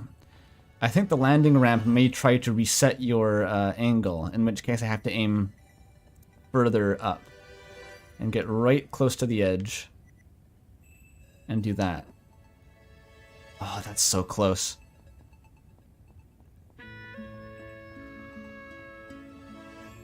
It's so exciting. The thought of bypassing this cruel soft lock is it's filling me with determination here. Oh, it's so close. That's the last snag it's throwing, though, is that when you land, it straightens you out. So you have to get enough vertical movement before you hit the ramp, not just when you hit the door itself. That's not going to work. What the fuck was that, Alex?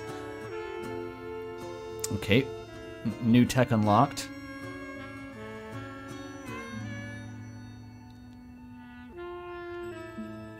Someone was asking for more Simple Flip references earlier. What is this if not a Simple Flips reference? This entire process. Okay. I janked too greedily and too jank. This is still the same dungeon. Yeah, I'm soft locked now. I'm trying to glitch the game out to make it let me win.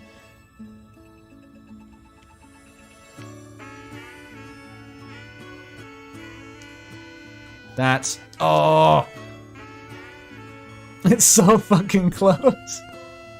This is the last attempt, guys. Yeah. It's actually so close. If you just optimize it perfectly. Just optimize it perfectly, Alex. You can do it, Alex. Come on.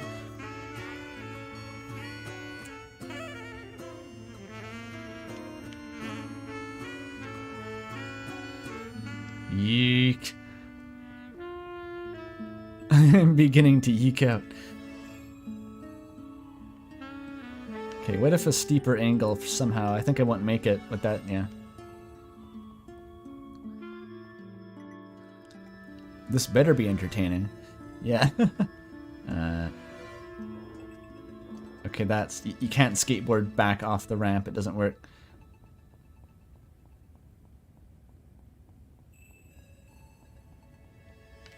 How close can I get to the edge? That's ridiculously close. Oh, too close. This is the most invested you've ever been with YIIK.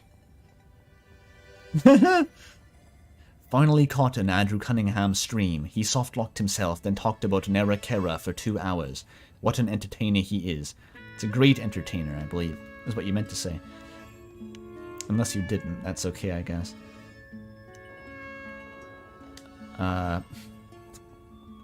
I think that bottom step is as close as it's possible to get. I think it's actually just... It's not going to let me get any closer up that staircase. Fuck me. Because if your angle's any steeper, he just, he won't go off. He won't make it across, I mean.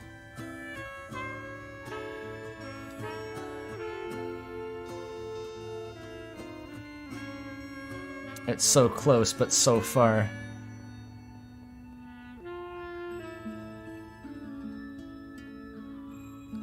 Tragic.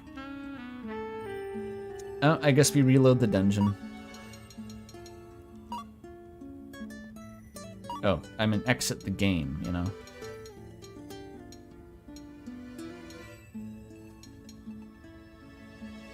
How do I leave?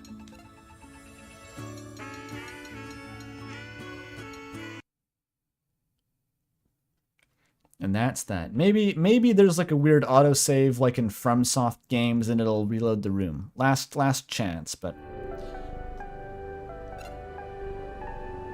No, it's just load. Straight up, just load the game. Oh god, I'm back here? Wait, what? That can't be right. Maybe it is right. Maybe I really didn't save the game after this cutscene.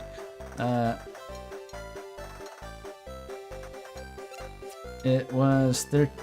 That is definitely the most recent save. It's not actually that much to do. All I have to do is walk back and talk to Vela and do the dungeon again. And I don't have the skateboard anymore. Shit, that's the worst part. Fuck. Damn indeed. You know, that's why I was so invested in getting that skip. So I wouldn't have to do all this shit again.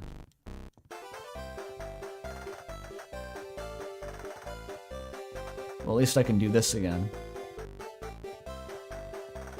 Look how much fun he's having. They said it was inaccessible. I proved them wrong. Oh.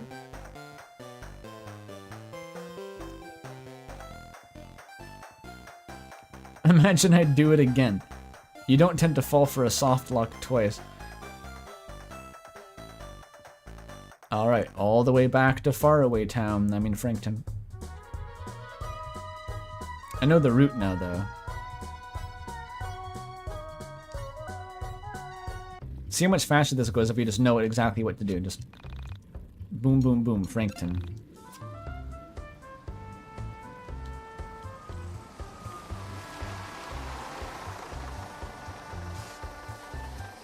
Is this why people speedrun RPGs? Like, they get so much into the mindset of, like, just getting through all the bullshit as quickly as possible and getting back to the content that they just naturally develop Stockholm Syndrome and want to replay it over and over again for faster times.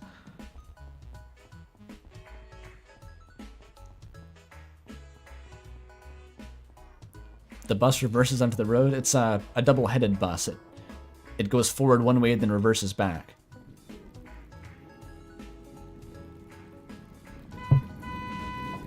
Oh, you hit me.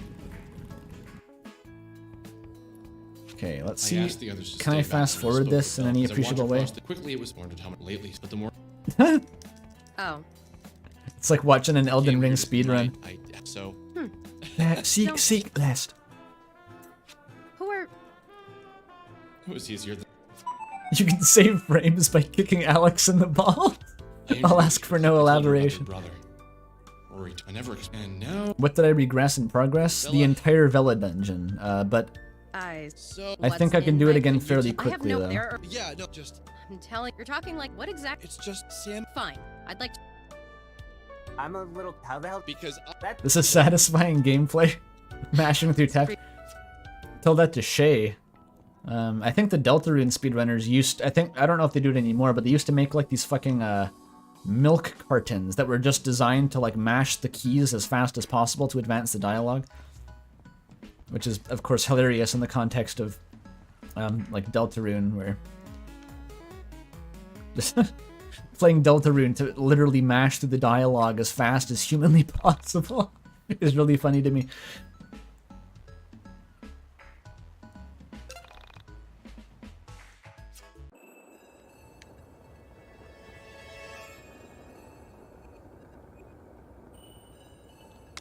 Just as Toby intended.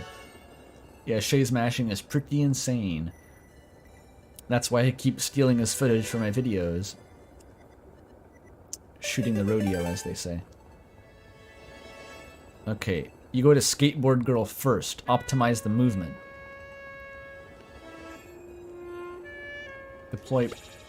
Fuck, she glitched out of the way. I've got her this time.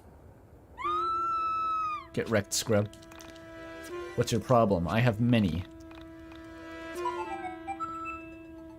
Skateboard acquired. Begin with... maybe I can see the non-glitched version of this door. Excuse me, may I have a word with you first? Ugh. Oh. Wait, I'll get him eventually. I'll get him this time. Yeah. That's what it would have looked like if I'd gotten that skip.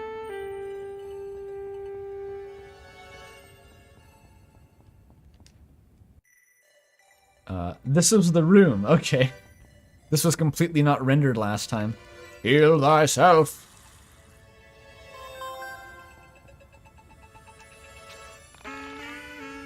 All the text mashing and Metroid Dread led to a lot of community drama over allowing turbo controllers on the leaderboards. That's exactly the kind of drama you get in a speedrunning community, isn't it? But one day, Jim Bob Joey hooked up a diesel-powered jackhammer to his controller to gain a slight mechanical advantage and save 18 seconds over the previous record. The community was in remiss.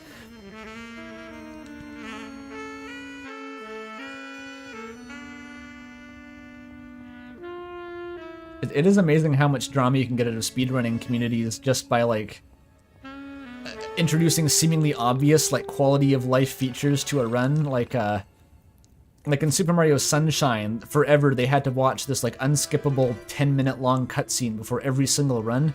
And, And when someone suggested like making a hacked save that they could just use instead to bypass it, there was like a huge, like they had to do a vote. It was like electing a new president or something. It was really serious.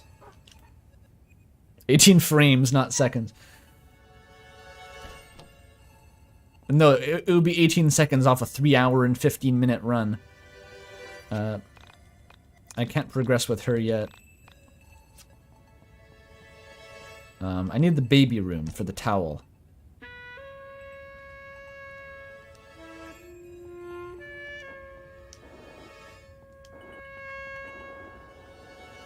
There we go. Okay, so that was the wrong way. The baby room was like the door piece. I think it was all gated behind the balloon ultimately. Which was gated behind the Snorlax. Right. Which was in here.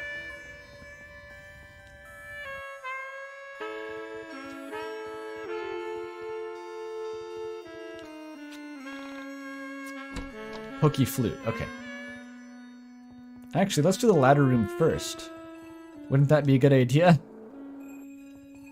You know, cut our losses if you get soft locked.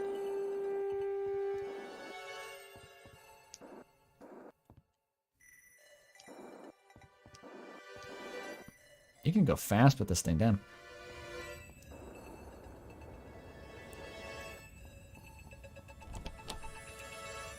Oh, that's not the ladder room. This is the bathroom. Shit. I've already forgotten everything. I thought that was the ladder room for sure. Oh, that was the yellow door, maybe.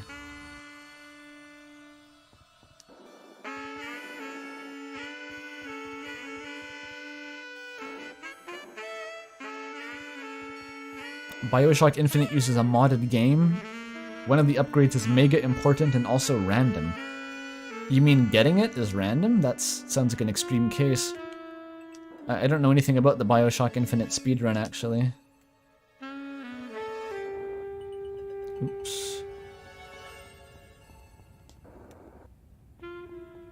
YIIK, but every time you skateboard, a City Escape starts playing? That would be an improvement, like undoubtedly. Poke his eye.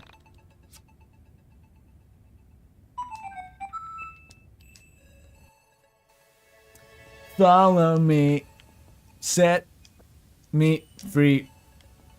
Trust me. And we will escape from the city.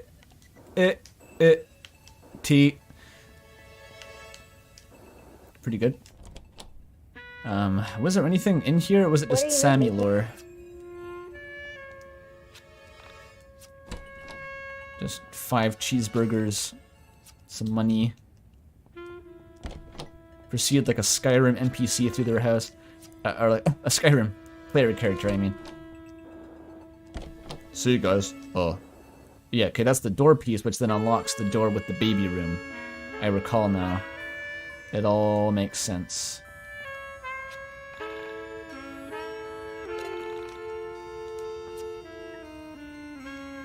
Sammy and Villa, the Korean psychic link. Villa didn't... She's not even Korean, though. I thought she said she wasn't Korean. Or did she just not answer?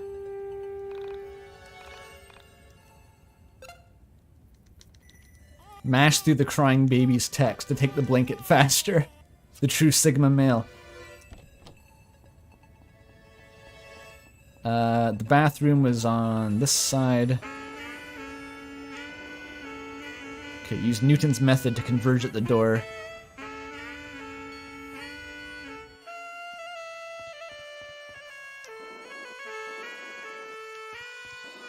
Shit.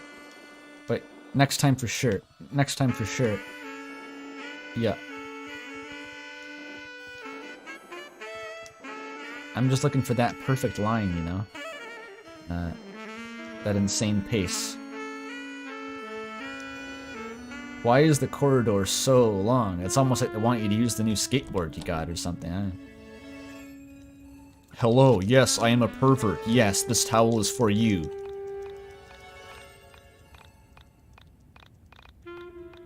Ash, faster.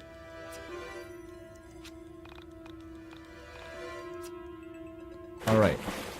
What's considered a glitch or not? The no glitches speedrun category would have to be the most drama, because the category still uses oversights.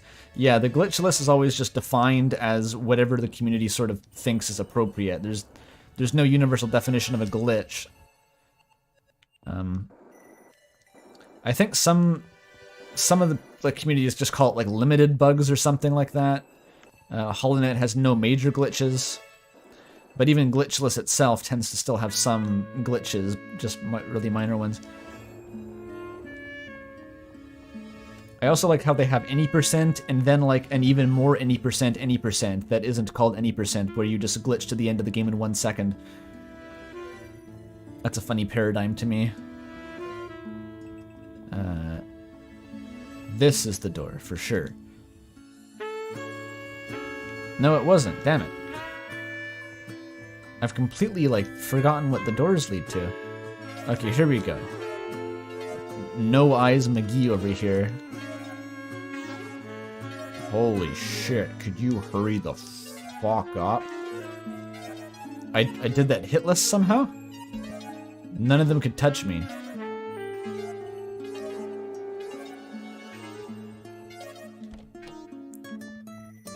Okay, remember the answers. It's the piano, something else, and fat.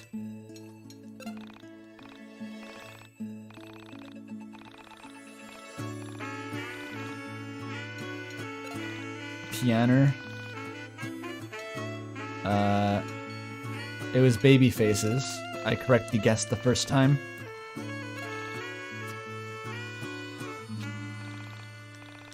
Alright, the pressure differential. Beware of the Delta P Vela balloon. The Delta P can be lethal and strikes without warning. Ah, shit. Vela has no comment here. I didn't realize Vela even was offering commentary. She only does it in like a couple instances. Alright, yeah, B flat major. You don't want to ask the nice screamer, so I gotta go and ask the fucking conductor instead.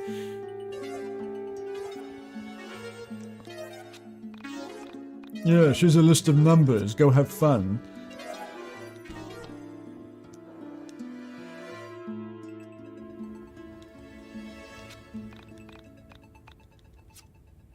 Alright, Vela acquired. I still don't know how to get back to the ladder room. That aspect of the dungeon eludes me still. I'll save now, no. I meant to say, I will save now, though. Oh, I could totally just jump off the other side and not have to do this, but I don't know, it's funnier. Oh, perfect! The perfect line! I did it! Save before the ladder stuff. It would be kind of funny not to save again, though. But I'll save. What if I've already soft-locked myself without realizing it? Vela's Mine Dungeon...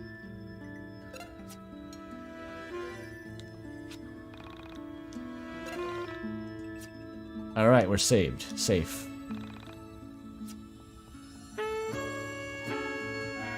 Okay, seriously though, where was the ladder room? Is it that yellow one? No, that was the baby room. Here it was, okay. Fucking do the algorithm this time. The cat that does not look like it should be able to press buttons can in fact press buttons. It's fine.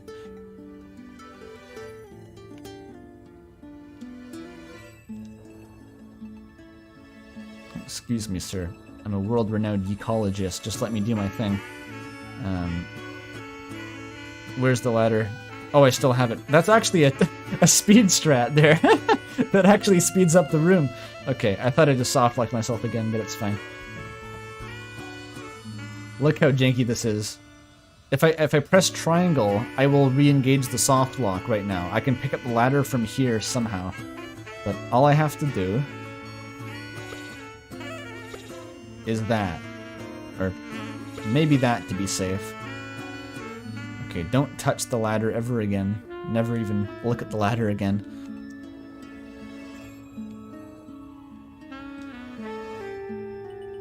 And one try, watch this. Okay, almost got it. I was close. What I meant to do is this. Okay, it was deceptive that time. The angle was deceptive. I think it like that. It really wants me to go on the outer part of that ramp. Okay. Try that.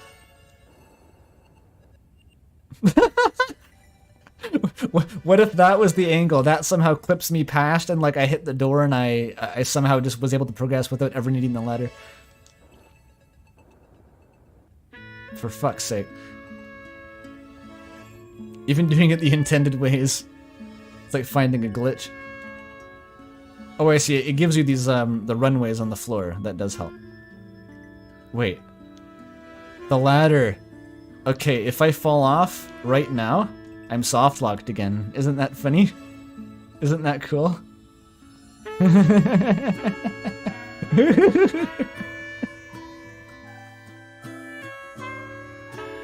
All right. Progress. Look at that. Shit. Is it time to go on already? Do me a favor, when my solo comes up, turn the volume down. We can pretend it was a technical error. I hate having to do these stupid shows. So Vela was a musician, but never wanted to be? Is that the lore? It was like that one Taiwanese horror game, Devotion, kind of.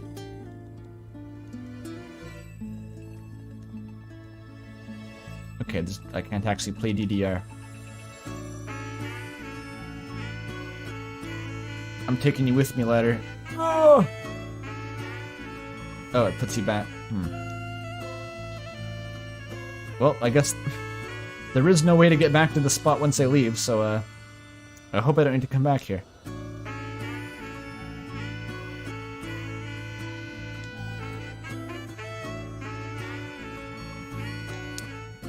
A legendary gamer. I bypassed the soft lock by reloading the entire game and playing it again. Okay, we just need the drummer. I don't even have a lead on how to get the drummer out here, though. Does this robot know? I hope they're good live. It would be a shame to have to kill them first. I think I'm in love with the bassist, and the guitarist, and the keyboardist. I think I'm in love with you. Okay, enjoy your bisexual representation, chat. Just enjoy that, let it sink in, bask in the light.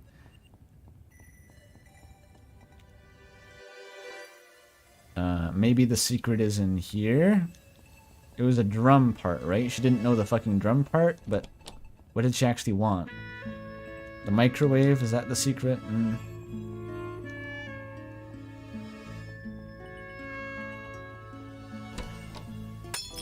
Scheiße.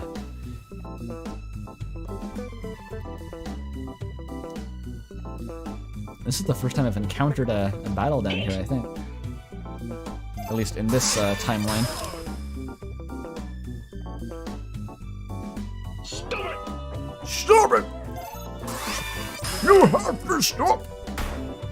Ouchie, ouch. I'm so excited just to see what's after the soft lock here, really. I think getting stuck for a long period of time in a game does make you more excited to see what comes next, even if it's really not very impressive. I remember there was this Game Boy Advanced game for it was like the Lego Bionicle Knights of the Round Table spin-off Game Boy game, like a triple-decker meta-licensed game. But I got stuck on this one part with it's like a fucking vine that just whips you, and I for some reason could not figure out how to bypass it, and I would have daydreams about what's behind the vine, man? What's behind the weird vine? And I think literally all I had to do was stab it for slightly longer. It was just a bit tanky, but I thought it was just impossible. for potentially years, I was stuck.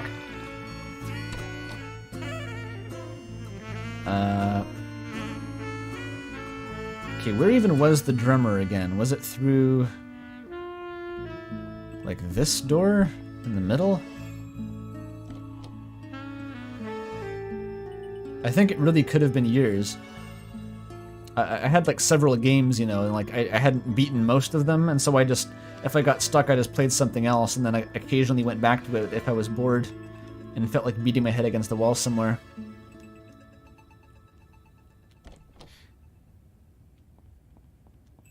I'm glad I got to have that experience at least before it became obsolete due to the internet. These robots are all lusty as fuck, I've just realized. Go away, I'm not ready. I can't play my solo. Shit, I can't even keep a beat. I'm literally the worst drummer out there. Oh, she needs, like, the absinthe. Right, maybe that battery acid soup that Sammy's mom is making would work. You have any ideas? The table villa. Okay, I'll ask, maybe she has, like, a cocktail that she's not gonna finish. She's got, like, a gin and tonic. And we're coming up on 5 hours of non-stop YIIK, and I feel like I've accomplished nothing. It's a terrible feeling.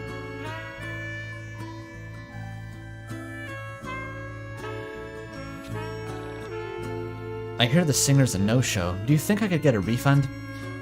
In exchange for one of your 17 cocktails. Oh, the bartender! I forgot about the Valhalla reference bartender. Of course, it all makes sense now. Good evening, welcome to Valhalla. What can I get you? Something for the nerves? Maybe a gut punch. We're out of Bronson extract, though. All these references are really funny in an alternate universe where I've played this game, but, not currently. There's a supply crate with more ingredients at the landing dock. I could use that stuff to mix up something similar, but some creepy monsters at the loading dock are preventing our staff from picking up the supply crate. Maybe you can help us out? Find the loading dock and take out the monsters so our people can bring in the supplies. Get that done and I'll serve you up the thing for your nerves on the house. Like, just a vodka shot would do, lady. It's not rocket science. Just pour vodka into a cup.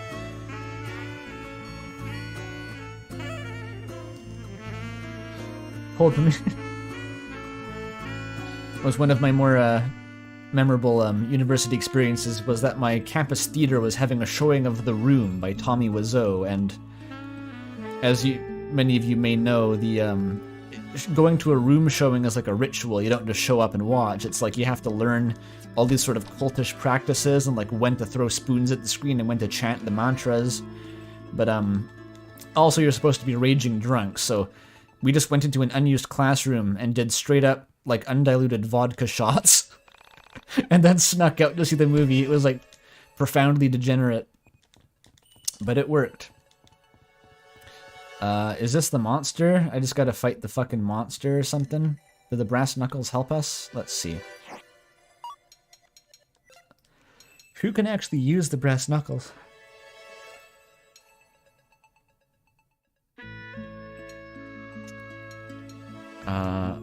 Not the pacifist. Oh, I didn't check the new... Oh, in this timeline I haven't even obtained that. I got like a new weapon for Alex, and then it's gone now. It's been redacted. Is it a hula hoop? Implausibly, no. Is it other? It is. Strength. I like it.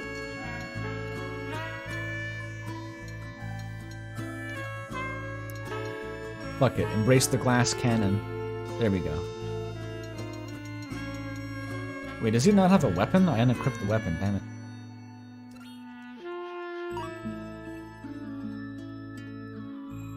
Does that mean no more 70 combos? No, I never actually equipped the weapon. I just remembered finding it and not equipping it ever. Alright, time for a combat gauntlet. This is gonna suck ass.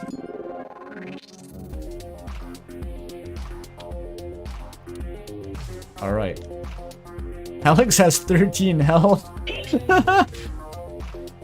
I hope you know how to dodge, Alex. It's okay. Once we get Rory tanking, we'll be fine. Just gotta use some beatdown.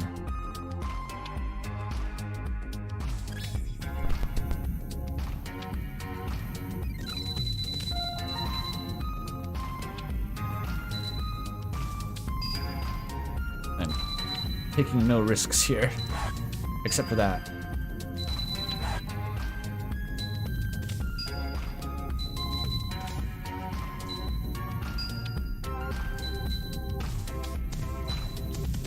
Shit. 45's decent. Ow, that hurt! That's enough for a one-shot, so it's good enough for me.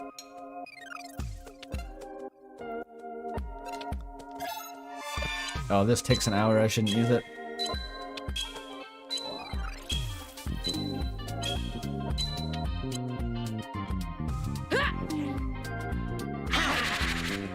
It's not that bad, but it takes too long.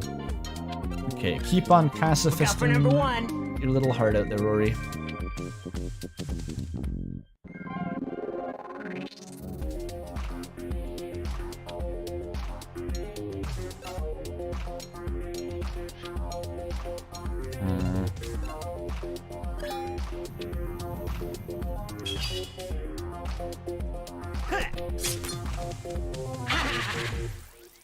Everyone's attacks are so anemic compared to Alex's big chonky damage hits.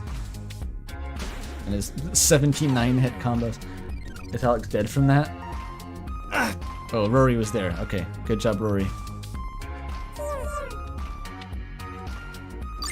Is that a healer? No, no, no, no. Okay, we gotta kill the healer. Fuck. The devs really had a meeting and they're like, these battles are too short. We need a way to extend them at all costs, even the player's sanity. We can have a healing enemy that makes battles impossible to win without high enough DPS. That sounds good to me.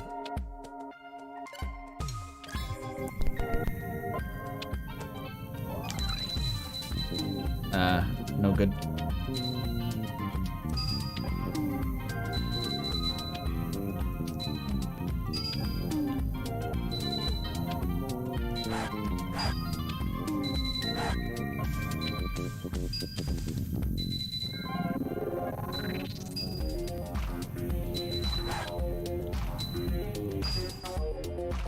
Clean 50. I felt the fire in my chest raging. Okay, no beatdown. No more beatdown.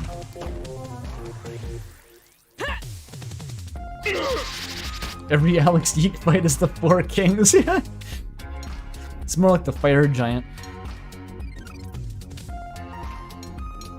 Actually, just on a whim, I've been watching a lot of like Elden Ring challenge runs in my free time recently, and I tried doing a 0 upgrade run of Elden Ring, and it's been an education. I managed to kill the Fire Giant, but I think it took a part of my soul with it. That's sort of what this feels like, except that in a YIIK you don't really tend to die, it just takes a long time. The Fire Giant fight was more like a YIIK battle, but you could be one-shot by fire breath at any moment.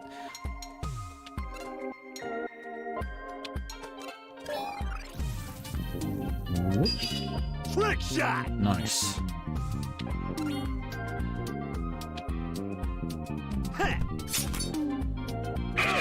I don't think a single RPG ever created has put the preservation of the player's sanity as a priority. Some are good. I have a few RPGs that I like.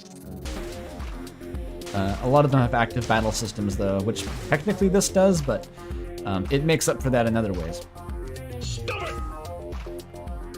He's unstoppable. Was stopped by Rory. Good job, stop sign. Alright, after 6 years, it is now Alex's turn again. Okay, they're hanging on by a thread here. I don't need to go full hog. Okay, maybe a little bit fuller hog than that. Shit. Okay, finish off the lad, for God's sake. Stop it!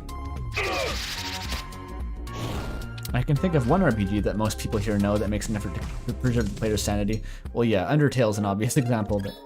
Claudio! I never felt bored or frustrated playing Superstar Saga, for example. Like the Mario and Luigi games are all very fun and they keep your attention at all times. Okay, you can do it. You can do it. Just hit the fucking sheep. Perfect.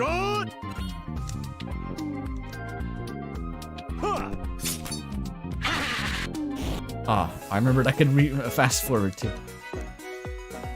Grand. Simply wonderful. I got some ambrosia. Okay, I think I have to kill everything anyway, so that's not a waste of time. How do I get over there? Oh, there's branching paths, I see. Bug Fables. Yes, Bug Fables is also quite good. Starlit Villa. Oh, are you interviewing me? That's so cool. Well, what do you want to know? My biggest turn-on? Oh my, I've never prepared for this question. I suppose I've always been a sucker for a man with a nice baby face. A Leo or a Hansen type. Are those types? I don't know who she's referring to. Not Aaron Hansen.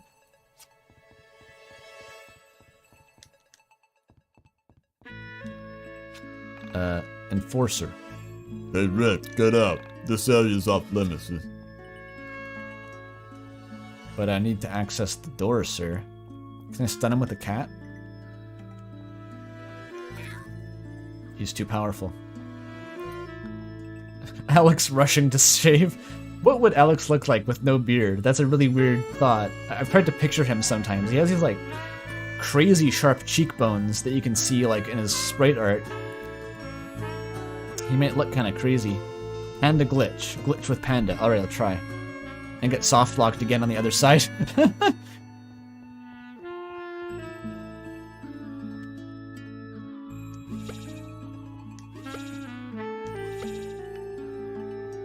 It does not seem likely to work. Yeah, I'm gonna move on. Smooth Alex. It's gonna look like shaved Donkey Kong. Like his face is the same shape under the beard. It's like the beard is actually a very thin layer of stubble over an extraordinarily strong chin. Unsweetened tea, but not tea from the mountains of India that cures cancer and costs $3,000 per ounce. It's definitely not that kind of tea. Travis McElroy? Is that what Travis McElroy looks like? I don't know. There's so many of them. Okay, take one for the team, Chandra. We just gotta keep Alex alive. He's the engine of this whole outfit.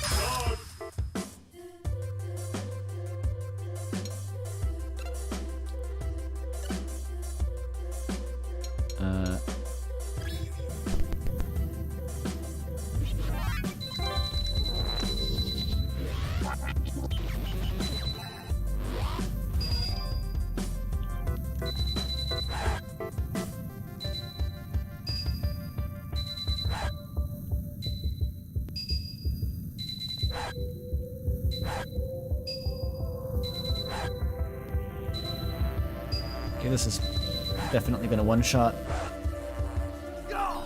63 hit combo. Imagine if that all played out in real time. We got to see every one of those 61 hits. Would you rather never play another game or only ever play YIIK? It's just a choice between playing YIIK and never playing a game again. They're quite equivalent because I wouldn't want to play YIIK anyway. They're the same option. Claudio!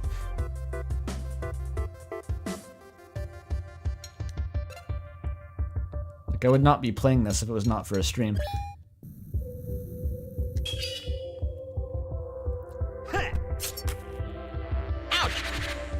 Ouchie ouch.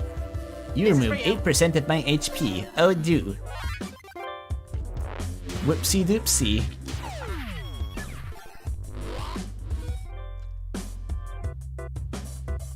This is for you. Why are their voices so... Why are they like that? They sound like they're a grocery store teller or something. Do you have a Visa card today? No. Alright, that'll be $13.85. And of course, the $13.85 corresponds to a single jug of milk because of food prices where I live.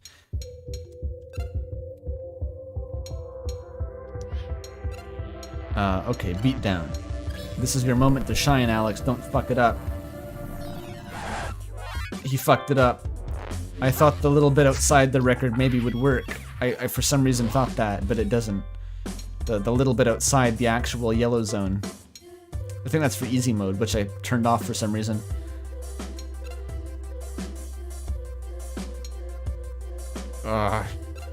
Just heal or something.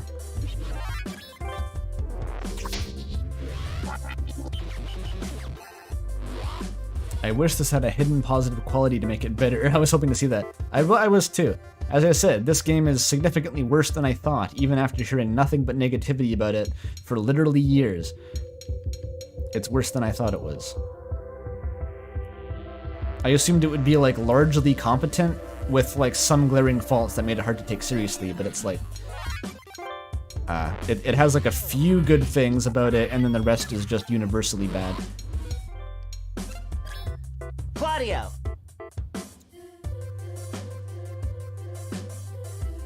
Why did they turn off easy mode? Because it doesn't actually speed up combat. It just makes like some QTEs easier.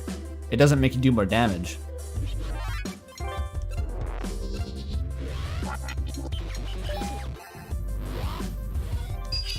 Trick shot! Oh, big crit for like 15 damage, right? Oh, it's an AoE, right? I forgot about that. A very slow AoE. This is for you. Pretty cool. Oh, lordy coming. Oh, lordy coming. Okay. This is for you. They patched in a whole new boss fight, but didn't fix the painfully sluggish menus. I don't know what boss fight you're referring to, but yeah, it seems like there's been a lot of patches to this game, and there's still so many obvious glaring things that would come up if like QA testers. I imagine they must have had some QA testers, but it's also, well, it doesn't seem like they had very many.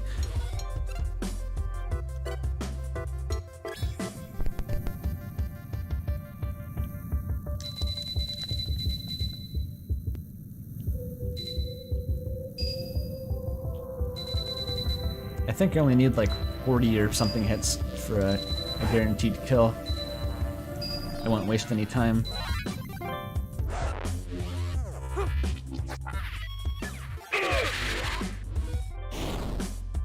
It's dead. That makes you the stop sign. Really? They had quality disassurance to make sure it was shitty enough. Kind of a funny. I don't know why that was so funny to me.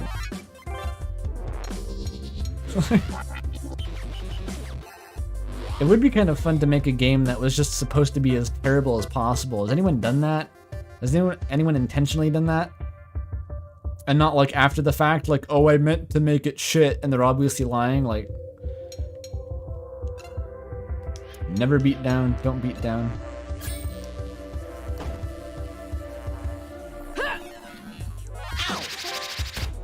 Oh, some ABGN fan games? Ah, yeah, I could picture that.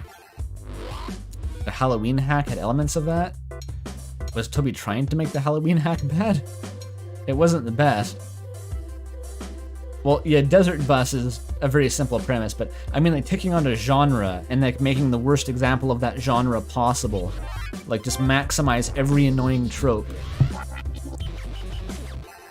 I want to be the guy? I guess kinda. Look out for number one. Okay. Beat down. Trick shot! Goat Simulator is not supposed to be bad, it's just supposed to be janky, like humorously so. I mean a game that like wants to make the players suffer and has no motivation to make profit or to achieve positive reviews or acclaim or any positivity whatsoever.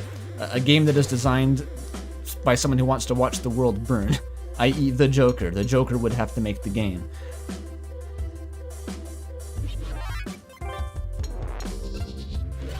Okay, I got enough PP for 2 more beatdowns. This guy's nearly dead anyway.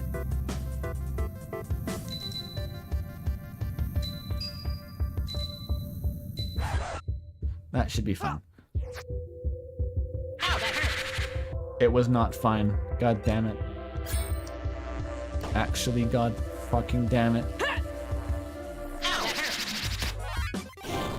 Pizza Game by Jello Apocalypse fits that. Very bad dating game with cringeworthy dialogue. The typos are voiced. That does sound funny. Anyone remember that game, Hatoful Boyfriend? That came out like years ago, that the Yogs cast played it. It was like a dating simulator, but everyone was just JPEGs of pigeons. Very unique. Apparently Toby Fox like knows the creator of that somehow. I was reading some...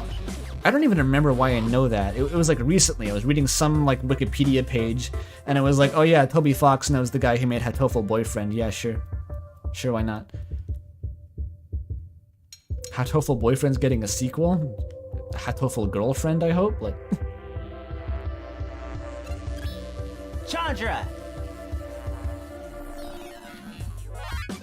Oh yeah, Legends of Localization, that was it. It mentions Hatoful Boyfriend for some fucking reason. The classic. He's still alive. Don't heal yourself, you goddamn. He's not even trying to win anymore. He's just like, the only revenge I can get is to waste as much of their time as possible before I die. He's thinking in terms of like a war of attrition against my patience. This enemy, this sheep, has become Sans. Isn't it apparently good? I don't know. I've never really seen that much of it. It sort of seemed like a crack treated seriously situation where like the characters actually had story arcs and stuff, but they just were pigeons. And you were confronted constantly with that fact. I should go heal myself before I just die embarrassingly.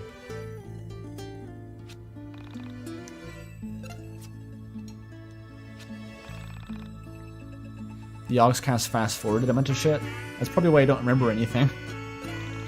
I don't think they played through it. It was just like a one-off or something. It was like, look at this weird fucking game. Lewis, look at this weird game I found! Wow, Simon, that's really fucking weird. Okay, let's get back to Minecraft. It's kind of what they sounded like. Trucking Tuesdays! Meh, meh. Exit room. Yump. I've not heard of Yump, actually. The ending was that... I guess spoilers for Hatoful Boyfriend. Plug your ears. The ending was that you were the last surviving human that became a love slave to the alien pigeons. That sounds really fucked up and grim, actually. Interesting. Oh, here's where we learn about her deep-seated fear of being fat. This is always my biggest fear. I had those clothes tailored 2 months before I started eating so much. I'm afraid to step on that scale. The last thing I want to do is not fit into my costume. Will you do me a favor?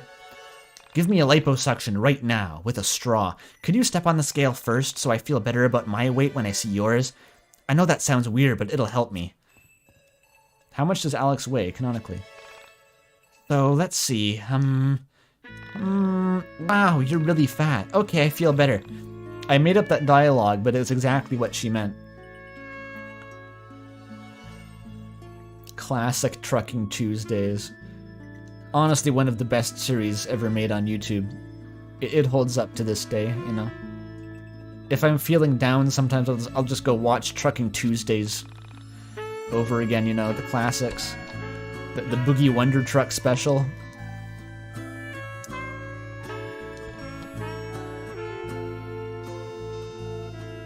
Alex weighs 1 yikillion pounds.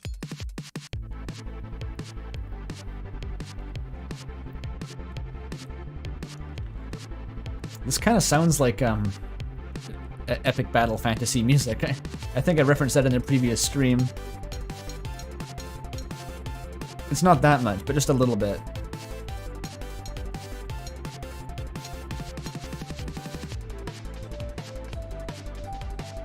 That scene is someone's kink. Watching Alex YIIK stand on the scale while Vela watches and judges his weight. Probably, yeah.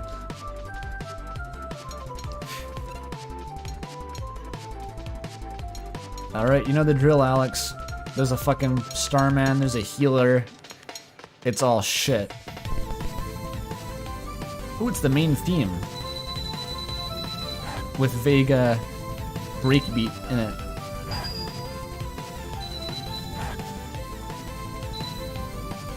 Oh no, I swear I hit the button. It was a dropped input, that was it. The main theme is nice, yeah, I like it. I swear, like, Starmen have a debuff that just make them easy to dodge. I feel like I never get hit by the Starmen. I mean the Soul Survivors.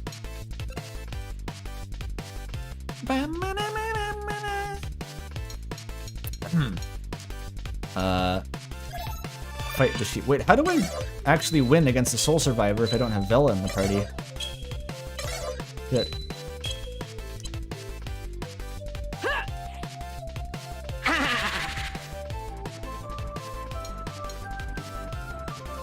Yeah, how does this work? Because I can't damage the Soul Survivor. Swap to her? Oh, she's in the party, I forgot. I can... Oh, I have to choose who to swap out and then who else to swap. Oh, that makes sense.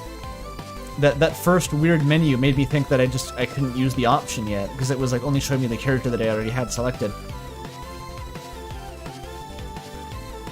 I don't want to swap out Rory. I should swap out like what's his face? Claudio. Chandra! I assume that swap was like swapping turn order, and so when I only saw the same character that I already had, I thought that it was like invalid or something. They're really going nuts with those drum samples. Alright, she has just sort of interpolated into the scene now. It's as if Claudia was never there. Get out of my reality! Alright, suddenly linked to the past. Let's go. Can you deflect those or what? I don't think you can. This is close. I'm not sure how you actually fight these guys. Like, you just sort of... You try your hardest and maybe you'll win.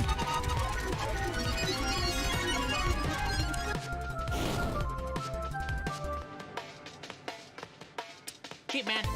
Sheep man. Yep. He's a sheep man. You're goddamn right, sheep man. It's more Pocky Rocky than Link to the Past. That's straight up the Aghanim fight from Link to the Past.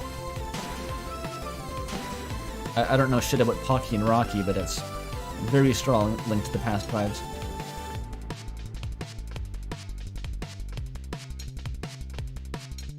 Yeah, they're like Pokemon kind of. They say their names.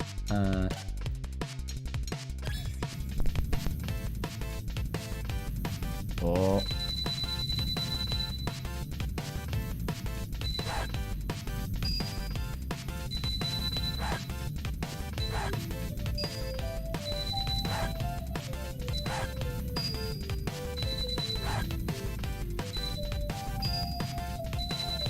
That's probably enough.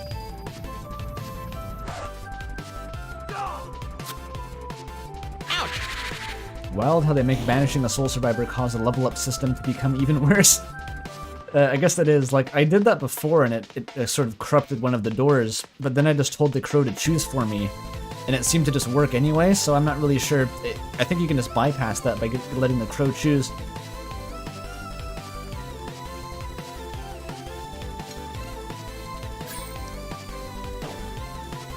That looks perfect, but it's not.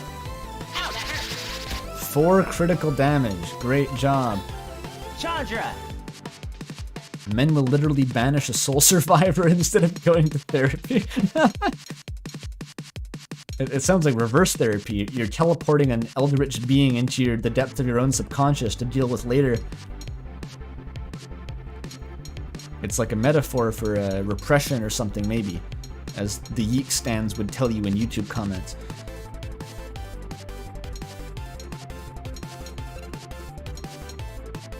Oh, base drop. What's that do? Let's find out. Wait, what? What the fuck? Lift with circle? Oh, there's a whole fucking... Look at the amount of instructions down there. How am I supposed to internalize that? That's the shit you print on like the margins of the arcade cabinet that you can look at before you put the quarter in. There was a whole ass user manual down there. Were there like combos that I had to do? Like cast a Hadouken? Okay, just let Alex do it for fuck's sake.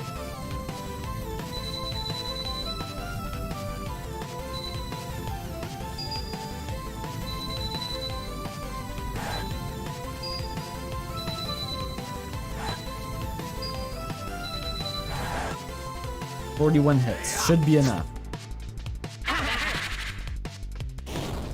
Oh, that hurt. I'm dead now. Unstun. Useful for when something stuns us, I guess. Go tell the bartender Jill. When's the last... Has there been a boss fight since the alpaca? I've been expecting a boss fight, but it's just like the normal enemies are as tanky as bosses, so I guess they don't need to have them.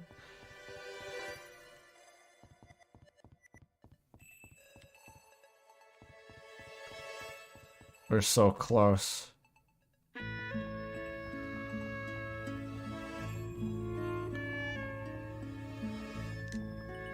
What if I could just walk back here and take the bottle the whole time? It never would have stopped me. Welcome back. Thanks for taking care of that at the landing dock. Alright then, time to mix the drinks and change lives. That's what we do in Valhalla. That's the name of the game that I'm from. You should check it out. It's on Steam for $12.50 probably.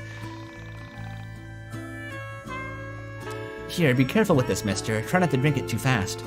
Please come again. I got the nerve-killing tonic.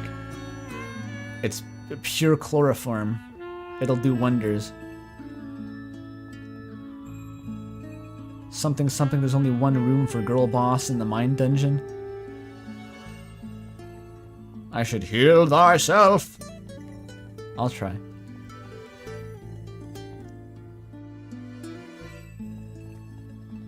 Oh, of the IRL elevator footage, yeah. I think I have seen that too. I actually watched a documentary on it before knowing that it had anything to do with YIIK. That was like over a year ago, I think. The case of, I don't remember the actual person's name.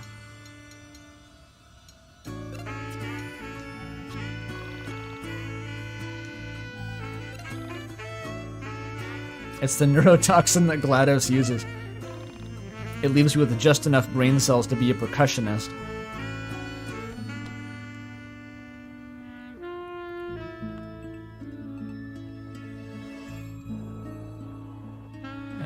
Is it back here even? I don't fully remember where she was. Oh, I just noticed in the middle. In the middle is the fucking, the exposition, the postmodernism room. Somehow I'd never actually noticed that before. I hope we'll get a good juicy fucking read-through of the script later on in that. The cyber room!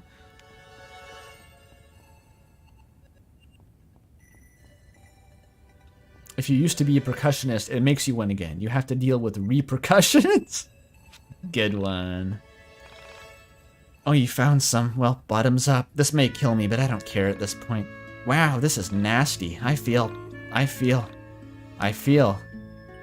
feel nervous. Crap. Okay, I'm gonna do this anyway.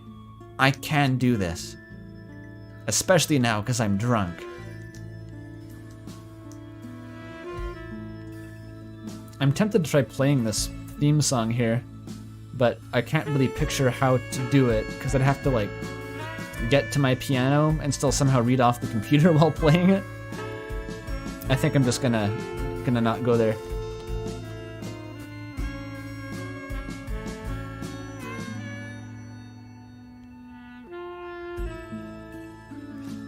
Oh, wait. There's drums in the music now. Someone just said in chat that these have been adding to the soundtrack. I didn't notice at all. If each musician was actually adding to the soundtrack in the background. I was completely oblivious to that.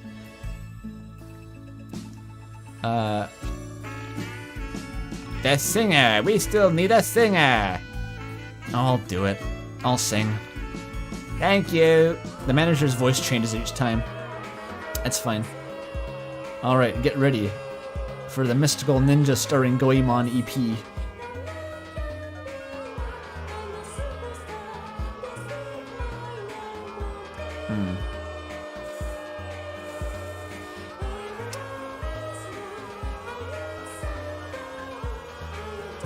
Is this... Why is there like the moaning of damned souls in the background? It went away.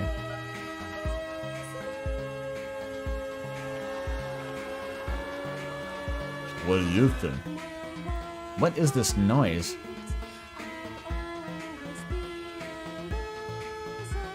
Sounds kind of like music.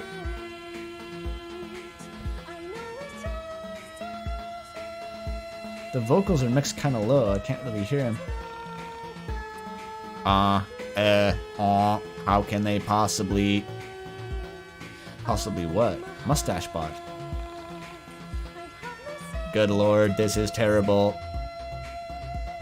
Damn, I hate it when the robots in my brainstem don't like my music. Get them off the stage. Did they even practice? Well, one of them did, but she's drunk now. I can't believe I paid for this shit. Nightmare, nightmare, nightmare. Intense negativity. It's not that bad. It sounds like the rest of the soundtrack.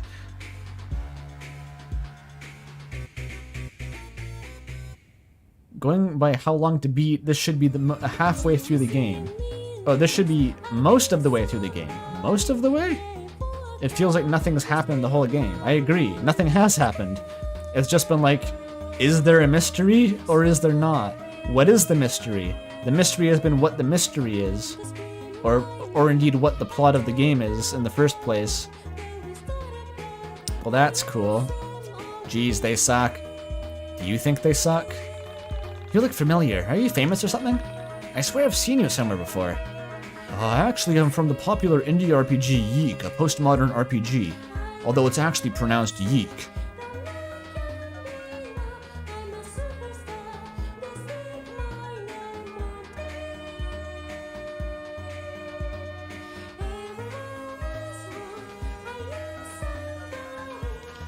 So what now? Everyone hates it. I'm gonna take a... I don't want to end quite yet, but I'm getting really hungry. I'm just gonna go and get a snack, I think. And then come back and play for another hour or something. Because, I want to see where this goes, but I'll leave the music running. And I'll be back in a jiff.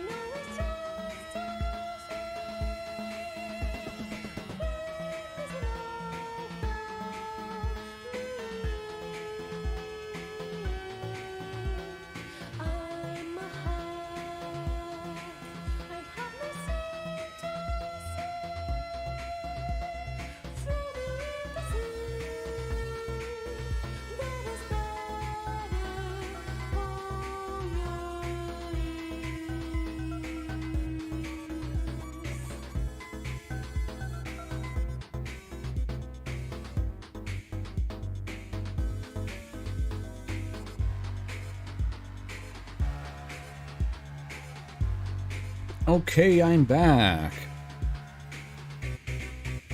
Resident chatter and hand-eating cryptid Outsin. You eat hands, Outsin? That's pretty cool. So to commemorate the utter derangement of the stream so far, I've gone and got a brewski. Why not?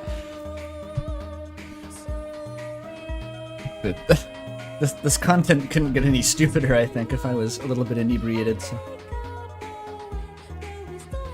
Okay, what now? Manager, what do you got for me?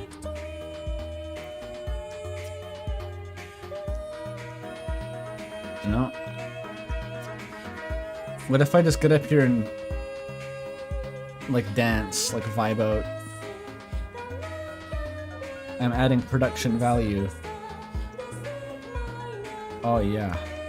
Oh fuck. The perfect line.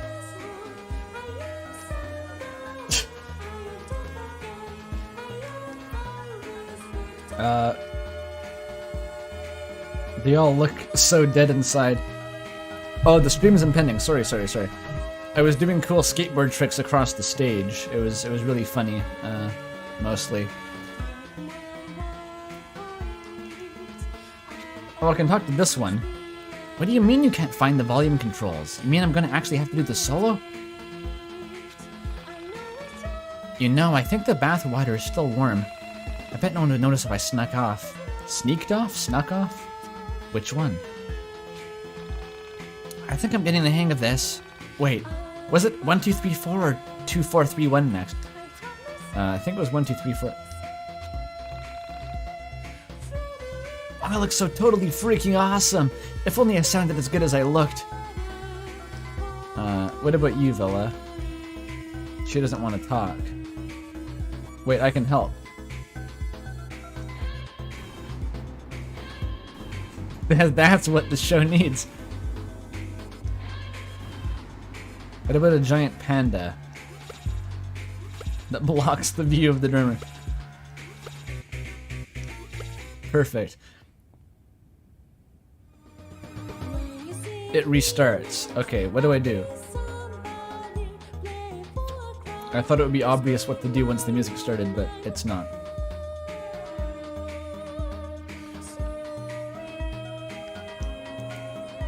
Save and go behind the stage. I will try it.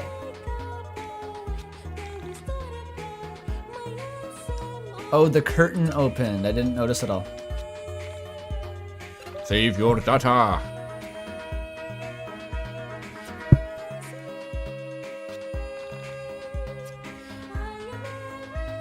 There's still 6 to 8 hours of game. Okay, so another stream is in order for sure.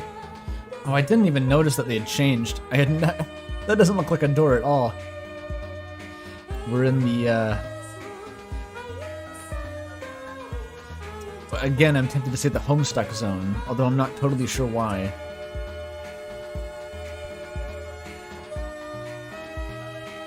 I've kissed the bimbo loon twice so far.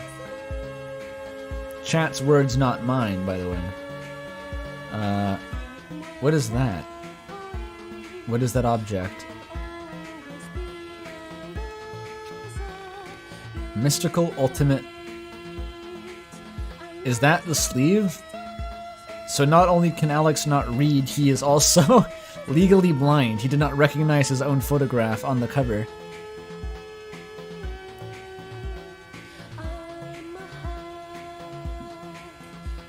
This does not seem like the preparation for the climax. No, like I thought this would be the preparation for like maybe the inciting incident that actually gets the plot going.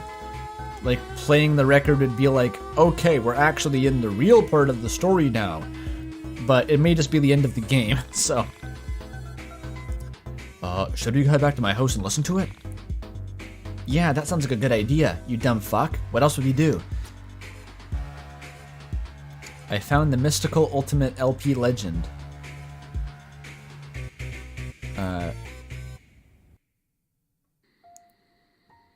Every time someone mentions the Navidson record, Alex, shut up for a sec. Every time someone mentions the Navidson record, I remain firm in my belief that it does not exist. It's Goncharov's situation. I know what the Navidson record is, but I don't know what the Goncharov situation is. I've got one out of two references there, let's see.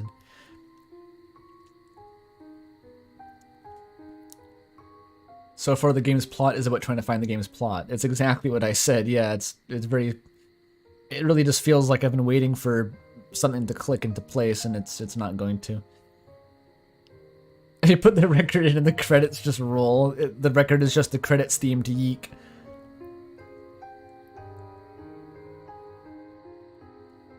She pretended it had to do with not knowing what would happen after we broadcast the record. But I knew something else was wrong. Everyone take a moment to visualize Alex without the beard now. Like his absurdly sharp cheekbones there. Like, what shape do they actually make when they connect at the bottom, those two diagonal lines? So, I bet you're all wondering why I insisted we play this here. In Alex's scummy bedroom with the weird posters. I think it's obvious. Hey, Michael's back. Remember Michael? You want us to listen to music, and Alex's spoiled ass has the best sound system out of the six of us. That's actually correct. All right, good job, Michael. Back in my reality, I had written an album. This album. But I guess you already knew that. Anyway, just listen. I hope you enjoy what I made. If they hadn't added that completely superfluous dialogue, Michael would not have been in the scene either. Back to the void with you. Is this the music?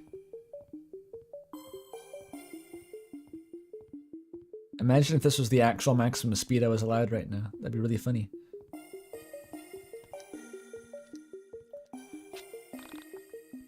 Ginger Sage. Oh, oh, oh. When I hear this song, I think about distance. The distance between me and the reality I came from.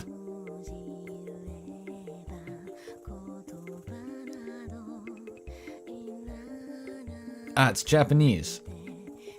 She's not Korean, she's Japanese. We solved the mystery. Vela Lola. I don't think I should have played this. Everyone is gonna hate my song. What does the Ginger Sage have to say, though? Oh, oh, oh.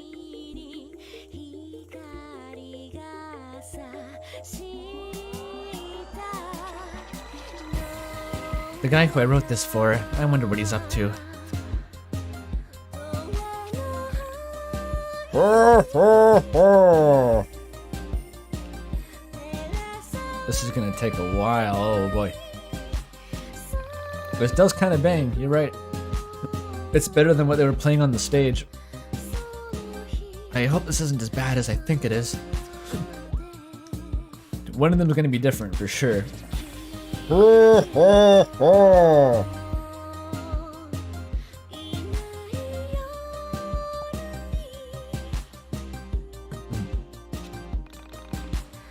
Can you hear my heart? It's calling.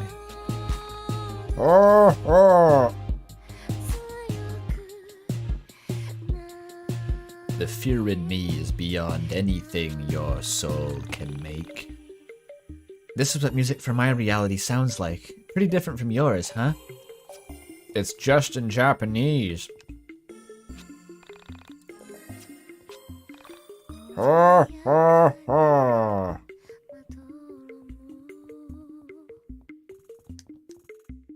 Hello? Do you think I'll ever feel the way I felt when I wrote this song? I hope not. I don't ever want to feel that way. Oh, oh. Reality versus reality Japan. Yeah, exactly. It's so embarrassing hearing myself sing like this. I don't sound bad, do I?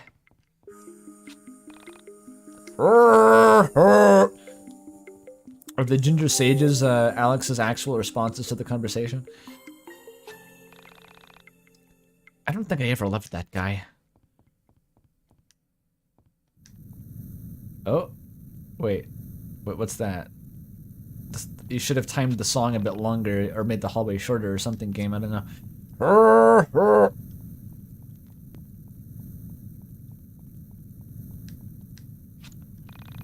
Do you think that this could ever have been a hit?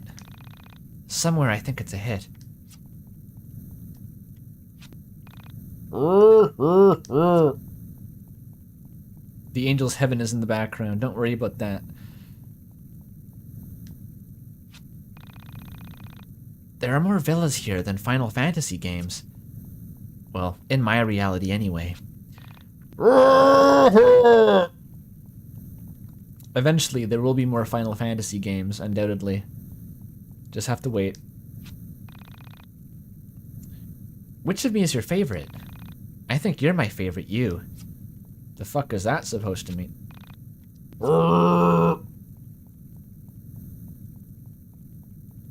The Alex laughter's making you laugh? I'm glad I'm doing something to add to this experience for you. I'm the worst of the Vellas. I let everyone down. I'm sorry. Maybe my sequels will be better, but probably not by much. Are these actually like different universe versions of Vela? They're all different?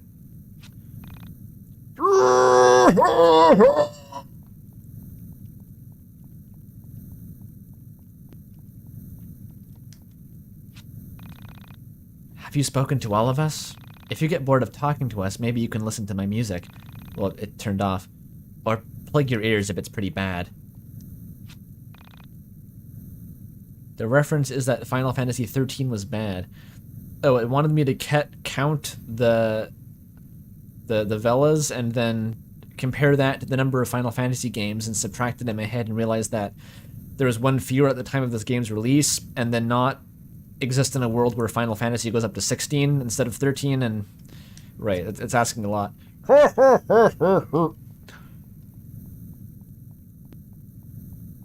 The final Vela.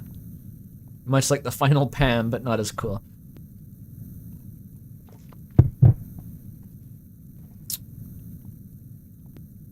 Oh, they're numbered. Oh, but okay, it is up to date with Final Fantasy 15. Just have to disqualify 13 somehow, I guess. How many Final Fantasy games were there in 1999? I actually have no idea. I want to say 6. 6 could have been out by then. I'll go with 6. So, when this is over, please tell me my song is beautiful. Just don't be awkward about it like you always are, you fucking piece of shit, Alex. Don't tell me that it's beautiful like me. Please, just appreciate my art. My appearance doesn't matter. Only what I make, you know? Like, I appreciate you for who you are. How your massive rolls of fat make me feel better about my body image. Yes, you're kind of a brat, but Alex, you're really not that bad. I bet there's a reason why you are the way you are. Just like there's a reason why I am the way I am. Hypothetically, some game developer could have written us to talk like this. We spend so much time of our journey learning about all of our friends. Why don't we ever ask about you? Who are you? Where did you come from? How did you get to be the way you are? I think that's what the song is about. Sorry, I lied. Well, the song was in Japanese, so I have no idea of calling you out on that.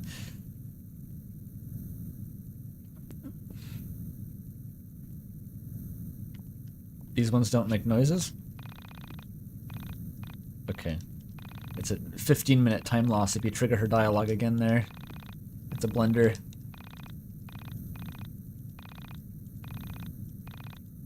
Okay. Okay, these ones don't laugh, for sure. Meditate briefly on what the eyes symbolize before we head back. It's just like the ending of that one Hyperlight Drifter dungeon, really. The 2 giant eyeballs. Beam me up, Scotty. It's beautiful, Vela. She was listening on headphones. She was the only one with access to headphones. Everyone else had to listen from the speakers. The eyes are Mike. Yeah, really nice. Better than I could do. Have you heard of damning with faint praise, Alex? It's Nice. Not what I normally listen to. But I can tell it's good for the genre. Probably. Bella has left my party. I could tell that she wasn't happy with our replies. But none of us knew what to say. It was pretty good, to be honest. I mean, it wasn't... The music had shown us a side of Vela that we had never expected to see. A sort of vulnerable side. Vela has fucking died, says chat. I felt compelled to chase after her, to tell her the music was beautiful and that she was incredible. But my feet didn't move. I remained as still and as silent as everyone else. It's like a really bad vibe, it sounds like. My Wow. body motionless. I surveyed everyone's eyes, willing my brain to bind with theirs and get what they had been thinking. Had they all hated it? What had triggered such a lack of enthusiasm? You're asking a good question, Alex. I thought it was pretty good. You should go after. It's what I'd want. If I was Vela. Let her know it was great. If this is Vela's album, why was a guy singing on it? I almost cried. I hope she's okay. Did they all hear something different? You Is that the talk to idea? her, man?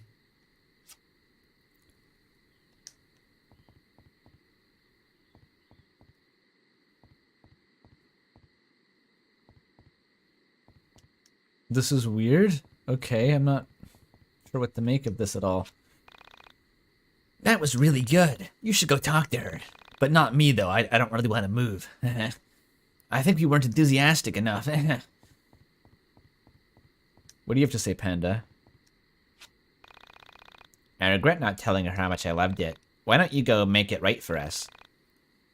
You could use a win with her, because you're such an asshole usually. The plaque reads for my little fighter. Love, Mom. I didn't want to read the plaque, Alex. I wish I was talented as that girl. I hope she's okay. That was pretty good. Had a good beat, you could dance to it. Go get her, champ. We all pretended to be assholes so you could get a win. The phone. But who was phone? But who was phone, chat? Hey man, sorry I haven't called lately. I haven't called. Oh yeah, sorry. Anyway, she's at the playground. Go get her, Tiger. And afterward we will date. We will go on a date together. And it seems to be what the people are implying here. Oh, it's Halloween. It became Halloween. I had no say in this. It just is now. The tire swing is still as fun as always. A chance arbiter. An arbiter? You mean like a judge? You mean like King Minos of the underworld? I just saw Vela run by. She was crying. I think you should go after her. I'm pretty sure she headed toward the arcade. That's what good friend would do. You are a good friend, right, Alex? Thank you, Chance Arbiter. The Zine guy is presumably jumped off a bridge at this point. The playground.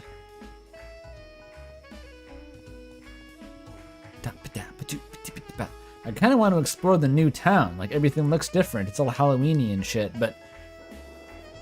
Oh, I have a skateboard. Hey, this is pretty rad on the skateboard. You really get locked into, like, half-hour cutscene, though. Like, if I let go right now, like, I'm just here for a while.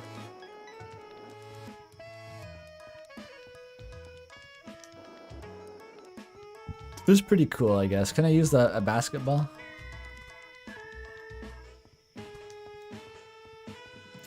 I am coming, Vela, and I brought a ball. The ball will make you feel better. I will present it as a gift and raise your affection stat, Vela. Just wait.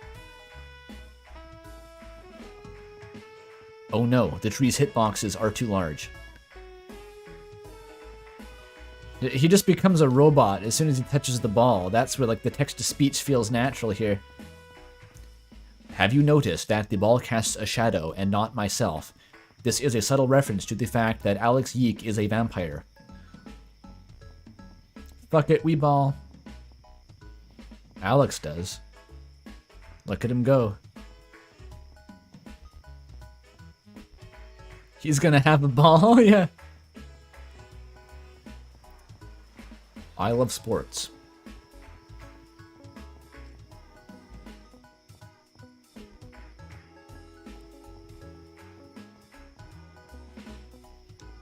Ah, they're not open. Jane Gardner Memorial Park. Are the names in this game, do they come from people the developers know? Or are they just like randomly picked out of a hat? Because there's some really specific names. Hello Villa, I have brought you a ball. Do you like it? I want to tell you the rest of my story. How I came to be in this reality with you. But I want you to promise not to judge me.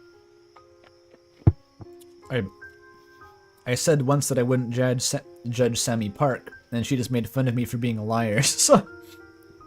maybe Vela will be more forgiving. I won't judge you. I have come to understand certain things.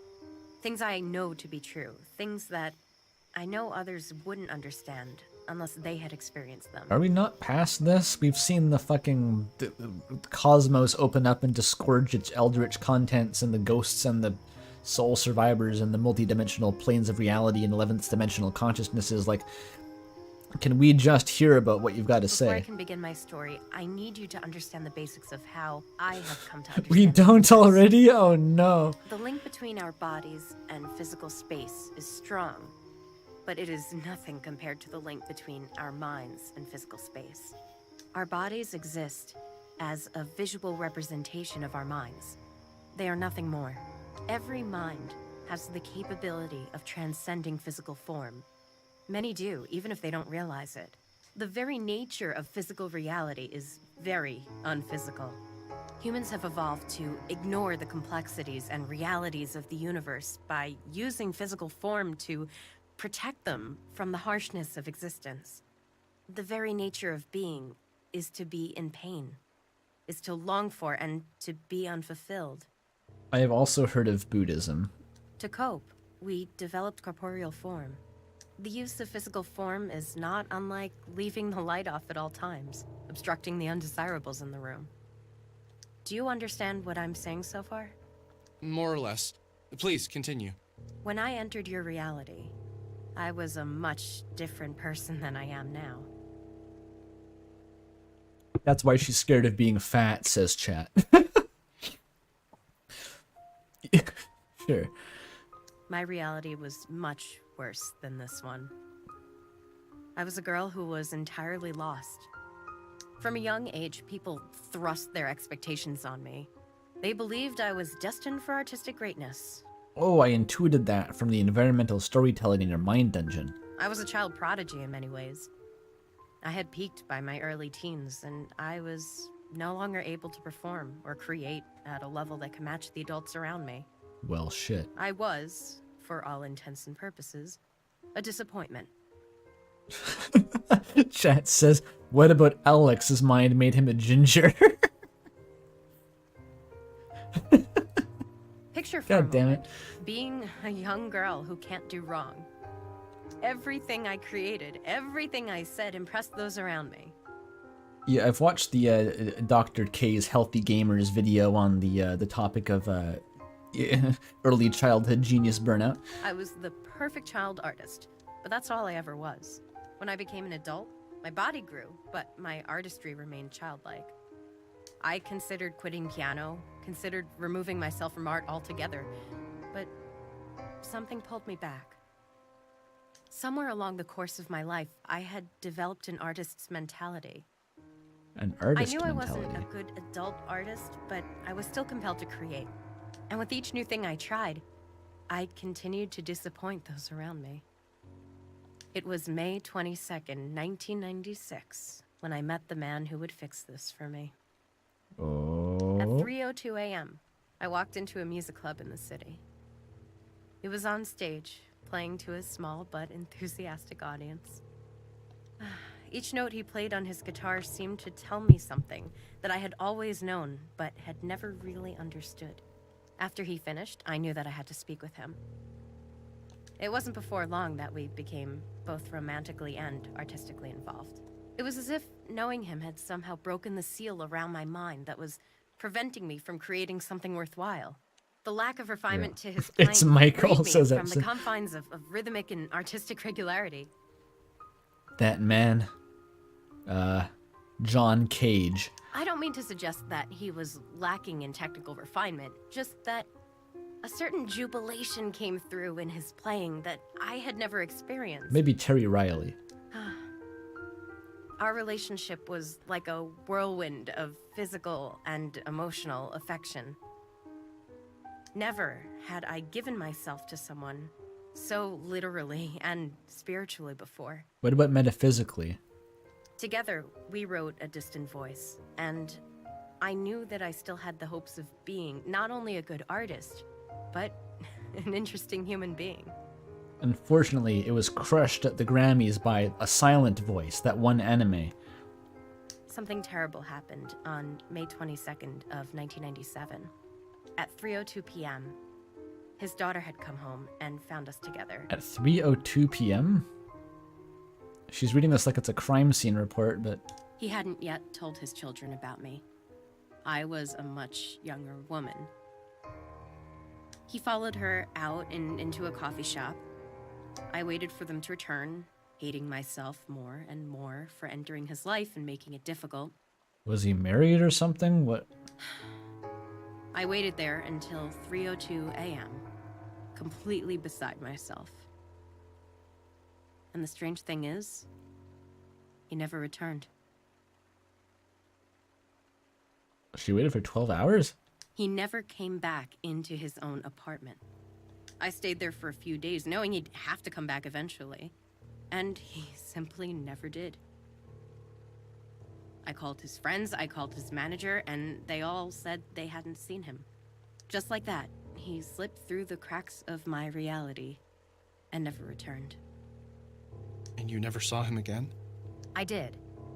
It was May 22nd, 1998, 12:01. 12:01 p.m. I'm gonna assume this is just like her thing. She really remembers precise times. A minute into the first concert I had put on since his disappearance. I had refused to do our music live or release A Distant Voice until I had seen him again. Finally, legal pressure forced me to schedule a release for May 22nd, 1999, with a year-long tour to promote it. No time of day. I watched in terror from behind my piano as he wrapped his arm around a girl even younger than I. This girl was not his daughter, though she was probably his daughter's age. I left the stage and receded into myself. The man who placed his arms around that young woman was not the same man who placed his arms around me so many times. It couldn't have been. The man I knew would not have put on such a display of affection, knowing it could hurt someone so much. It was in that moment that I longed to leave my reality behind, to sever my ties to my physical form and exist in a different space. So wait, he just didn't come back to the apartment for 3 days? Okay, that's not what I'm supposed to be getting hung up on, but it's very strange. For many days, nights, minutes, seconds, I sat in my bed, slowly drifting further into my own depression, slowly pulling my mind from my body. When the separation happened, it was almost immediate. It was so sudden that the painful moments leading up to it felt trivial. I was just my mind, and I had left my physical body behind. I floated until I found a reality that seemed different from mine, hoping to find a reality that contained the him I knew. Oh, dude, Deltarune Hoping reference, that he had dude. fallen into this reality, and we could be together again. Vela canonically dated W.D. Gaster. It all starts to make sense. Was his voice the one we heard on the record? Ghosted her so hard she yeeked. That's what the verb means. It's to fall into such a deep existential depression that you detach from your body and float into the ether.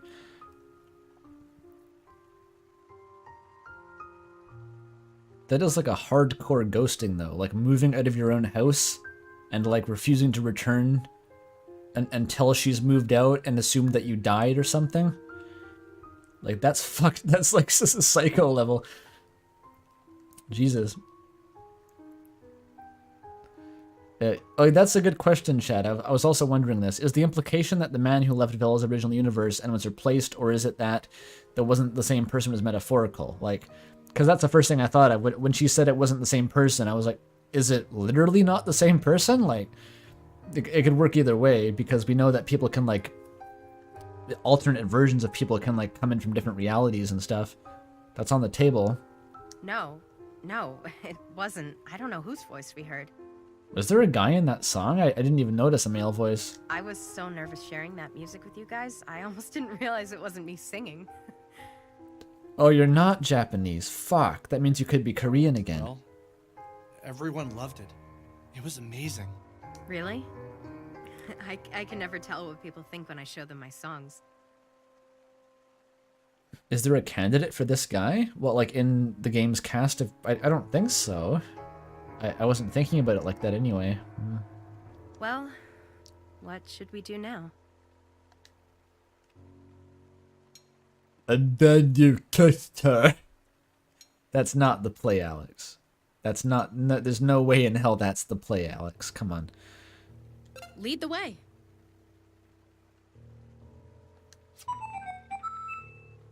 Well, like, parade it through the town? Like carrying a turntable like a boombox?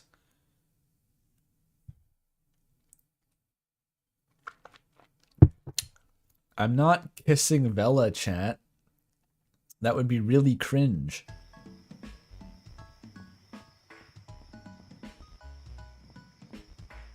The highest extent of chemistry we've gotten between these two characters is like an alternate universe version of herself in a psychic hallucination, saying that he wasn't so bad and that there was probably an explanation for why he was such an asshole.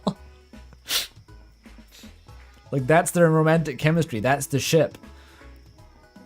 And that and the fact that Alex is the only person who will listen to her ramble about metaphysical bullshit for like probably hours on an end. We miss Balloon Vela. Do you think the balloon popped because Alex sucked too hard, or because his beard hairs were just really sharp? Kiss Michael instead? Bring him back into the plot with the power of your lips, Alex. You can do it. Yeah, wasn't there a whole thing with like Michael now lives in a different house than he used to, and like, is that ever gonna come up again? Or is that for like the deep lore aficionados to suss out based on like environmental clues and ciphers hidden in the game files?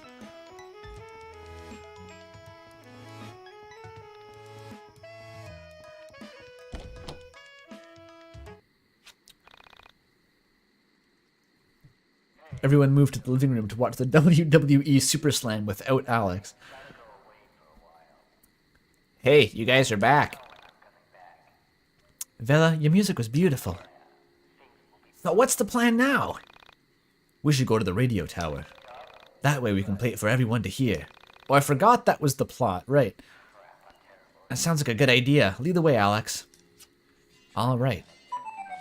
Alex absorbed the rest of them into his biomass. It would be a really good bit if we walked into the kitchen right now and they'd eaten all the, like, the 6-month-old cookies that have been sitting there since the start of the game. I'll give the game, like, a whole letter grade higher if we walk into the kitchen and that happens now.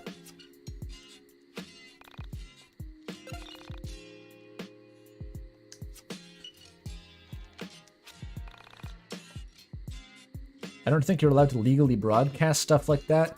Who the fuck cares? Get out of here, narc. What are you, some sort of nerd? You don't think that blasting Varg Skeletor stream clips into space via radio towers is should be legal. They're still here. Oh well. The game has failed me at every turn, truly. Have we ever gone through here?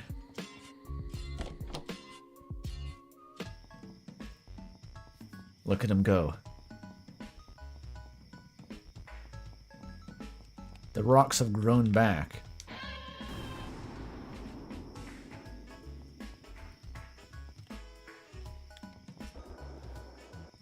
I love the skateboard. It's such a shame you only get the skateboard in like the very end of the game though.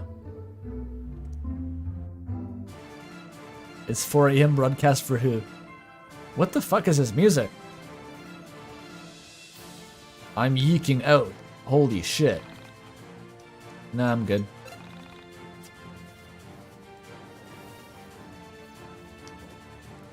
This sounds like the theme of The Room. Like the movie that I talked about earlier in the stream. It has this a main theme that sounds like a parody of Final Fantasy music or something.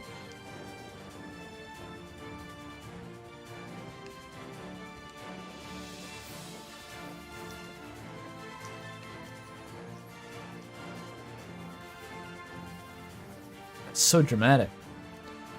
The YIIK is coming. It can't be New Year's, it's Halloween. We know it's not, like, actually the eve of YIIK.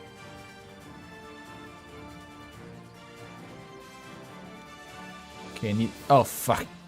That was not the right call. I skated too righteously and too sick.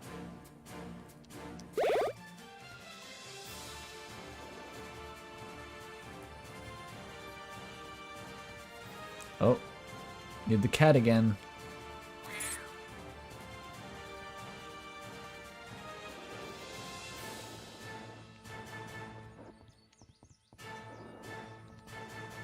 What a set piece for the finale here. I get to storm the radio tower with all my new cool abilities. By the way, the game starts in April. What the fuck happened with time? I think the character is just off-screen lapsed into like weeks on end of like browsing 4chan and sleeping. That's all I can picture. Just like weeks. Every time the screen faded to black, a week passed.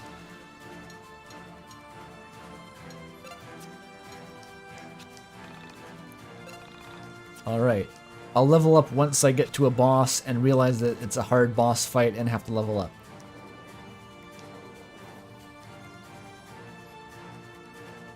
Oh, really slow fade out. For everyone, time is measured differently. For myself, it was in days since Sammy had been missing. For Michael, it was days until school began and he lost his freedom.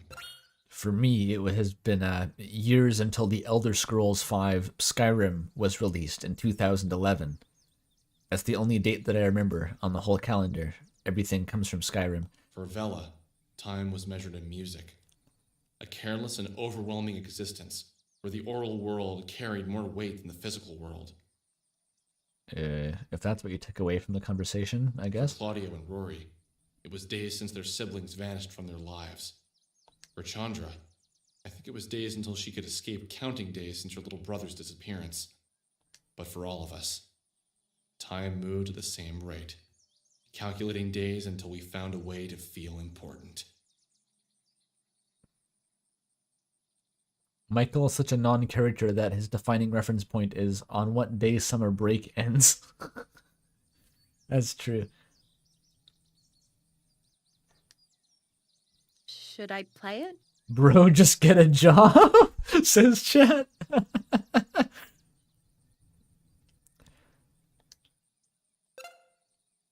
Yeah, we've come this far. Having less It'd be time to stupid not think to do really it. does solve a lot of problems to do with thinking too much, as Alex clearly does, I think.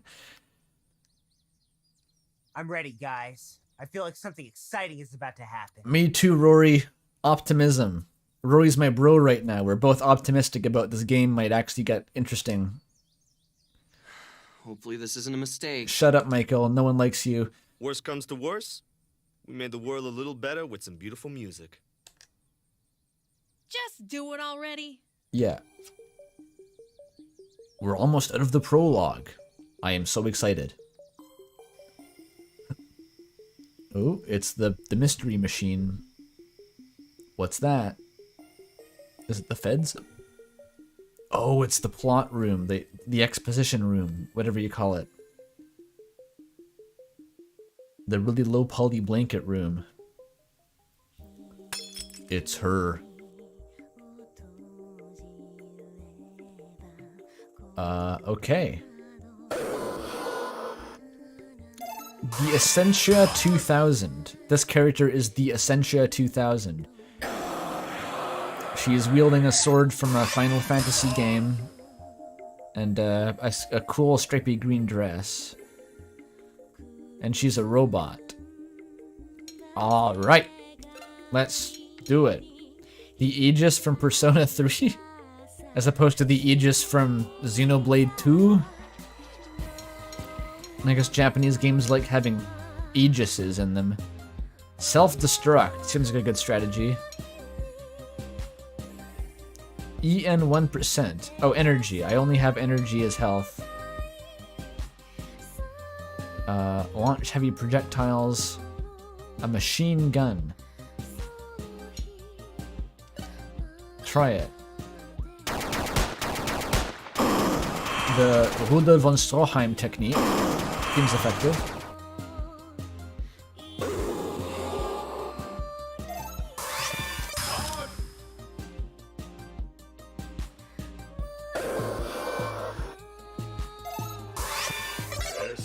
Shit, the debuff wore off. I can now be hit by the soul survivors.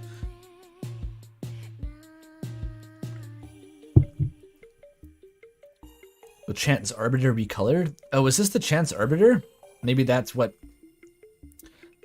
obviously I don't know what's happening right now, but that's okay. Sometimes you don't have to know what's happening for a while.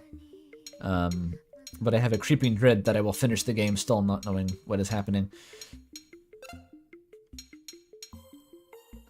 What's Beatdown do? How does this go? Press X on color sections to build... what? Okay, I was too busy reading the tutorial to do the minigame.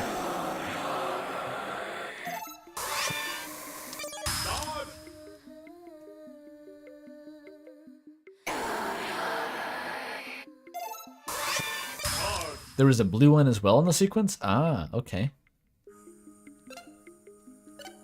I can do it better this time.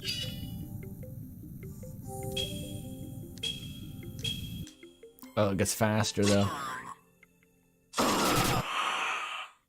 That's not bad.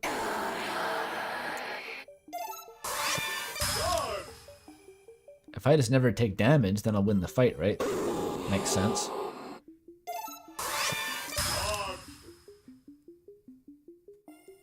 Ghosting so hard she thinks you're a literal ghost. Literally. Yes.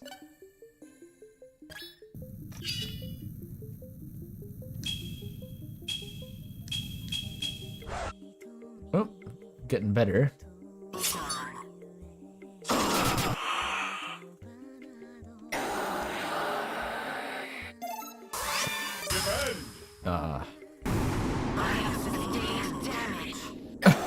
I have sustained damage. Jesse, we have to cook. Okay, if I focus one down, their DPS will be crippled.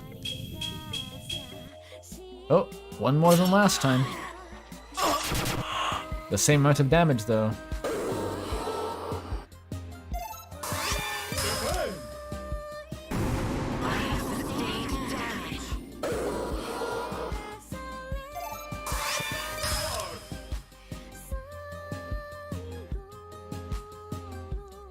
It's funny because it's like, oh look, she's strong enough to fight the most dangerous enemy, but the YIIK combat, so it takes forever and is like pity damage. Yeah, I guess the soul survivors, they were never that threatening. You just couldn't hit them is the thing. Like, even when I was hit by soul survivors, they didn't seem to really do any damage, so they're kind of just They just don't seem that strong even.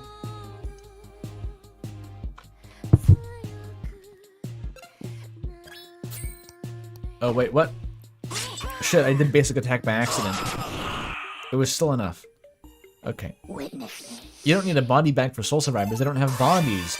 Don't you know the YIIK lore? Are you stupid or something? I have taken damage. My face when the gameplay contradicts the story. The ludonarrative dissonance kicks in. Aw, no. Yeah, Vela can just banish them. Very true.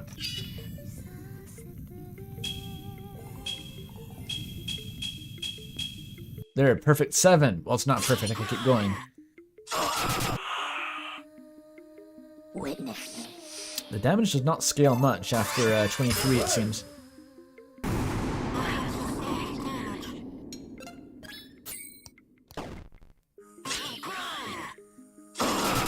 Wait, how'd you go down to 5 energy? How much energy does the basic attack take?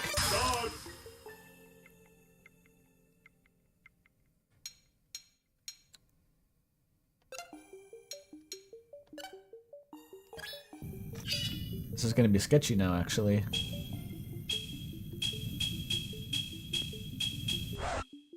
Nine? New record. She used up her energy? What? But I had 5 left. Yes, I want to continue. I missed something clearly.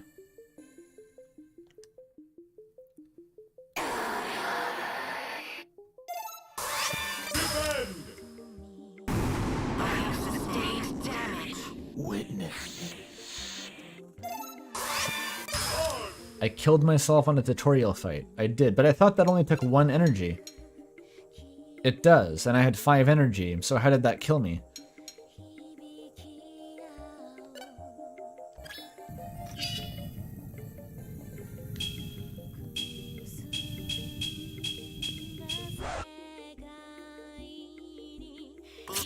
It takes a bunch of energy, not 1. That's just false advertising. I don't know what to say. 1% of the total? That would be less than 1. She only has 50 in total. It's per hit? Oh. Could be. In which case it's pretty bad, actually. Wait, how do I win? Oh, I can recharge the energy. I never noticed that option, because I never have to look at that slot normally. Well, that makes sense. This should be incredibly easy then.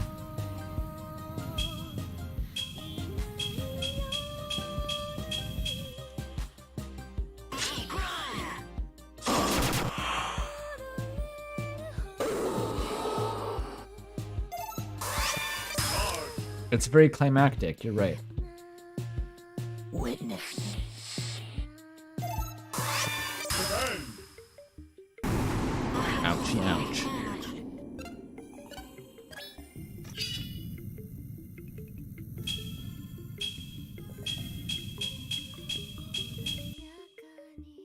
I'm almost too late for that one. Alright, one down. Witness.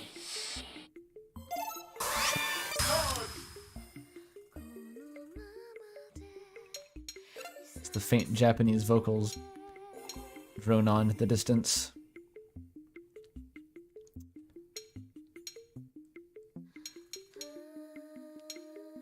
Probably could have tranquilized one, but I don't know if that works on interdimensional spirit entities.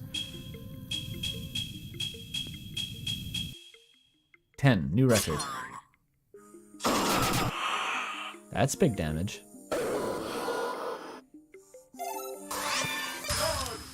The combat does kind of suck the gravitas out of the battles. You're not wrong. I mean, there's less entertaining RPG combat, but something about this is just not very compelling.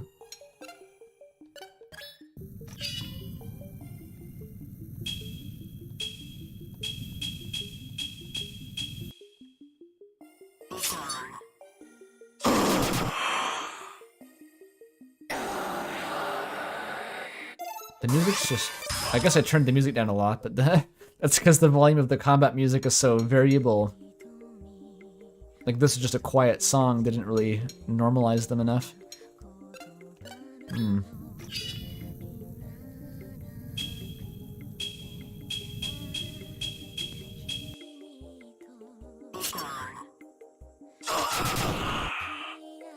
Alright, we did it.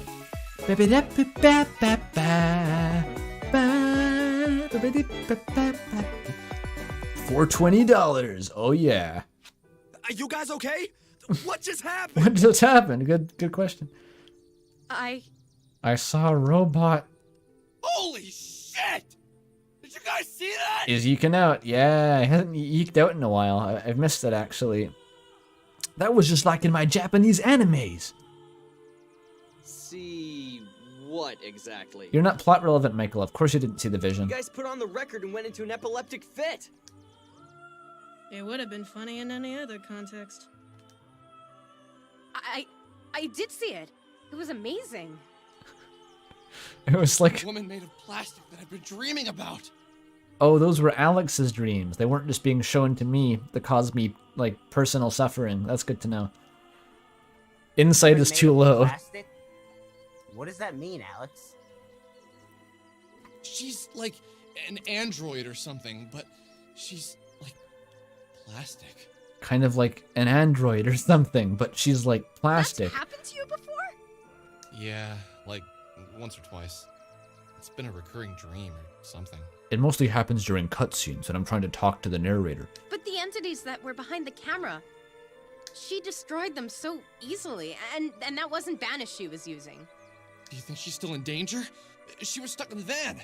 If she could destroy the entities so easily, I don't think there's much danger she could be in. But we need to find her. That's why the entity who was living with me had us play the record, right? To wake her up. I agree. You're right, but what's actually going on here? Now Vella's asking the questions. What is she? You okay? Yeah, I am. But forget it, never mind. She is the very spirit of postmodernism. I can't really explain it yet. It's just a feeling. What else is new, Give me Vella? some time, and maybe I'll be able to put it into words. So what's the plan here? Shut the fuck up, we just Michael. go and try and find the van this mysterious android is in? If only we could have seen the outside of the van, then we'd at least know what we're supposed to be looking for. We did, though? I mean, I did. Maybe they had a slightly different perspective on the cutscene. If Vella doesn't know, I think the devs don't know. Vella has ceased to be the plot dispenser.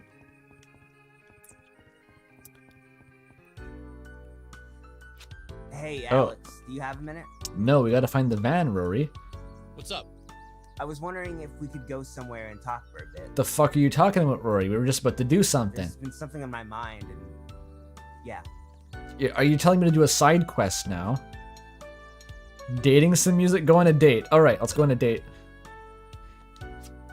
By all means, Rory, derail the plot. At the most crucial moment, after all of the bullshit fucking around in the wilderness and doing nothing for like 10 hours, right when it's getting interesting, Alex, can you go on a date with me? I want to moan about my dead sister for a bit so you think I'm a better character once you reviewed the game. Well, I don't know. I've just had a lot on my mind lately, and... Hurry him along? Finally, dialogue choices. Pop off, pop off. Kiss him, kiss him. All fine, you can speak. Well, I've just been really depressed. Secret third option. Thinking about my sister, my parents, just how much life is going to change from now on. My sister was a lot younger than me, but she really was my best friend. And now she's gone. I feel aimless. We had plans, things we wanted to do in the future, places we wanted to go, movies that we wanted to see, new games to play together, and now none of that will happen.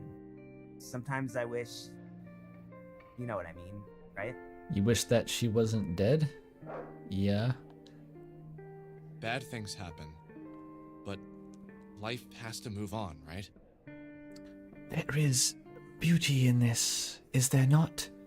If you would be Lord, do not deny this notion. You don't have your sister anymore, but you have all of us. Michael, me, Vela, Chandra, Claudio. We can't replace your sister, but we're happy that you're still here. If you had become a soul survivor, then we never would have met you, and that's really depressing. Nice, Alex, nice. I'm not the best with these sort of things, but basically I'm saying I'm happy we met you. Yeah, thanks. Okay. This is awkward. I kind of agree, Rory, especially the part where we went to a diner on the other side of town, leaving everyone else stranded on the mountain, waiting for us to come back to find an android in a van. Let's go find the android or something. You can try to kiss Rory? I thought you were joking!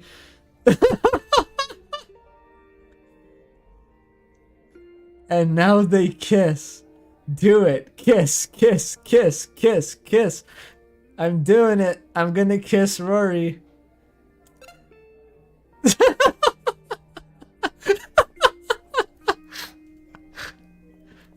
Oh, I'm glad I had that beer. Hey, no. Yeah, don't do that again. Hey, no. No, down, stop. Bad Alex, no. Now this is you. Why was that an option? Why was that? It was so fucking out of nowhere. Sorry, I shouldn't have done that. It was the guy holding the controller, I swear. I dissociated. It wasn't me. I was taken over by an unseen protagonistic force. Yeah, you shouldn't have. Look, it's not like you're not cool. I'm just not into you that way. Yeah, I get it. I love the thought that Alex had the restraint with Vela, and then with like Rory, for some reason he breaks down. He's like, fuck, I gotta kiss him right now. This guy who I've done nothing but like be mildly at odds with for the entire game. Now it's time to snog in the Denny's.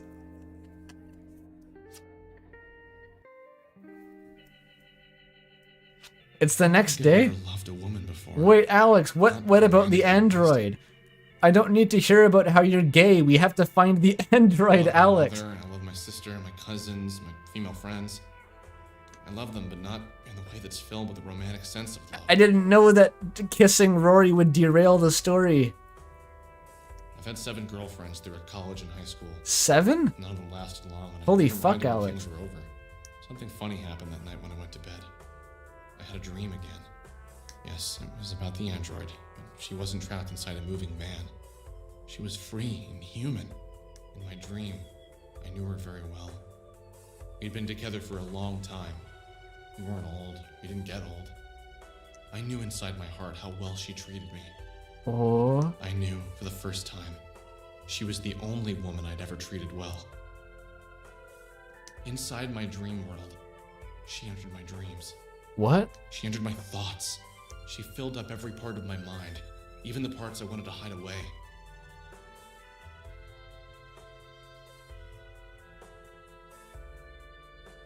She was like the old Bruce Lee quote, "Be like water." She was my water, rushing into all the cracks. Okay. Nothing could be hidden from her, but I didn't mind. She didn't judge. She didn't have a place to judge.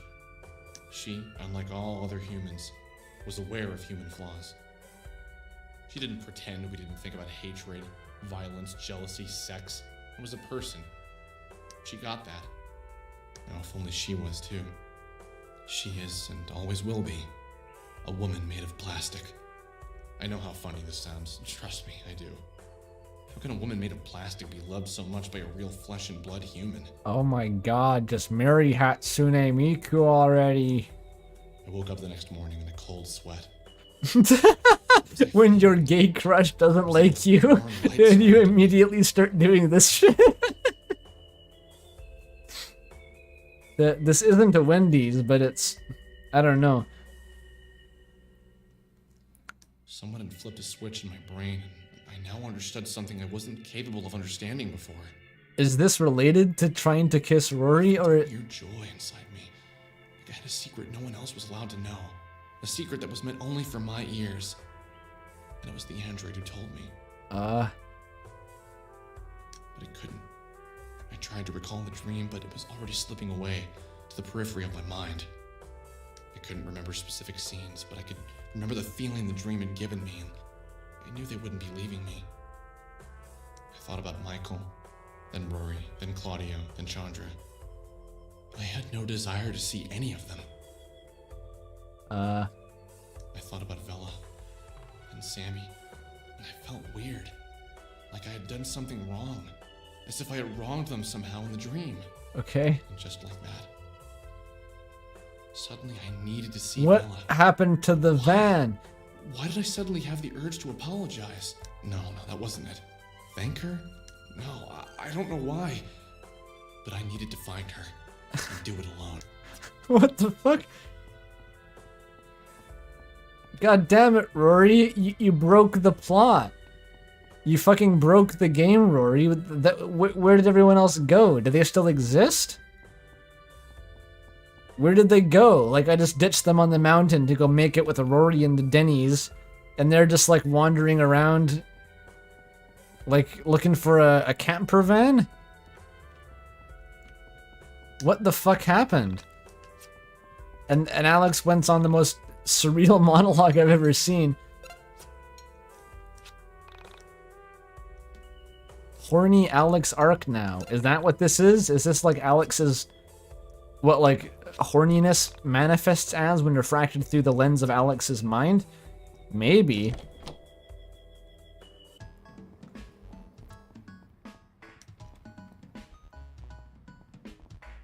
Look how majestically he mounts the stump there. It's really cool.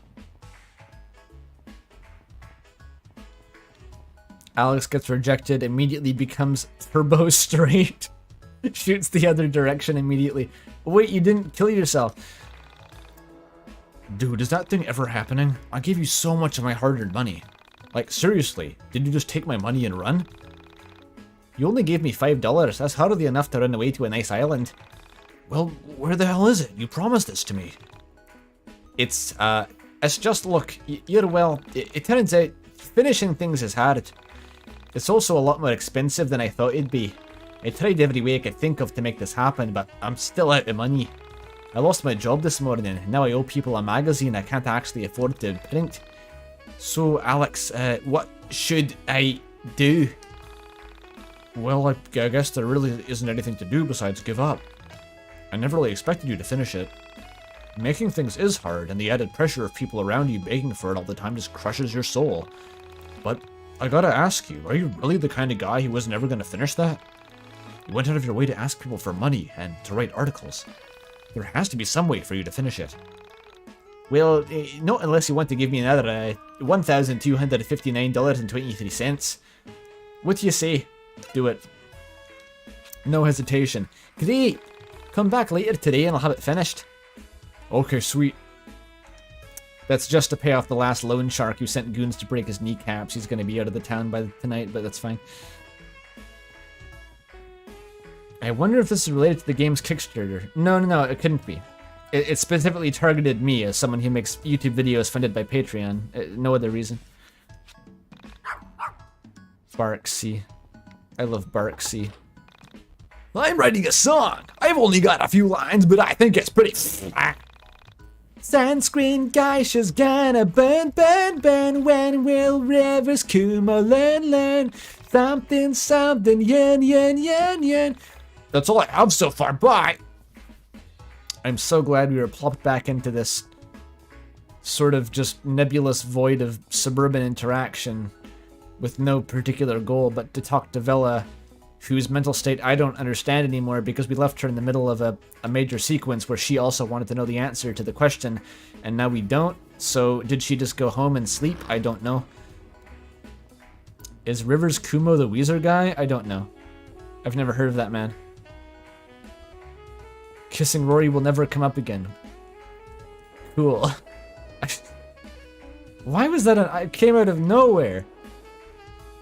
Like, if kissing Rory is an option, why isn't kissing fucking Claudio an option? Like, I feel like anyone's on the table if Rory was.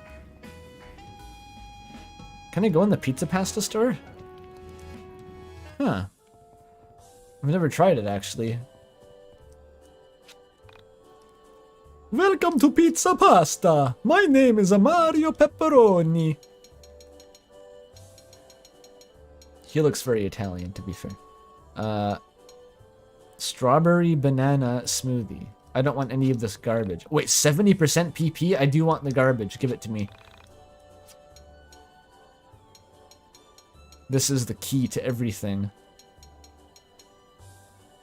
I still have $3,000? I thought I would be bankrupt after giving that guy all my money, but... How's it hanging, Andy? I have no idea who you're referring to, but I'm doing okay. The beer is hitting. It was a very strong one, actually, like a 7.5% Doppelbock.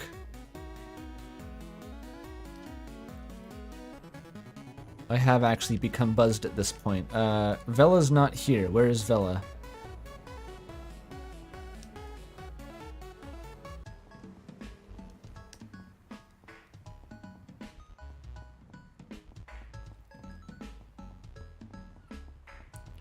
I would yeek out to avoid kissing YIIK character. Just like drop to the ground and flail your limbs. Oh, she's still on the swing.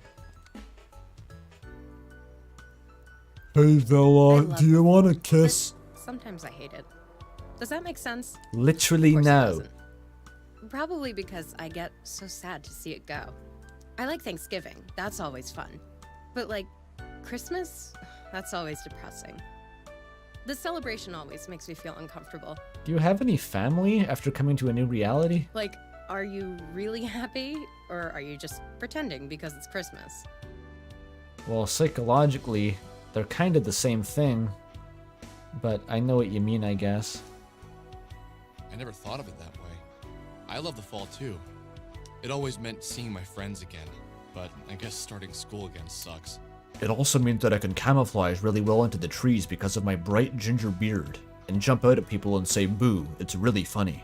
You know, I haven't thought about school since like last winter or spring, whenever it was. Yeah, I kind of know that feel, honestly. I felt like as soon as I graduated from university, I was like, wait, I was in university? I don't miss tests or any of that shit, but I miss learning. I was good at school. Not a genius, but I'm great at writing, philosophy, psych. I don't think I'm great at anything that helps real life, though. Yeah. I'm dreaming. I have a lot of dreams. Things I want to happen. They're cramming on all of like the personal conversation. Like this is the Persona dating side quests. They're all just backloaded for some reason. Now if only they'd be grounded in reality. Again, that's maybe the game's biggest problem, like above anything else, is just the pacing, like when content is put. Cause like, pacing trickles down into tone, which trickles down into like how seriously you can take any part of the story at all. And the fact that they went like a whole stream wandering around trying to do like a record side quest that accomplished nothing, and the climax was listening to some fucking old dude in a shack rant about going to India in the 70s. And now, like, all the character, like, the actual character bonding moments are happening now, like, in what seems to be the end game. It makes no sense. What's that thing they say about dreams and poets? I don't know. That they don't make money, that they're nice, that they're good at writing. Or sad sacks. Something like that. Can I ask you a serious question? No. Go for it, Ginger Boy. That would be really fucking funny if he asked that, the music changed and then she said no and the music immediately went back. Shit. Huge missed opportunity. What was your world like? The one you came from? You know, I don't think anyone has asked me that since I've been here. Vela, I wonder why. Wow. I try not to think about my old reality, but it really wasn't all that bad. Things are mostly the same. We had more cows, though. Lots of cows. The fuck does that mean? And the music? Different. Your metal is our pop. Isn't that weird? So what was the shit that you were singing? Like, Schlager or something? My mother would love your thrash metal. We also didn't say the 90s. We called it the end times. Isn't that funny? It's fucking hilarious, Bella. Why? We all joked that 2000 would be the end of the world. That and... well, this is gonna sound weird, but we don't look at death the same way. This is the most ambiguously alternate reality I've ever heard of. In this reality, death is like The giving cow up level. or making a mistake. How can you fault someone for dying? We all publicly acknowledge that when someone dies, you're sad for yourself, not for them. That, and What is it? we can call our dead. When my grandmother passed away, I was 12. I've spoken to her once a month for the past 12 years. There are phones, special phones. You put in money, dial the social security number of your loved one. The SIN and for number? 3 minutes, you can speak to them. It goes through like the IRS? I guess that makes sense. Like they keep your soul in a phylactery after you die somewhere in like the IRS archives. You can talk to them about anything, with one exception. With one exception. Their favorite color. Under no circumstances are you allowed to ask about where they are and how they're feeling. What happens if you do? They lose their phone privileges forever, and you have a 10-year hold on your account. That's really bad. Like, for real? Yes. And we never dream. I didn't know about dreams when I first came here. This is so fucking weird. What is happening? We've deflected. We've gone from the android, what is that? And now we've deflected into the Rory diner scene. What was that? And then Alex's weird monologue about his psychedelic dream girlfriend made of plastic. What was that? And now Vella's talking about the weirdest fucking alt reality of all time. I don't even think there's an Undertale AE for this. Like, cow and necromancy tale.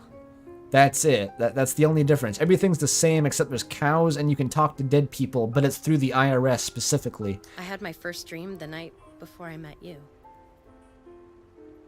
And you don't dream. And also the color yellow was swapped with the color purple for some reason. I think the depths may have gone a little too far in a couple places. Must be fate.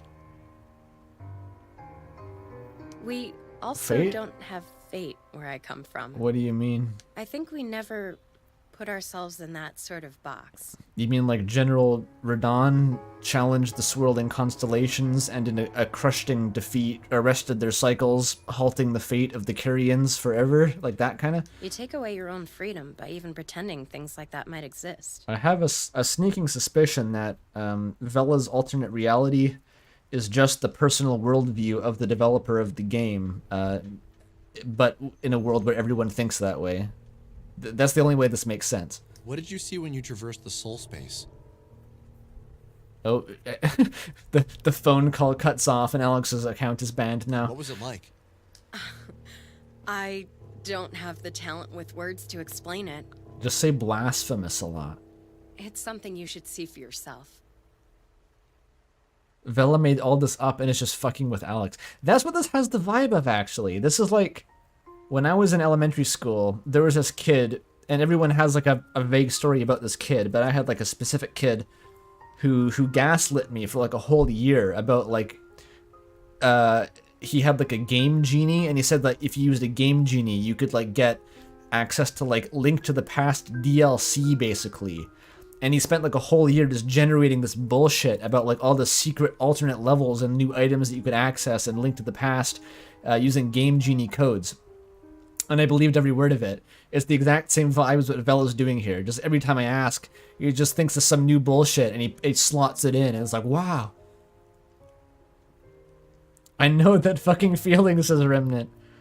Yeah, it's, I remember very specifically, he said that, you know, like the floor masters that drop down the hands and bring you back to the start of the dungeon. He's like, oh, you unlock a spiky hat that when they fall on you, they get killed by the spike.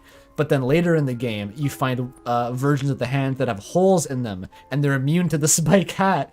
It was like, this kid was a genius. He was creating a whole mythos. They should have hired him at Nintendo, for fuck's sake. What? Leave my body? I don't think I could ever. Maybe not, but... Okay, look at it this way.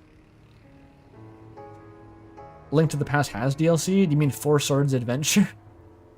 Before I traveled the soul space, I was a different person.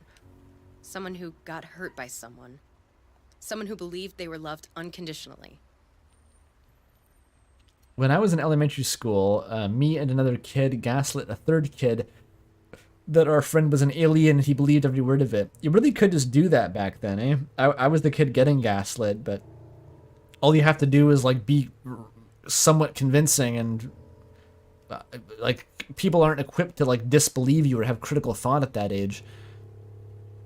When I was out there, I realized unconditional love exists, but only as something to strive for. It's just a concept. There's no way to actually put it into practice. Like communism. I forget I said We can say that. we love someone unconditionally, and we can act like we do. But it's not to judge people for what they did to you or someone else. To accept someone for being human. Hey, that's what Alex was talking about with the plastic waifu. Accept someone for being human? I know what you mean, but isn't that funny? Coming from a human? It's hilarious. We're all human. We all have flaws, we all hurt each other, but is that the thing to be fixated on? And I do believe unconditional love exists. Oh? Have you felt it before then? No. So what if I have? From who? Yeah. What's her name? Oh, the android. I don't know. It's just, I had this dream. And in this dream, I was loved unconditionally. Whoever loved me loved my flaws and loved my mistakes as much as they loved the things worth making me loved. Is that so hard to believe? Sounds like a dream. So, who was she? I think they call her Hatsune Miku. Oh, Spit it out. Was it Sammy Parr? she interpolated Alex quickly No, now. I don't think so. Maybe it was. Maybe it was you. Maybe it was the android in the van. Maybe it was all three of you as one being. Well, I think you're a lazy ass half the time, so I don't think I'm the one to love you unconditionally. Must have been Rory. But yes, keep chasing the missing girl who entered the soul space. I'm sure when you finally find her, she'd love you unconditionally. Hey, that's not fair. Also, Sammy is out there. She isn't in the soul space. I can feel her out there. I almost forgot that Sammy was like a thing. We're so far past that now. Maybe you're feeling her out there in the soul space. Maybe. So, Vela, what the hell are we gonna do about finding the android? Oh, that's still a plot point. All right. She's trapped in the van and... Calm down. You haven't checked Honism 1999 today, have you? No, I was too busy kissing Rory and sleeping. Rory made a thread pointing out a mysterious fan in all the most recent and believable posts. Wait, Rory went home and started posting on 4chan and just doing my... What did I do? I went home and fell asleep and Rory went and found the android? Like, what the fuck?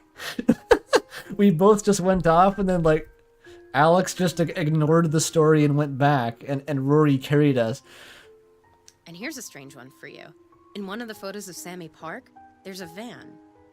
He asked everyone who sees the van to reply to the thread and post a location so we can That's check it out. incredible. Wait, are you serious? So, How did I not see this? be me. Holy crap. A new friend tries to kiss me at the diner. I walk out, tell him to stop being a fucking weirdo. I leave. I go photograph vans for 3 hours at 4 in the morning. I go back, post on 4chan. MFW. Coincidence? I think not. Okay, I need to go back and check. Rory has been posting about this gross ginger who assaulted him. Wow, this is perfect. So that means she's around here then. It does? Well, I mean, vans have wheels, so it could be far away, but yeah, it could be. We're gonna need a car. How else can we catch up to it? Do you have a car? No, You're forgetting I've lived in this reality for a year. I didn't even know that. How do you expect me to even have a license? I don't know. Get one?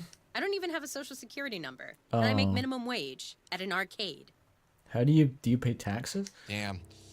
I wonder if Mom would let me borrow hers. Claudio has a van. You could ask him if he'd drive you around. He's Oh. a cool guy. Claudia's probably rich as fuck. He owns like a chain of record shops. He's a bit older than us, so it makes sense. I think he's in his late 20s. You should spend some time with him and Chandra, really get to know them first. Dude, Vela's in her mid-20s confirmed. Confirmed not an old hag. Big win. Not usually a good idea to ask for rides unless you really know someone. At least where I come from. We went up the fucking to the summit of Mingi Ta with them to seek the counsel of Willem Dafoe. I think we know them at this point, Vela. You weren't there, but I was in the trenches in the fucking shitty cave dungeon at the start of the stream when you had to climb all the way up and backtrack through the miles of fucking Pepto-Bismol into the chest that I hadn't looked at since the previous stream before that. Yeah, good idea. You know, this is gonna sound a bit The music has stopped now. Lately, I felt like I don't even know my own reality. The more I think about it, nothing is as I remembered. But the Michael bit's coming back. When I was a kid, things felt different. Pre-college Alex's life was so much more simple. I never noticed all these things, all these strange things. He's talking about gay feelings? That's how I felt right before I left my reality.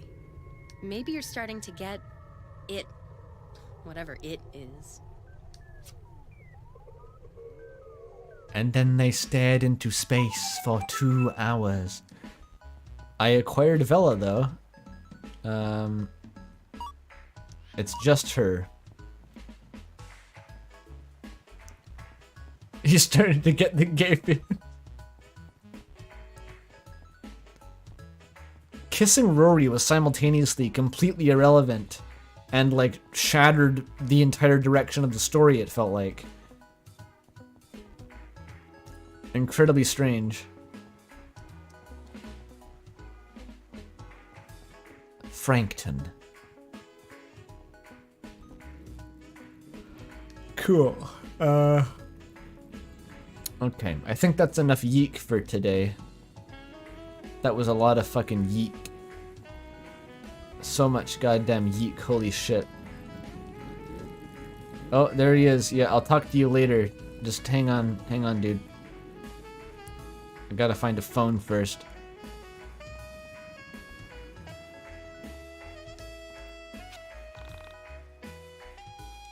We kissed Rory, that should be enough. That's the real milestone.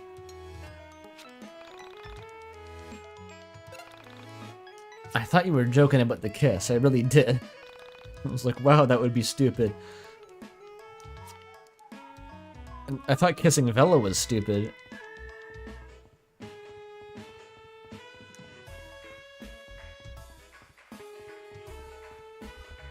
The last half has been great. Yeah, once you get through the endless grind of traversing dungeons and being stuck in soft locks, and things happen, the game is kind of entertaining sometimes. That's what I've learned. When the game allows you to play it, it can at least be interesting to look at. Dude, I'm so cool. Claudio, check this out. Look at him go. Fuck, I love the skateboard.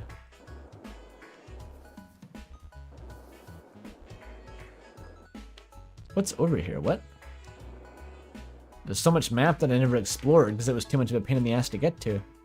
Like, what is this? Is the pawn shop? What the fuck? Never mind the pawn shop. I think I already saved, but I'm going to save again because I forget.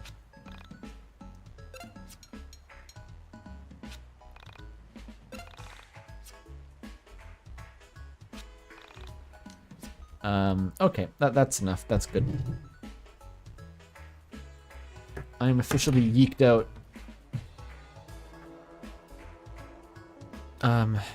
I guess I'll check for any art that was made. You never know. Maybe someone preemptively drew Alex and Rory kissing.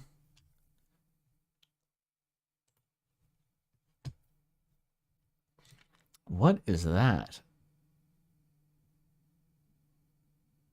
Oh my god.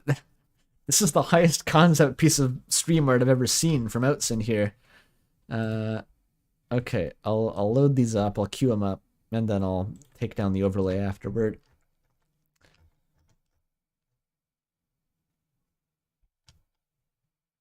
I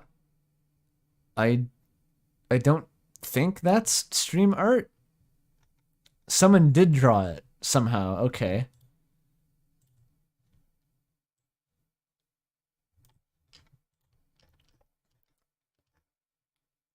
Oh, Remnant made a list. Thank you. All right, let's load these up.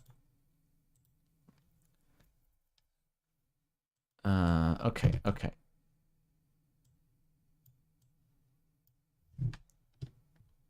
So we have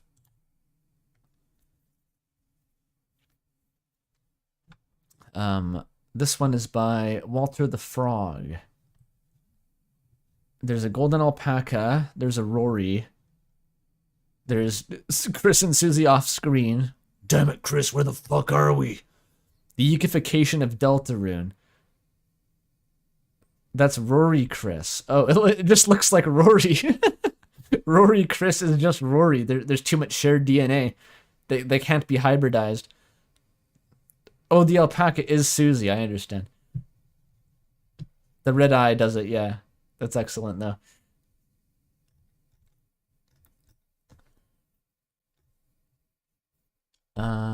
Okay, that's not YIIK. That's not YIIK.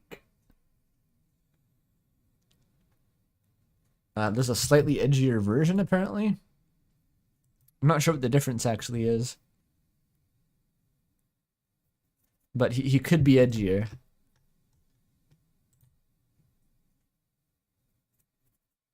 Oh, we have the Deltarunification of YIIK characters here by Mooks, I think. Yes. There's all of their YIIKing sprites. Des as Sammy. Birdly as Alex YIIK himself. Sans is Vela with the choker, yeah. Alfie's is Claudio because she likes anime. Chris is Rory because he looks like Rory. I mean, they look like Rory, sorry. Noelle is Michael because she didn't have a character yet. And I'm dead inside. That's a good one. Somehow Noelle kind of fits, but I think it's just because of the striped shirt. Sammy Des is also very good. I haven't been the same since the loss of the jetpack, it's true. Oh my god, what is this from Doc? Oh, it's Willem Dafoe showing the Born to Shit Forced to Wipe album art. That's what that scene felt like. Like, it didn't accomplish anything else. It was just like, hey kids, you like jazz? Did you take mushrooms in the 70s too? Very good, Doc. Like, that YIIK face is like horrifying to behold.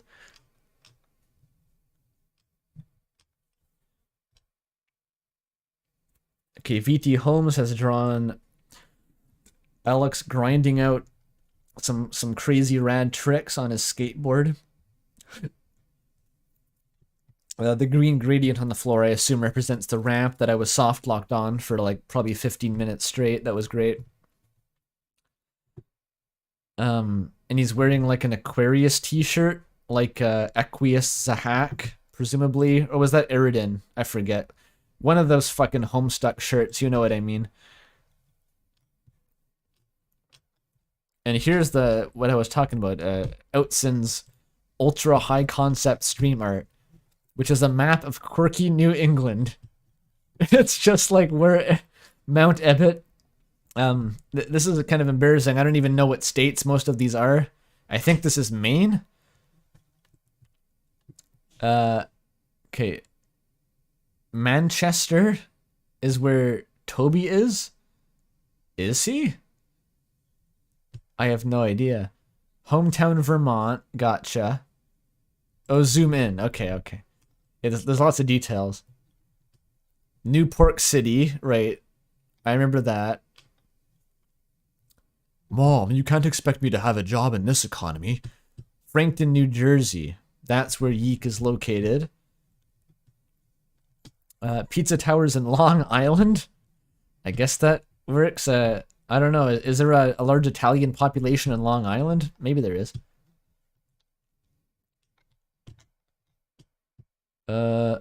Ushiromiya Manor, Rhode Island. That's Umineko. I'll take your word for it. For all I know, Umineko could be set in the Galapagos Islands. I really don't know. Infinite Jest is in the Enfield Tennis Academy.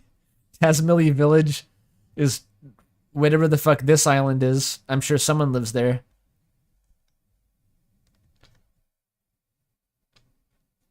Faraway Town is just north of Frankton. Oh my god, they're all here. Forside, PA. Is that Pennsylvania? That's my only guess. I don't know where Pennsylvania is. I'm going to be honest. I'm pretty bad with geography. It is Pennsylvania. Okay. There's so many, dude. Zone 0, the Delaware District Court.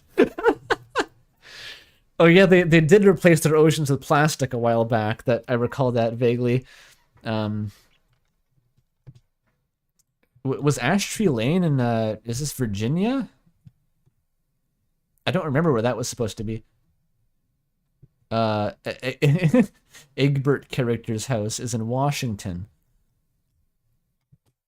Actually Washington State, but pretend it's DC for the bit. All right.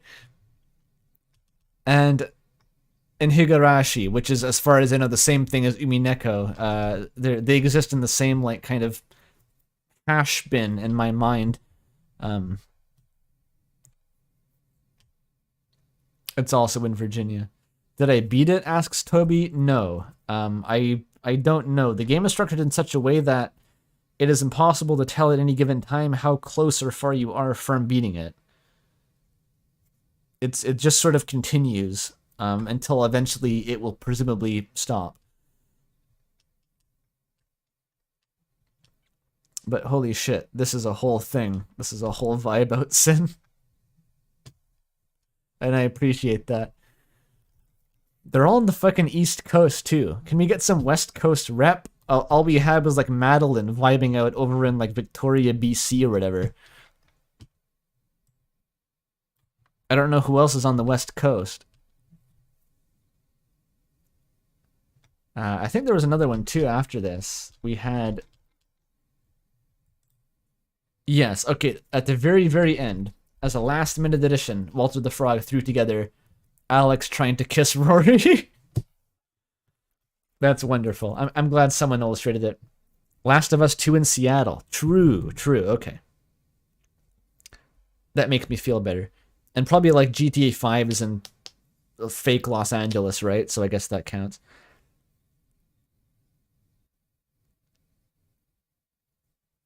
Even having seen a full playthrough of YIIK before, I can only give a vague idea of how long you have left. That sounds great. So it's like non-Euclidean.